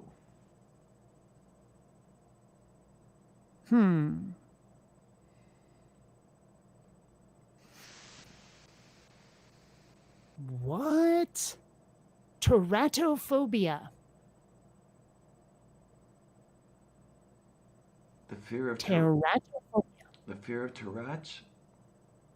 No, it's the fear of bearing a deformed child, or fear of monsters, or of deformed people. Okay, fine. Yep. Just Actually, that kind of makes sense now that I think about it, because there's this sci-fi series I like, the Vorkosigan Saga by Lois McMaster Bujold, where there's like the main character, Miles Vorkosigan, was deformed in the womb because his parents were attacked. His parents, like his dad's account, his parents were attacked by someone who launched a salt oxen grenade through their window, and while the salt toxin did not actually damage Miles in the womb, the antidote for it did, and it made his bones really like brittle and all this stuff. And he's super short, and his head seems to be too big for his body, and all this stuff. But he's also like a mega genius naturally, because that's what you are when your body is ruined in sci-fi, is that you become really, really smart. Mhm. But he makes a big point of letting everyone know that his injuries are teratogenic rather than genetic, meaning that his deformities were not genetic, not caused by his genes, but rather something that was done to him. And so I guess teratophobia, he is deformed. Teratogenic, he was deformed during his genesis, I guess. Or something makes a like certain that. It makes us, yeah. And then specifying that his deformities and stuff were not caused by his genes, rather, yeah, they were caused by his T-shirt. I mean, let's see. Teratogens are substances that may produce physical or functional defects in the human embryo or fetus after the pregnant woman is exposed. So yeah, that makes perfect sense. Huh. Interesting. Interesting. Okay, then. Moo. That's very a moo. cool thing. Like, I always just sort of took the word for granted because, well, whatever. It's just what how his condition can be described, or rather its origin. And so it makes sense that, okay, well, yeah, reasonable deduction there. Kind of feels like that time I figured out the nationality of the guy who voices the dad in those Caleb and Sophia videos. Oh, okay, the Brazilian character. Yeah, okay. Yeah, it still knocks me out though that someone tried to argue with me and said, no, he's French. And I was like, you realize I found the actor and he's from Brazil, right? Like you can't deny that his accent is Brazilian. He is a Brazilian guy. So unless he's faking a French accent, he's fucking Brazilian. And they were like, nah. And I'm like, dude, how much research did you do? How much? And it just it's kind of like that meme that's going around now, where like this one dude is saying this disease is nothing like the beginning of The Stand. It's not nearly as severe. COVID-19 is nothing like The Stand. Someone replies to him, dude, did you even read the book? But the guy who made the first post was Stephen fucking King, who wrote the book. He wrote the book. Like, dude, you're arguing with the author of the book who's telling you it's not. Oh my gosh, it just. And I realize I'm not the author of the guy with the Brazilian voice, but fucking hell, I did my research, and some prat on the internet is arguing with me, and I realize this sounds like I'm some Karen complaining after my first day on the internet, but still.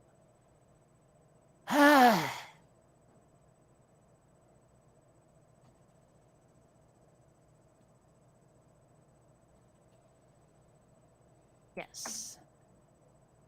Thing is, you can't actually get like you can't get an actual cast list for Caleb and Sophia, which is kind of weird. So I can't give you the guy's name. Moo. But like I'm finding here jehovahswitness.com, and it doesn't, like, none of these people have. I'm seeing his accent is clearly a mixture of Italian and Spanish with a little Russian and just a taste of sub-Saharan Mongolese. I'm pretty sure this person here is bullshitting. But none of these people actually seem to know his name. Someone thinks it's a Yiddish Ricky Ricardo accent. Someone else thinks he's Cuban.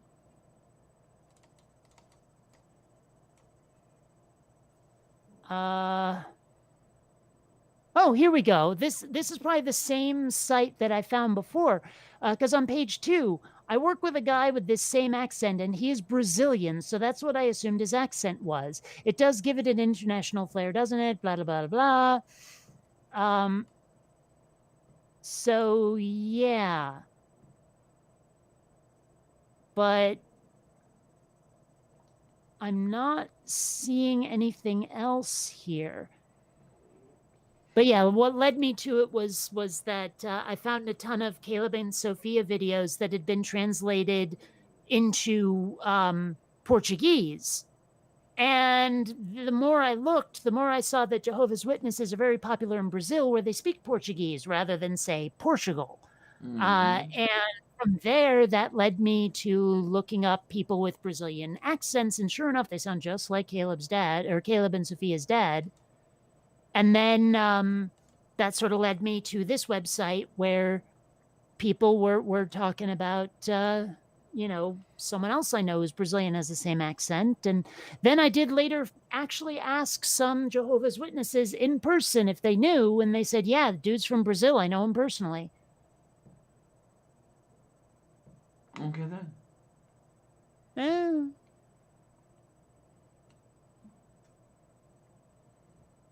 Well, anyway, it's almost 2:00. It's like 2:20. I should go get that thing of groceries I've been talking about. Move beef, yeah, and then maybe I'll actually get not only ice cream sandwiches, but there was something else. Oh, that's right, ginger ale. Yeah. Ginger jail, yes. Yes, Tatapali. I cannot seem to find Stewart's ginger ale up there, but I'll just get by with Canada Dry. Oh well. I forget. Does Schweppes make a ginger ale, or am I? Yes, they do. Yes, it's pretty decent. It's not Stewart's by any means, but it's decent. I don't know if I was gonna go with a non-alcoholic, like beverage that had an alcoholic beverage name. I would go with root beer personally. Moo. I like. Okay, I know a lot of people have tried to tell me I'm full of it, but root beer is the only soda you should be drinking with pizza. Okay. Root beer is pizza soda. Okay That's then. all there is. Yeah. Anyway, I will catch you like the plague. Have fun. If you can't be good, don't get caught. Yay, you be good and stuff like that, and you know how it goes. Oh, for crying out loud, just as I decide it's time to go shopping, Xander, that's my lap. Oh, All right. no. I'll see you later. Okay, honey, take care. Oh my, oh my, oh my. Okay, so there we are. And okay, what I think I'm gonna do is just start to bring this to a close, because like I say, I want some ice cream sandwiches, damn it. I haven't had ice cream sandwiches in ages, and I know I'm gonna pack on the pounds by the time I get through with this Memorial Day food fest, but it's just the way it works. So I want to thank all of you who are here. I want to thank all of you who are not here. And this is good stuff, and thanks for letting me invade your private spaces.